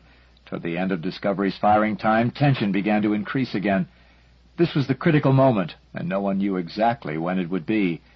There was some doubt as to the accuracy of the fuel gauges, and the burn would continue until they were completely dry. "Estimated cutoff in 10 seconds, said Tanya. "Walter, Chandra, get ready to come back. Max, Vasily, stand by in case you're needed. 5, 4, 3, 2, 1, 0. There was no change. The faint scream of Discovery's engines still reached them through the thickness of the two hulls, and the thrust-induced weight still continued to grip their limbs. We're in luck, thought Floyd. The gauges must have been reading low, after all. Every second of extra firing was a bonus. It might even mean the difference between life and death, and how strange to hear a count up instead of a count down. 5 seconds. 10 seconds. 13 seconds. That's it. Lucky 13. Weightlessness and silence returned. On both ships there was a brief burst of cheering. It was quickly truncated, for much was still to be done, and it had to be done swiftly. Floyd was tempted to go to the airlock so that he could give his congratulations to Chandra and Kurnow as soon as they came aboard, but he would only be in the way. The airlock would be a very busy place as Max and Sasha prepared for their possible EVA, and the tubeway joining the two ships was disconnected. He would wait in the lounge to greet the returning heroes. And he could now relax even further, perhaps from 8 to 7 on a scale of 10. For the first time in weeks, he could forget about the radio cutoff. It would never be needed. Hal had performed impeccably. Even if he wished, he could do nothing to affect the mission, since Discovery's last drop of propellant had been exhausted. "All aboard," announced Sasha. "Hatches sealed. I'm going to fire the charges." There was not the faintest sound as the explosives were detonated, which surprised Floyd. He had expected some noise to be transmitted through the straps, taut to steel bands that linked the ships together. But there was no doubt that they had gone off as planned, for Leonov gave a series of tiny shudders, as if someone was tapping on the hull. A minute later, Vasily triggered the attitude jets for a single brief burst. "We're free!" he shouted. "Sasha, Max, you won't be needed. Everyone get to your hammocks. Ignition in 100 seconds. And now Jupiter was rolling away, and a strange new shape appeared outside the window. The long skeletal frame of Discovery, navigation lights still shining as it drifted away from them and into history. No one remained for sentimental farewells. In less than a minute, Leonov's drive would start to operate. Floyd had never heard it under full power and wanted to protect his ears from the roaring scream that now filled the universe.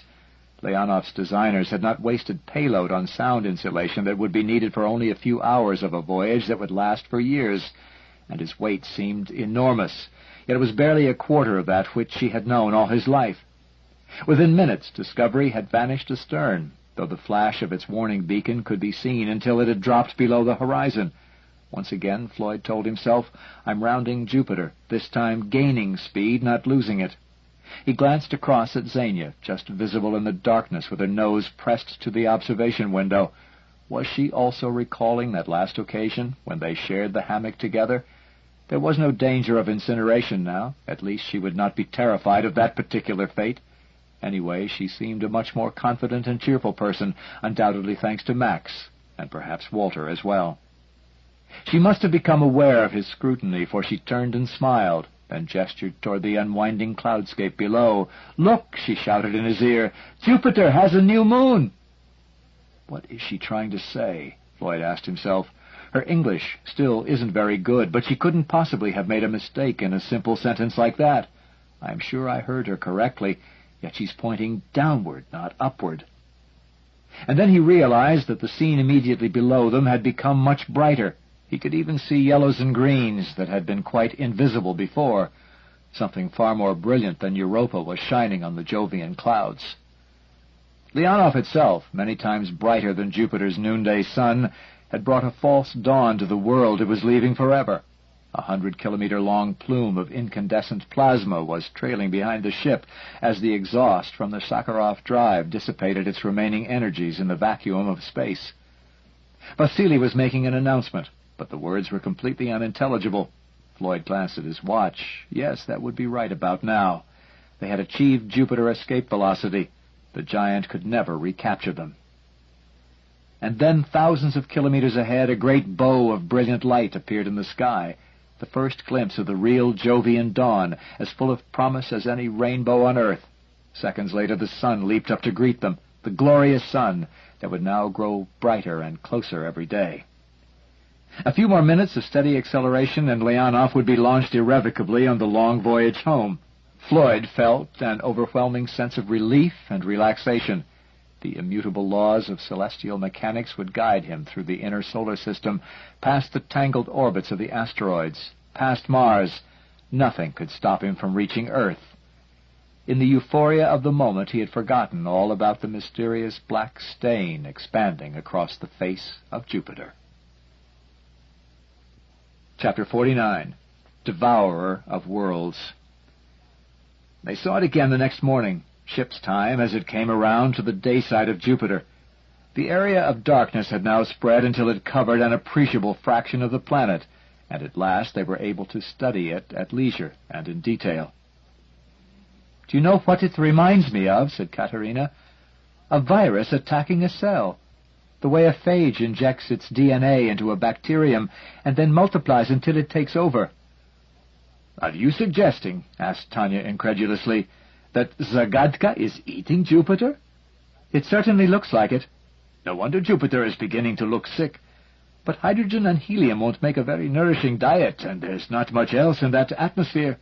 Only a few % of other elements, which adds up to some quintillions of tons of sulfur and carbon and phosphorus and everything else at the lower end of the periodic table," Sasha pointed out. "In any case, we're talking about a technology that can probably do anything that doesn't defy the laws of physics. If you have hydrogen, what more do you need? With the right know-how, you can synthesize all the other elements from it." "They're sweeping up Jupiter, that's for sure," said Vasily. "Look at this." An extreme close-up of one of the myriad identical rectangles was now displayed on the telescope monitor. Even to the naked eye, it was obvious that streams of gas were flowing into the two smaller faces. The patterns of turbulence looked very much like the lines of force revealed by iron filings clustered around the ends of a bar magnet. "A million vacuum cleaners," said Kernow, "sucking up Jupiter's atmosphere. But why? And what are they doing with it?" "And how do they reproduce?" asked Max. "Have you caught any of them in the act?" "Yes and no," answered Vasily. "We're too far away to see details, but it's a kind of fission, like an amoeba." "You mean they split in two, and the halves grow back to the original size?" "Niet. There aren't any little Zagadkas. They seem to grow until they've doubled in thickness, then split down the middle to produce identical twins, exactly the same size as the original, and the cycle repeats itself in approximately 2 hours. 2 hours, exclaimed Floyd. No wonder that they're spread over half the planet. It's a textbook case of exponential growth. I know what they are, said Ternovsky in sudden excitement. They're von Neumann machines. I believe you're right, said Vasily, but that still doesn't explain what they're doing. Giving them a label isn't all that much help. And what, asked Katerina plaintively, is a von Neumann machine? Explain, please. Orlov and Floyd started speaking simultaneously. They stopped in some confusion, then Vasily laughed and waved to the American. Suppose you had a very big engineering job to do, Katerina. And I mean big, like strip mining the entire face of the moon. You could build millions of machines to do it, but that might take centuries. If you were clever enough, you'd make just one machine, but with the ability to reproduce itself from the raw materials around it. So you'd start a chain reaction, and in a very short time you'd have bred enough machines to do the job in decades instead of millennia. With a sufficiently high rate of reproduction, you could do virtually anything in as short a period of time as you wished. The space agency's been toying with the idea for years, and I know you have as well, Tanya. Yes, exponentiating machines. One idea that even Tsiolkovsky didn't think of. I wouldn't care to bet on that, said Vasily. So it looks, Katerina, as if your analogy was pretty close. A bacteriophage is a von Neumann machine. Aren't we all? Asked Sasha. I'm sure Chandra would say so. Chandra nodded his agreement. That's obvious. In fact, von Neumann got the original idea from studying living systems. And these living machines are eating Jupiter. It certainly looks like it, said Vasily. I've been doing some calculations, and I can't quite believe the answers, even though it's simple arithmetic. It may be simple to you, said Katerina. Try to let us have it without tensors and differential equations. No, I mean simple, insisted Vasily. In fact, it's a perfect example of the old population explosion you doctors were always screaming about in the last century. Zagadka reproduces every 2 hours, so in only 20 hours there will be 10 doublings. One Zagadka will have become 1,000. 1,024, said Chandra. I know, but let's keep it simple. After 40 hours, there will be 1,000,000. After 80, 1,000,000,000. That's about where we are now, and obviously the increase can't continue indefinitely. In a couple more days at this rate, they'll weigh more than Jupiter. So they'll soon begin to starve, said Xenia. And what will happen then? Saturn had better look out, answered Brailovsky. Then Uranus and Neptune. Let's hope they don't notice little Earth. What a hope! Zagadka's been spying on us for 3 million years. Walter Kernow suddenly started to laugh. What's so funny? Demanded Tanya. We're talking about these things as if they're persons, intelligent entities. They're not. They're tools. But general-purpose tools, able to do anything they have to. The one on the moon was a signaling device, or a spy, if you like. The one that Bowman met, our original Zagadka, was some kind of transportation system. Now it's doing something else, though God knows what, and there may be others all over the universe. I had just such a gadget when I was a kid. Do you know what Zagadka really is? Just the cosmic equivalent to the good old Swiss army knife. Part 7. Lucifer Rising. Chapter 50. Farewell to Jupiter. It was not easy to compose this message, especially after the one he had just sent to his lawyer. Floyd felt like a hypocrite, but he knew it had to be done to minimize the pain that was inevitable on both sides. He was sad, but no longer disconsolate, because he was coming back to Earth in an aura of successful achievement. Even if not precisely heroism, he would be bargaining from a position of strength. No one would be able to take Chris away from him. My dear Caroline, it was no longer my dearest, I am on my way home. By the time you get this, I'll already be in hibernation. Only a few hours from now, as it will seem to me, I'll open my eyes and there will be the beautiful blue Earth hanging in space beside me. Yes, I know it will still be many months for you, and I'm sorry, but we knew that's the way it would be before I left. As it is, I'm getting back weeks ahead of schedule because of the change in the mission plan. I hope we can work something out. The main question is, what's best for Chris? Whatever our own feelings, we must put him first. I know I'm willing to do so, and I'm sure you are. Floyd switched off the recorder. Should he say what he had intended? A boy needs his father? No, it would not be tactful and might only make matters worse. Caroline might well retort that between birth and 4 years old it was the mother who mattered most to a child, and if he had believed otherwise, he should have stayed on Earth. Now, about the house. I'm glad the Regents have taken that attitude, which will make it much easier for both of us. I know we both loved the place, but it will be too big now and will bring back too many memories. For the time being, I'll probably get an apartment in Hilo. I hope I can find some permanent place as quickly as possible. That's one thing I can promise everyone. I won't leave Earth again. I've had enough of space traveling for one lifetime. Oh, perhaps the moon, if I really have to. But of course, that's just a weekend excursion. And talking of moons, we've just passed the orbit of Sinope, so we're now leaving the Jovian system. Jupiter is more than 20 million kilometers away, and is barely larger than our own moon. Yet even from this distance you can tell that something terrible has happened to the planet. Its beautiful orange color has vanished. It's a kind of sickly gray, only a fraction of its former brilliance. No wonder it's only a faint star now in the sky of Earth. But nothing else has happened, and we're well past the deadline. Could the whole thing have been a false alarm or a kind of cosmic practical joke? I doubt if we'll ever know. Anyway, it's brought us home ahead of schedule, and I'm grateful for that. Goodbye for the present, Caroline, and thank you for everything. I hope we can still be friends, and my dearest love, as ever, to Chris. When he had finished, Floyd sat quietly for a while in the tiny cubicle he would not need much longer. He was just about to carry the audio chip up to the bridge for transmission when Chandra came drifting in. Floyd had been agreeably surprised by the way in which the scientist had accepted his increasing separation from Hal. They were still in touch for several hours every day, exchanging data on Jupiter and monitoring conditions aboard Discovery. Though no one had expected any great display of emotion, Chandra seemed to be taking his loss with remarkable fortitude. Nikolai Ternovsky, his only confidant, had been able to give Floyd a plausible explanation for his behavior. "Chandra's got a new interest, Woody. Remember, he's in a business where if something works, it's obsolete. He's learned a lot in the last few months. Can't you guess what he's doing now?" "Frankly, no. You tell me." "He's busy designing HAL 10,000. Floyd's jaw dropped. So that explains those long messages to Urbana that Sasha's been grumbling about. Well, he won't be blocking the circuits much longer.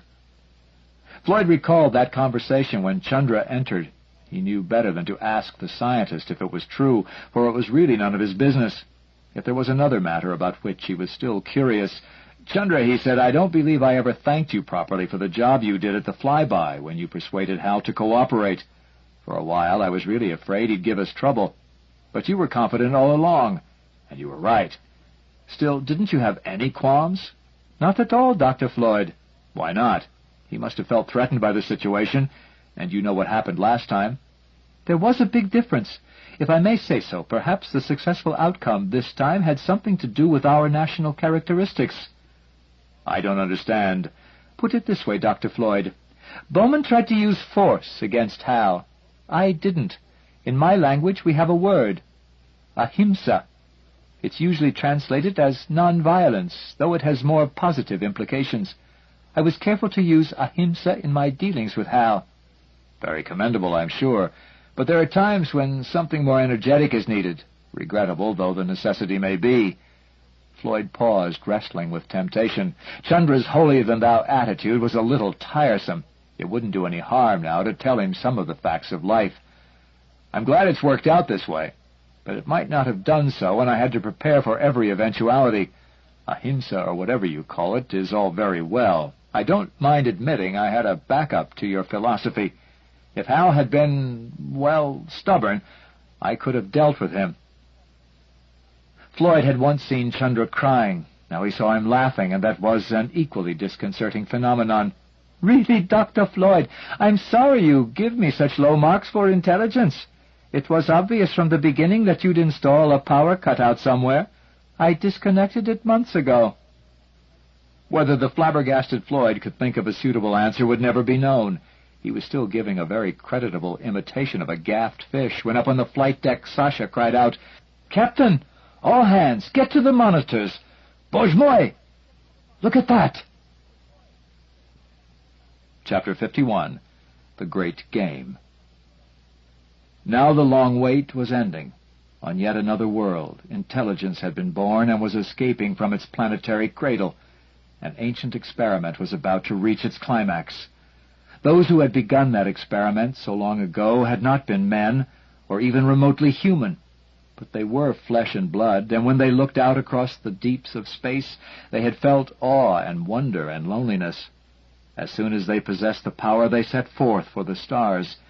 In their explorations they encountered life in many forms and watched the workings of evolution on 1,000 worlds. They saw how often the first faint sparks of intelligence flickered and died in the cosmic night. And because in all the galaxy they had found nothing more precious than mind, they encouraged its dawning everywhere. They became farmers in the fields of stars, They sowed, and sometimes they reaped. And sometimes, dispassionately, they had to weed. The great dinosaurs had long since perished when the survey ship entered the solar system after a voyage that had already lasted 1,000 years. It swept past the frozen outer planets, paused briefly above the deserts of dying Mars, and presently looked down on Earth. Spread out beneath them, the explorers saw worlds swarming with life. For years they studied, collected, catalogued. When they had learned all that they could, they began to modify. They tinkered with the destinies of many species on land and in the ocean. But which of their experiments would succeed, they could not know for at least 1,000,000 years. They were patient, but they were not yet immortal. So much remained to do in this universe of 100 billion suns, and other worlds were calling. So they set out once more into the abyss, knowing that they would never come this way again. Nor was there any need.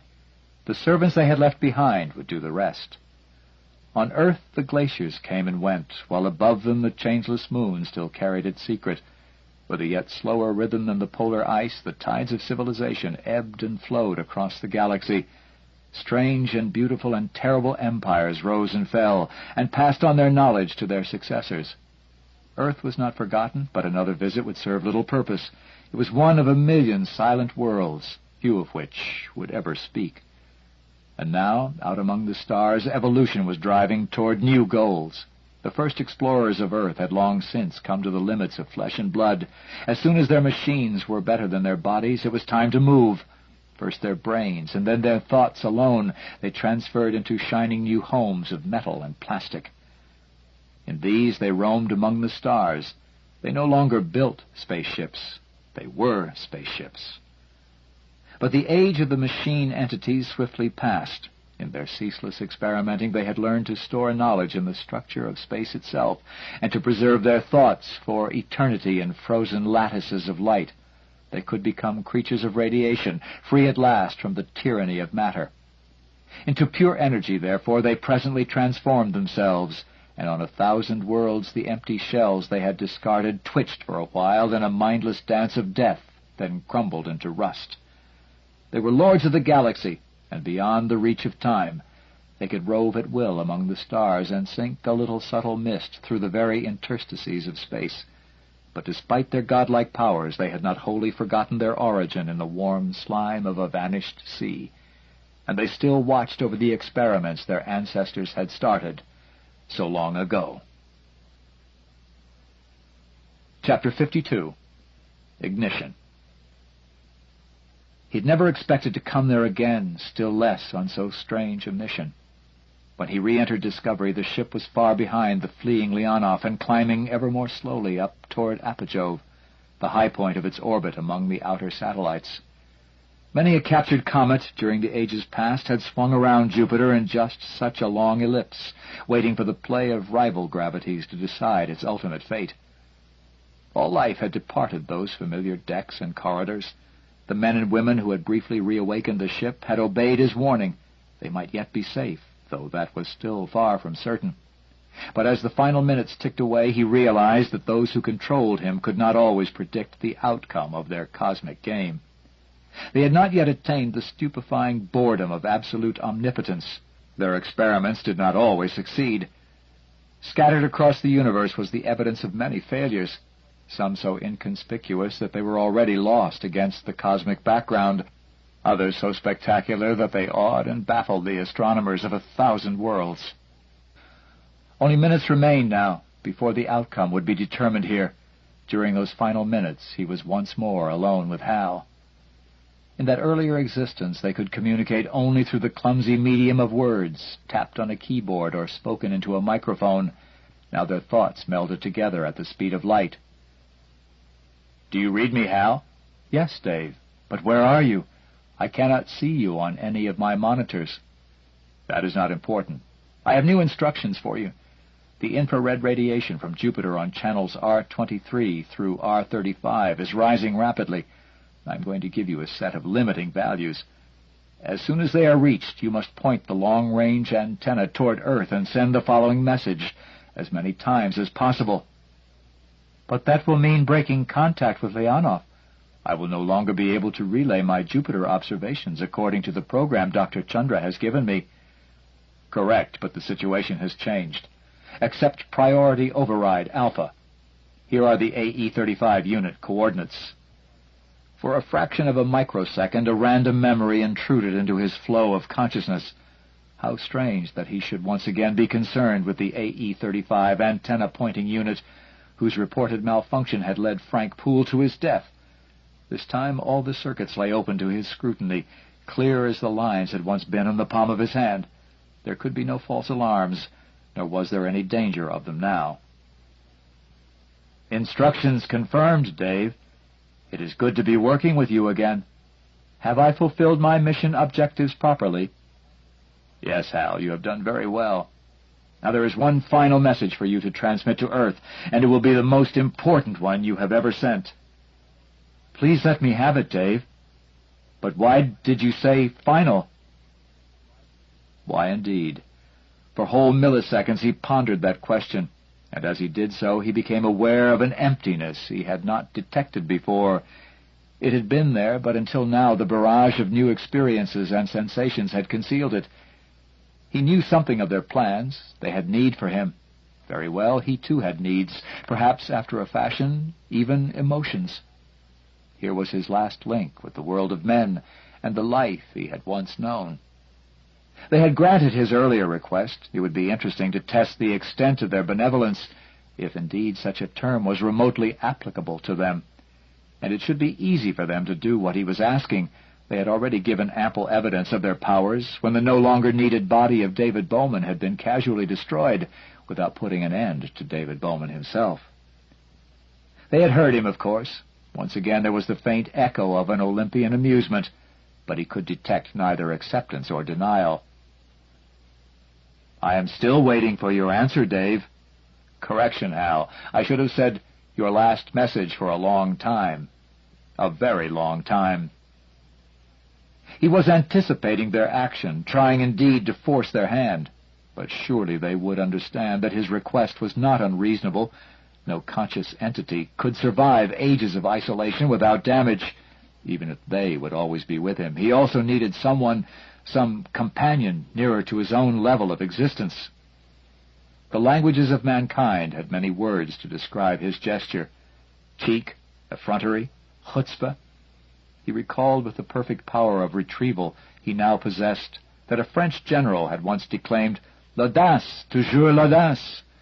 Perhaps it was a human characteristic that they appreciated and even shared. He would soon know. Hal, look at the signal on infrared channels 30, 29, 28. It will be very soon now. The peak is moving toward the short wave. I am informing Dr. Chandra that there will be a break in my data transmission. Activating AE-35 unit. Reorienting long-range antenna. Lock confirmed on beacon Terra 1. Message commences. All these worlds... They had indeed left it to the last minute, or perhaps the calculations had, after all, been superbly accurate. There was time for barely 100 repetitions of the 11 words when the hammer blow of pure heat smashed into the ship. Held there by curiosity and a growing fear of the long loneliness that lay before him, that which had once been David Bowman, commander of United States spacecraft Discovery, watched as the hull boiled stubbornly away.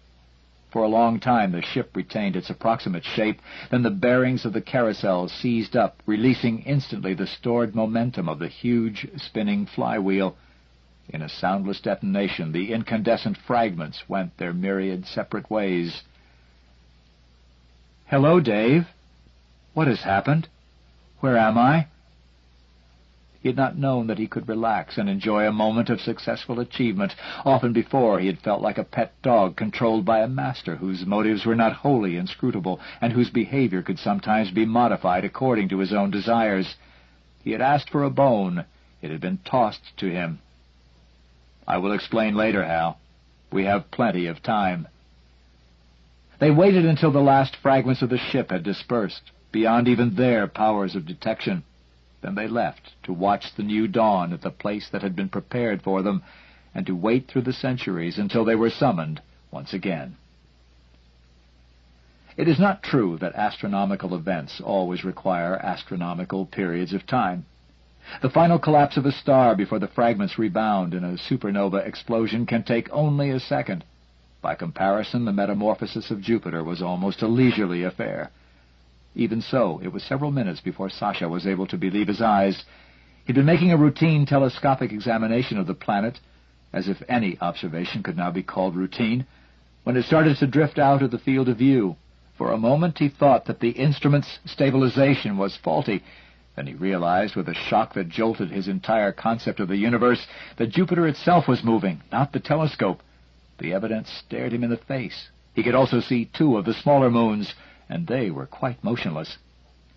He switched to a lower magnification so that he could see the entire disk of the planet, now a leprous mottled gray. After a few more minutes of incredulity, he saw what was really happening, but he could still scarcely believe it. Jupiter was not moving from its immemorial orbit, but it was doing something almost as impossible. It was shrinking, so swiftly that its edge was creeping across the field even as he focused upon it. At the same time, the planet was brightening from its dull gray to a pearly white. Surely it was more brilliant than it had ever been in the long years that man had observed it. The reflected light of the sun could not possibly... At that moment, Sasha suddenly realized what was happening, though not why, and sounded the general alarm. When Floyd reached the observation lounge less than 30 seconds later, his first impression was of the blinding glare pouring through the windows, painting ovals of light on the walls. They were so dazzling that he had to avert his eyes. Not even the sun could produce such brilliance. Floyd was so astonished that for a moment he did not associate the glare with Jupiter. The first thought that flashed through his mind was supernova. He dismissed that explanation almost as soon as it occurred to him. Even the sun's next-door neighbor, Alpha Centauri, could not have matched the awesome display in any conceivable explosion. The light suddenly dimmed. Sasha had operated the external sun shields. Now it was possible to look directly at the source and to see that it was a mere pinpoint, just another star showing no dimensions at all. This could have nothing to do with Jupiter. When Floyd had looked at the planet only a few minutes ago, it had been 4 times larger than the distant, shrunken sun. It was well that Sasha had lowered the shields. A moment later, that tiny star exploded, so that even through the dark filters it was impossible to watch with the naked eye. But the final orgasm of light lasted only a brief fraction of a second, and Jupiter, or what had been Jupiter, was expanding once again. It continued to expand until it was far larger than it had been before the transformation. Soon the sphere of light was fading rapidly down to merely solar brilliance, and presently Floyd could see that it was actually a hollow shell, for the central star was still clearly visible at its heart. He did make a quick mental calculation. The ship was more than 1 light-minute from Jupiter, yet that expanding shell, now turning into a bright-edged ring, already covered a quarter of the sky. That meant it was coming toward them at, my God, nearly half the speed of light. Within minutes it would engulf the ship. Until then, no one had spoken a word since Sasha's first announcement. Some dangers are so spectacular and so much beyond normal experience that the mind refuses to accept them as real and watches the approach of doom without any sense of apprehension. The man who looks at the onrushing tidal wave, the descending avalanche, or the spinning funnel of the tornado, yet makes no attempt to flee, is not necessarily paralyzed with fright or resigned to an unavoidable fate. He may simply be unable to believe that the message of his eyes concerns him personally. It is all happening to somebody else. As might have been expected, Tanya was the first to break the spell with a series of orders that brought Vasily and Floyd hurrying to the bridge. "What do we do now?" she asked, when they had assembled. "We certainly can't run away," thought Floyd, "but perhaps we can improve the odds." "The ship's broadside on," he said. "Shouldn't we turn away from that thing so we're a smaller target, and get as much of our mass as we can between it and us to act as a radiation shield?"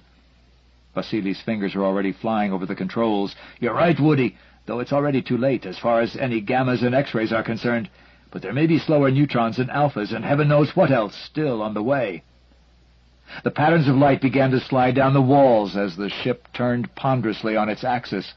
Presently they vanished completely. Leonov was now oriented so that virtually all its mass lay between the fragile human cargo and the approaching shell of radiation. Will we actually feel the shock wave, wondered Floyd, or will the expanding gases be too tenuous to have any physical effect by the time they reach us? Soon, from the external cameras, the ring of fire now almost encircled the sky, but it was fading rapidly. Some of the brighter stars could even be seen shining through it. We're going to live, thought Floyd. We've witnessed the destruction of the greatest of planets, and we've survived. And presently the cameras showed nothing except stars, even if one was 1,000,000,000 times brighter than all the others. The bubble of fire blown by Jupiter had swept harmlessly past them, impressive though it had been. At their distance from the source, only the ship's instruments had recorded its passing. Slowly the tension aboard relaxed. As always happens in such circumstances, people started to laugh and to make silly jokes. Floyd scarcely heard them. Despite his relief at still being alive, he felt a sense of sadness. Something great and wonderful had been destroyed. Jupiter, with all its beauty and grandeur and now never-to-be-solved mysteries, had ceased to exist. The father of all the gods had been struck down in his prime. Yet there was another way of looking at the situation. They had lost Jupiter. What had they gained in its place? Tanya, judging her moment nicely, rapped for attention. "Vasily, any damage?" "Nothing serious. One camera burned out. All radiation meters still well above normal, but none near danger limits." "Katerina, check the total dosage we've received. It looks as if we were lucky, unless there are more surprises. We certainly owe a vote of thanks to Bowman, and to you, Heywood. Do you have any idea what happened?" "Only that Jupiter's turned into a sun." "I always thought it was much too small for that. Didn't someone once call Jupiter the sun that failed?" "That's true," said Vasily. "Jupiter is too small for fusion to start, unaided." "You mean we've just seen an example of astronomical engineering?" "Undoubtedly. Now we know what Zagadka was up to." "How did it do the trick? If you were given the contract, Vasily, how would you ignite Jupiter?" Vasily thought for a minute, then shrugged wryly. "I'm only a theoretical astronomer. I don't have much experience in this line of business. But let's see. Well, if I'm not allowed to add about 10 Jupiter masses or change the gravitational constant, I suppose I'll have to make the planet denser. That's an idea." His voice trailed off into silence. Everyone waited patiently, eyes flickering from time to time to the viewing screens. The star that had been Jupiter seemed to have settled down after its explosive birth. It was now a dazzling point of light, almost equal to the real sun in apparent brilliance. "I'm just thinking out loud, but it might be done this way. Jupiter was mostly hydrogen. If a large percentage could be converted into much denser material, who knows, even neutron matter, that would drop down to the core. Maybe that's what the billions of Zagadkas were doing with all the gas they were sucking in. Nucleosynthesis, building up higher elements from pure hydrogen. That would be a trick worth knowing. No more shortage of any metal. Gold as cheap as aluminum." "But how would that explain what happened?" asked Tanya. "When the core became dense enough, Jupiter would collapse, probably in a matter of seconds. The temperature would rise high enough to start fusion. Oh, I can see a dozen objections. How would they get past the iron minimum? What about radiative transfer? Chandrasekhar's limit? Never mind. This theory will do to start with. I'll work out the details later. Or I'll think of a better one." "I'm sure you will, Vasily," Floyd agreed. "But there's a more important question. Why did they do it?" "A warning?" ventured Katerina over the ship's intercom. "Against what?" "We'll find that out later." "I don't suppose," said Xenia diffidently, "that it was an accident." That brought the discussion to a dead halt for several seconds. "What a terrifying idea," said Floyd. "But I think we can rule it out. If that was the case, there'd have been no warning." "Perhaps. If you start a forest fire because you've been careless, at least you do your best to warn everyone." "And there's another thing we'll probably never know," lamented Vasily. "I always hoped Carl Sagan would be right, and there'd be life on Jupiter." "Our probes never saw any." "What chance did they have? Would you find any life on Earth if you looked at a few hectares of the Sahara or the Antarctic? That's about all we ever did on Jupiter." "Hey," said Brelovsky. "What about Discovery? And H.A.L.?" Sasha switched on the long-range receiver and started to search on the beacon frequency. There was no trace of a signal. After a while, he announced to the silently waiting group, "Discovery's gone." No one looked at Dr. Chandra, but there were a few muted words of sympathy, as if in consolation to a father who had just lost a son. But H.A.L. had one last surprise for them. Chapter 53. A Gift of Worlds.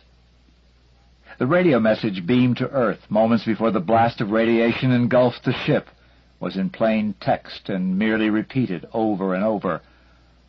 "All these worlds are yours, except Europa. Attempt no landings there." There were 93 repetitions, then the letters became garbled and the transmission abruptly ceased between "except" and "Europa." "I begin to understand," said Floyd, when the message had been relayed by an awed and anxious mission control. "That's quite a parting present. A new sun and the planets around it." "But why only 3? asked Tanya. "Let's not be greedy," Floyd replied. "I can think of one very good reason. We know there's life on Europa. Bowman, or his friends, whoever they may be, want us to leave it alone." "That makes good sense in another way," said Vasily. "I've been doing some calculations. Assuming that Sol, too, has settled down and will continue to radiate at its present level, Europa should have a nice tropical climate when the ice has melted, which it's doing pretty quickly right now. What about the other moons? Ganymede will be quite pleasant. The dayside will be temperate. Callisto will be very cold, though if there's much outgassing, the new atmosphere may make it habitable. But Io will be even worse than it is now, I expect. No great loss. It was hell even before this happened." "Don't write off Io," said Kurnow. "I know a lot of Tex-Arab oilmen who'd love to tackle it just on general principles. There must be something valuable in a place as nasty as that. And by the way, I've just had a rather disturbing thought." "Anything that disturbs you must be serious," said Vasily. "What is it?" "Why did H.A.L. send that message to Earth and not to us? We were much closer." There was a rather long silence, and Floyd said thoughtfully, "I see what you mean. Perhaps he wanted to make certain it was received on Earth." "But he knew we would relay it." "Oh!" Tanya's eyes widened, as if she had just become aware of something unpleasant. "You've lost me," complained Vasily. "I think this is what Walter's driving at," said Floyd. "It's all very well to feel grateful to Bowman, or whatever gave that warning, but that's all they did. We could still have been killed." "But we weren't," answered Tanya. "We saved ourselves by our own efforts. And perhaps that was the whole idea. If we hadn't, we wouldn't have been worth saving. You know, survival of the fittest, Darwinian selection, eliminating the genes for stupidity." "I've an unpleasant feeling you're right," said Kurnow. "And if we'd stuck to our launch date and not used Discovery as a booster, would it or they have done anything to save us? That wouldn't have required much extra effort for an intelligence that could blow up Jupiter." There was an uneasy silence, broken at last by Heywood Floyd. "On the whole," he said, "I'm very glad that's one question we'll never get answered." Chapter 54. Between Suns. The Russians, thought Floyd, are going to miss Walter's songs and wisecracks on the way home. After the excitement of the last few days, the long fall sunward and earthward will seem a monotonous anticlimax, but a monotonous, uneventful trip was what everyone devoutly hoped for. He was already feeling sleepy, but was still aware of his surroundings and capable of reacting to them. "Will I look as dead when I'm in hibernation?" he asked himself. It was always disconcerting to look at another person, especially someone very familiar, when he had entered the long sleep. Perhaps it was too poignant a reminder of one's own mortality. Kurnow was completely out, but Chandra was still awake, though already groggy from the final injection. He was obviously no longer himself, for he seemed quite unperturbed by his own nakedness or Katerina's watchful presence. The gold lingam that was his only article of clothing kept trying to float away from him until its chain recaptured it. "Everything going okay, Katerina?" asked Floyd. "Perfectly. But how I envy you. In 20 minutes you'll be home." "If that's any consolation, how can you be sure we won't have some horrible dreams?" "No one's ever reported any." "Ah, they may forget them when they wake up." Katerina, as usual, took him quite seriously. "Impossible. If there were dreams in hibernation, the EEC records would have revealed them." "Okay, Chandra, close your eyes. There he goes. Now it's your turn, Heywood. The ship will seem very strange without you." "Thanks, Katerina. Hope you have a nice trip." Drowsy though he was, Floyd became aware that Surgeon Commander Rudenko seemed a little uncertain. Even, could it be, shy? It looked as if she wanted to tell him something, but couldn't make up her mind. "What is it, Katerina?" he said sleepily. "I haven't told anyone else yet, but you certainly won't be talking. Here's a little surprise." "You'd better hurry." "Max and Xenia are going to get married." "That is supposed to be a surprise?" "No, it's just to prepare you. When we get back to Earth, so are Walter and I. What do you think of that?" "Now I understand why you were spending so much time together. Yes, it is indeed a surprise. Who would have thought it?" "I'm very happy to hear..." Floyd's voice faded out before he could complete the sentence, but he was not yet unconscious and was still able to focus some of his dissolving intellect on this new situation. "I really don't believe it," he said to himself. "Walter will probably change his mind before he wakes up." And then he had one final thought just before he went to sleep himself. If Walter does change his mind, he'd better not wake up. Dr. Heywood Floyd thought that was very funny. The rest of the crew often wondered why he was smiling all the way back to Earth. Chapter 55, Lucifer Rising. 50 times more brilliant than the full moon, Lucifer had transformed the skies of Earth, virtually banishing night for months at a time. Despite its sinister connotations, the name was inevitable, and indeed Lightbringer had brought evil as well as good. Only the centuries and the millennia would show in which direction the balance tilted. On the credit side, the end of night had vastly extended the scope of human activity, especially in the less developed countries. Everywhere the need for artificial lighting had been substantially reduced, with resulting huge savings in electrical power.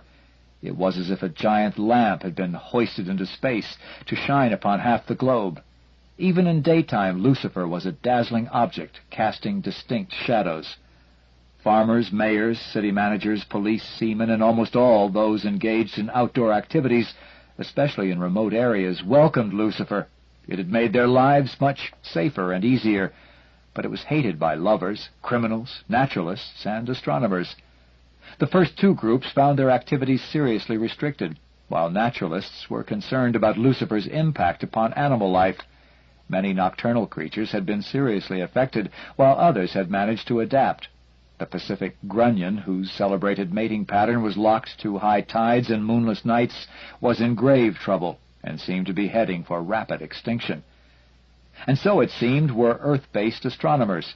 That was not such a scientific catastrophe as it would once have been, for more than 50% of astronomical research depended upon instruments in space or on the moon. They could be easily shielded from Lucifer's glare.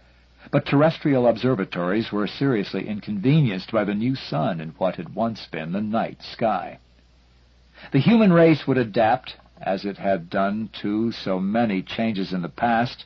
A generation would soon be born that had never known a world without Lucifer, but that brightest of all stars would be an eternal question to every thinking man and woman.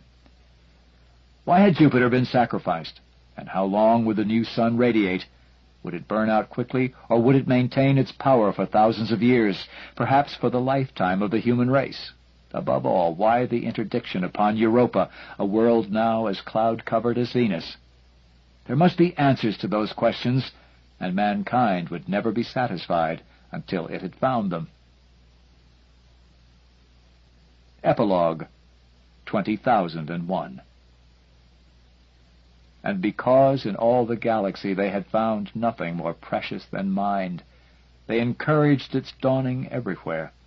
They became farmers in the fields of stars. They sowed, and sometimes they reaped, and sometimes, dispassionately, they had to weed.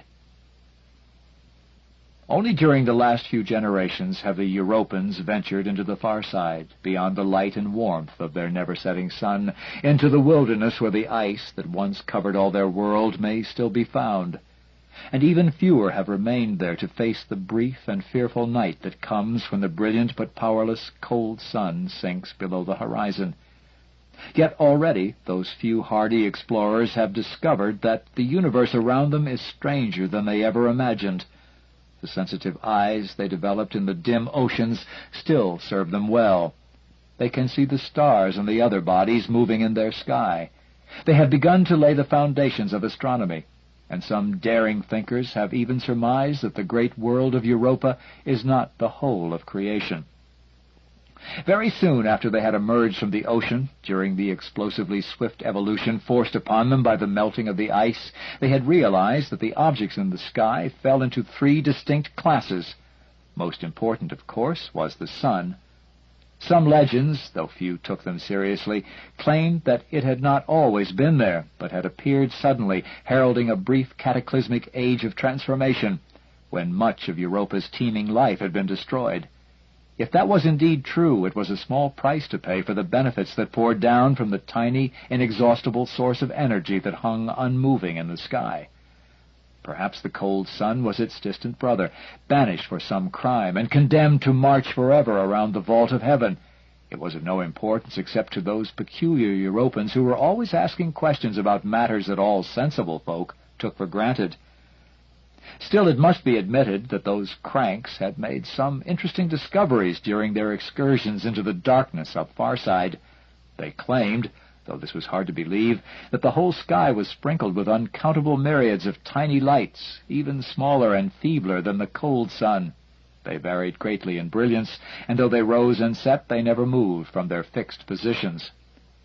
Against this background there were three objects that did move, apparently obeying complex laws that no one had yet been able to fathom, and unlike all the others in the sky, they were quite large, though both shape and size varied continually.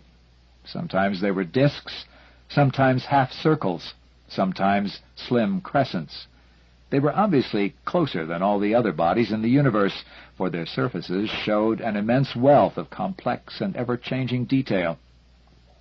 The theory that they were indeed other worlds had at last been accepted, though no one except a few fanatics believed that they could be anything like as large or as important as Europa. One lay toward the sun, and was in a constant state of turmoil. On its night side could be seen the glow of great fires, a phenomenon still beyond the understanding of the Europans, for their atmosphere, as yet, contains no oxygen, and sometimes vast explosions hurl clouds of debris up from the surface. If the sunward globe is indeed a world, it must be a very unpleasant place to live, perhaps even worse than the night side of Europa. The two outer and more distant spheres seem to be much less violent places, yet in some ways they are even more mysterious. When darkness falls upon their surfaces, they too show patches of light, but these are very different from the swiftly changing fires of the turbulent inner world. They burn with an almost steady brilliance, and are concentrated in a few small areas, though over the generations these areas have grown and multiplied. But strangest of all are the lights, fierce as tiny suns that can often be observed moving across the darkness between these other worlds. Once, recalling the bioluminescence of their own seas, some Europans had speculated that these might indeed be living creatures, but their intensity makes that almost incredible. Nevertheless, more and more thinkers believe that these lights, the fixed patterns and the moving suns, must be some strange manifestation of life. Against this, however, there is one very potent argument. If they are living things, why do they never come to Europa? Yet there are legends. Thousands of generations ago, soon after the conquest of the land, it is said that some of those lights came very close indeed, but they always exploded in sky-filling blasts that far outshone the sun, and strange hard metals rained down upon the land. Some of them are still worshipped to this day. None is as holy, though, as the huge black monolith that stands in the frontier of eternal day, one side forever turned to the unmoving sun, the other facing into the land of night. 10 times the height of the tallest Europan, even when he raises his tendrils to the fullest extent, it is the very symbol of mystery and unattainability, for it has never been touched. It can only be worshipped from afar. Around it lies the circle of power, which repels all who try to approach. It is that same power, many believe, that keeps at bay those moving lights in the sky. If it ever fails, they will descend upon the virgin continents and shrinking seas of Europa, and their purpose will be revealed at last. The Europans would be surprised to know with what intensity and baffled wonder that black monolith is also studied by the minds behind those moving lights. For centuries now, their automatic probe has made a cautious descent from orbit, always with the same disastrous result. For until the time is ripe, the monolith will permit no contact. When that time comes, when perhaps the Europans have invented radio and discovered the messages continually bombarding them from so close at hand, the monolith may change its strategy. It may, or it may not, choose to release the entities who slumber within it, so that they can bridge the gulf between the Europans and the race to which they once held allegiance. And it may be that no such bridge is possible, and that 2 such alien forms of consciousness can never coexist. If this is so, then only one of them can inherit the solar system. Which it will be, not even the gods know. Yet. End of 2010 Odyssey 2 by Arthur C. Clarke. About the author. Arthur C. Clarke was born at Minehead, Somerset, England in 1917, and is a graduate of King's College, London, where he obtained first-class honors in physics and mathematics. He is past chairman of the British Interplanetary Society, a member of the Academy of Astronautics, the Royal Astronomical Society, and many other scientific organizations. During World War II, as an RAF officer, he was in charge of the first radar talk-down equipment during its experimental trials. His only non-science fiction novel, Glide Path, is based on this work. Author of 50 books, some 20 million copies of which have been printed in over 30 languages, his numerous awards include the 1961 Kalinga Prize, the AAAS Westinghouse Science Writing Prize, the Bradford Washburn Award, and the Hugo, Nebula, and John W. Campbell Awards, all 3 of which were won by his novel Rendezvous with Rama.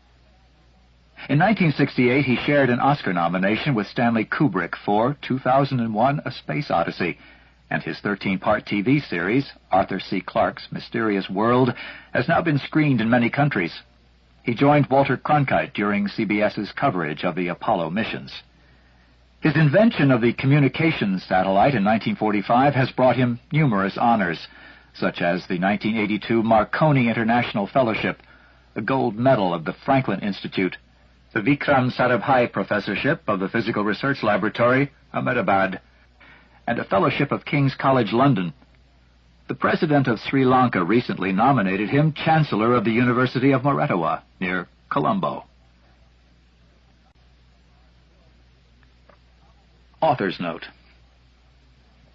The novel 2001: A Space Odyssey was written during the years 1964 to 1968 and was published in July 1968, shortly after release of the movie.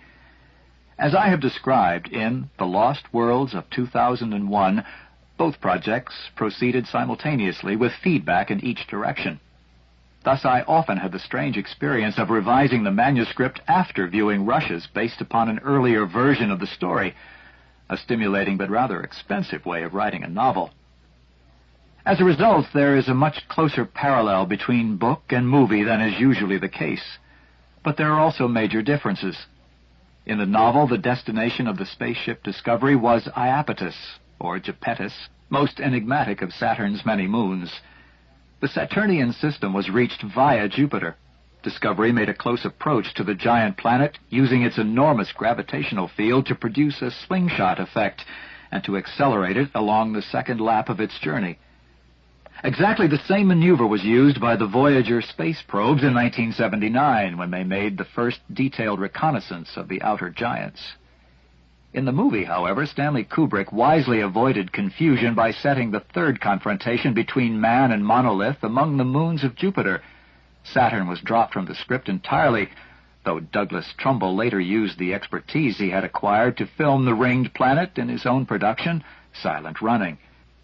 No one could have imagined, back in the mid-60s, that the exploration of the moons of Jupiter lay not in the next century, but only 15 years ahead. Nor had anyone dreamed of the wonders that would be found there, although we can be quite certain that the discoveries of the twin Voyagers will one day be surpassed by even more unexpected finds. When 2001 was written, Io, Europa, Ganymede, and Callisto were mere pinpoints of light in even the most powerful telescope. Now they are worlds, each unique, and one of them, Io, is the most volcanically active body in the solar system. Yet, all things considered, both movie and book stand up quite well in the light of these discoveries, and it is fascinating to compare the Jupiter sequences in the film with the actual movies from the Voyager cameras. But clearly, anything written today has to incorporate the results of the 1979 explorations. The moons of Jupiter are no longer uncharted territory. And there is another, more subtle psychological factor to be taken into consideration. 2001 was written in an age that now lies beyond one of the great divides in human history. We are sundered from it forever by the moment when Neil Armstrong set foot upon the moon. July 20th, 1969 was still half a decade in the future when Stanley Kubrick and I started thinking about the proverbial good science fiction movie, his phrase. Now history and fiction have become inextricably intertwined. The Apollo astronauts had already seen the film when they left for the moon. The crew of Apollo 8, who at Christmas 1968 became the first men ever to set eyes upon the lunar far side, told me that they had been tempted to radio back the discovery of a large black monolith. Alas, discretion prevailed. And there were later almost uncanny instances of nature imitating art. Strangest of all was the saga of Apollo 13 in 1970. As a good opening, the command module, which houses the crew, had been christened Odyssey. Just before the explosion of the oxygen tank that caused the mission to be aborted, the crew had been playing Richard Strauss's Zarathustra theme, now universally identified with the movie. Immediately after the loss of power, Jack Swigert radioed back to Mission Control, "Houston, we've had a problem." The words that H.A.L used to astronaut Frank Poole on a similar occasion were, "Sorry to interrupt the festivities, but we have a problem." When the report of the Apollo 13 mission was later published, NASA Administrator Tom Paine sent me a copy and noted under Swigert's words, "Just as you always said it would be, Arthur." I still get a very strange feeling when I contemplate this whole series of events, almost indeed as if I share a certain responsibility.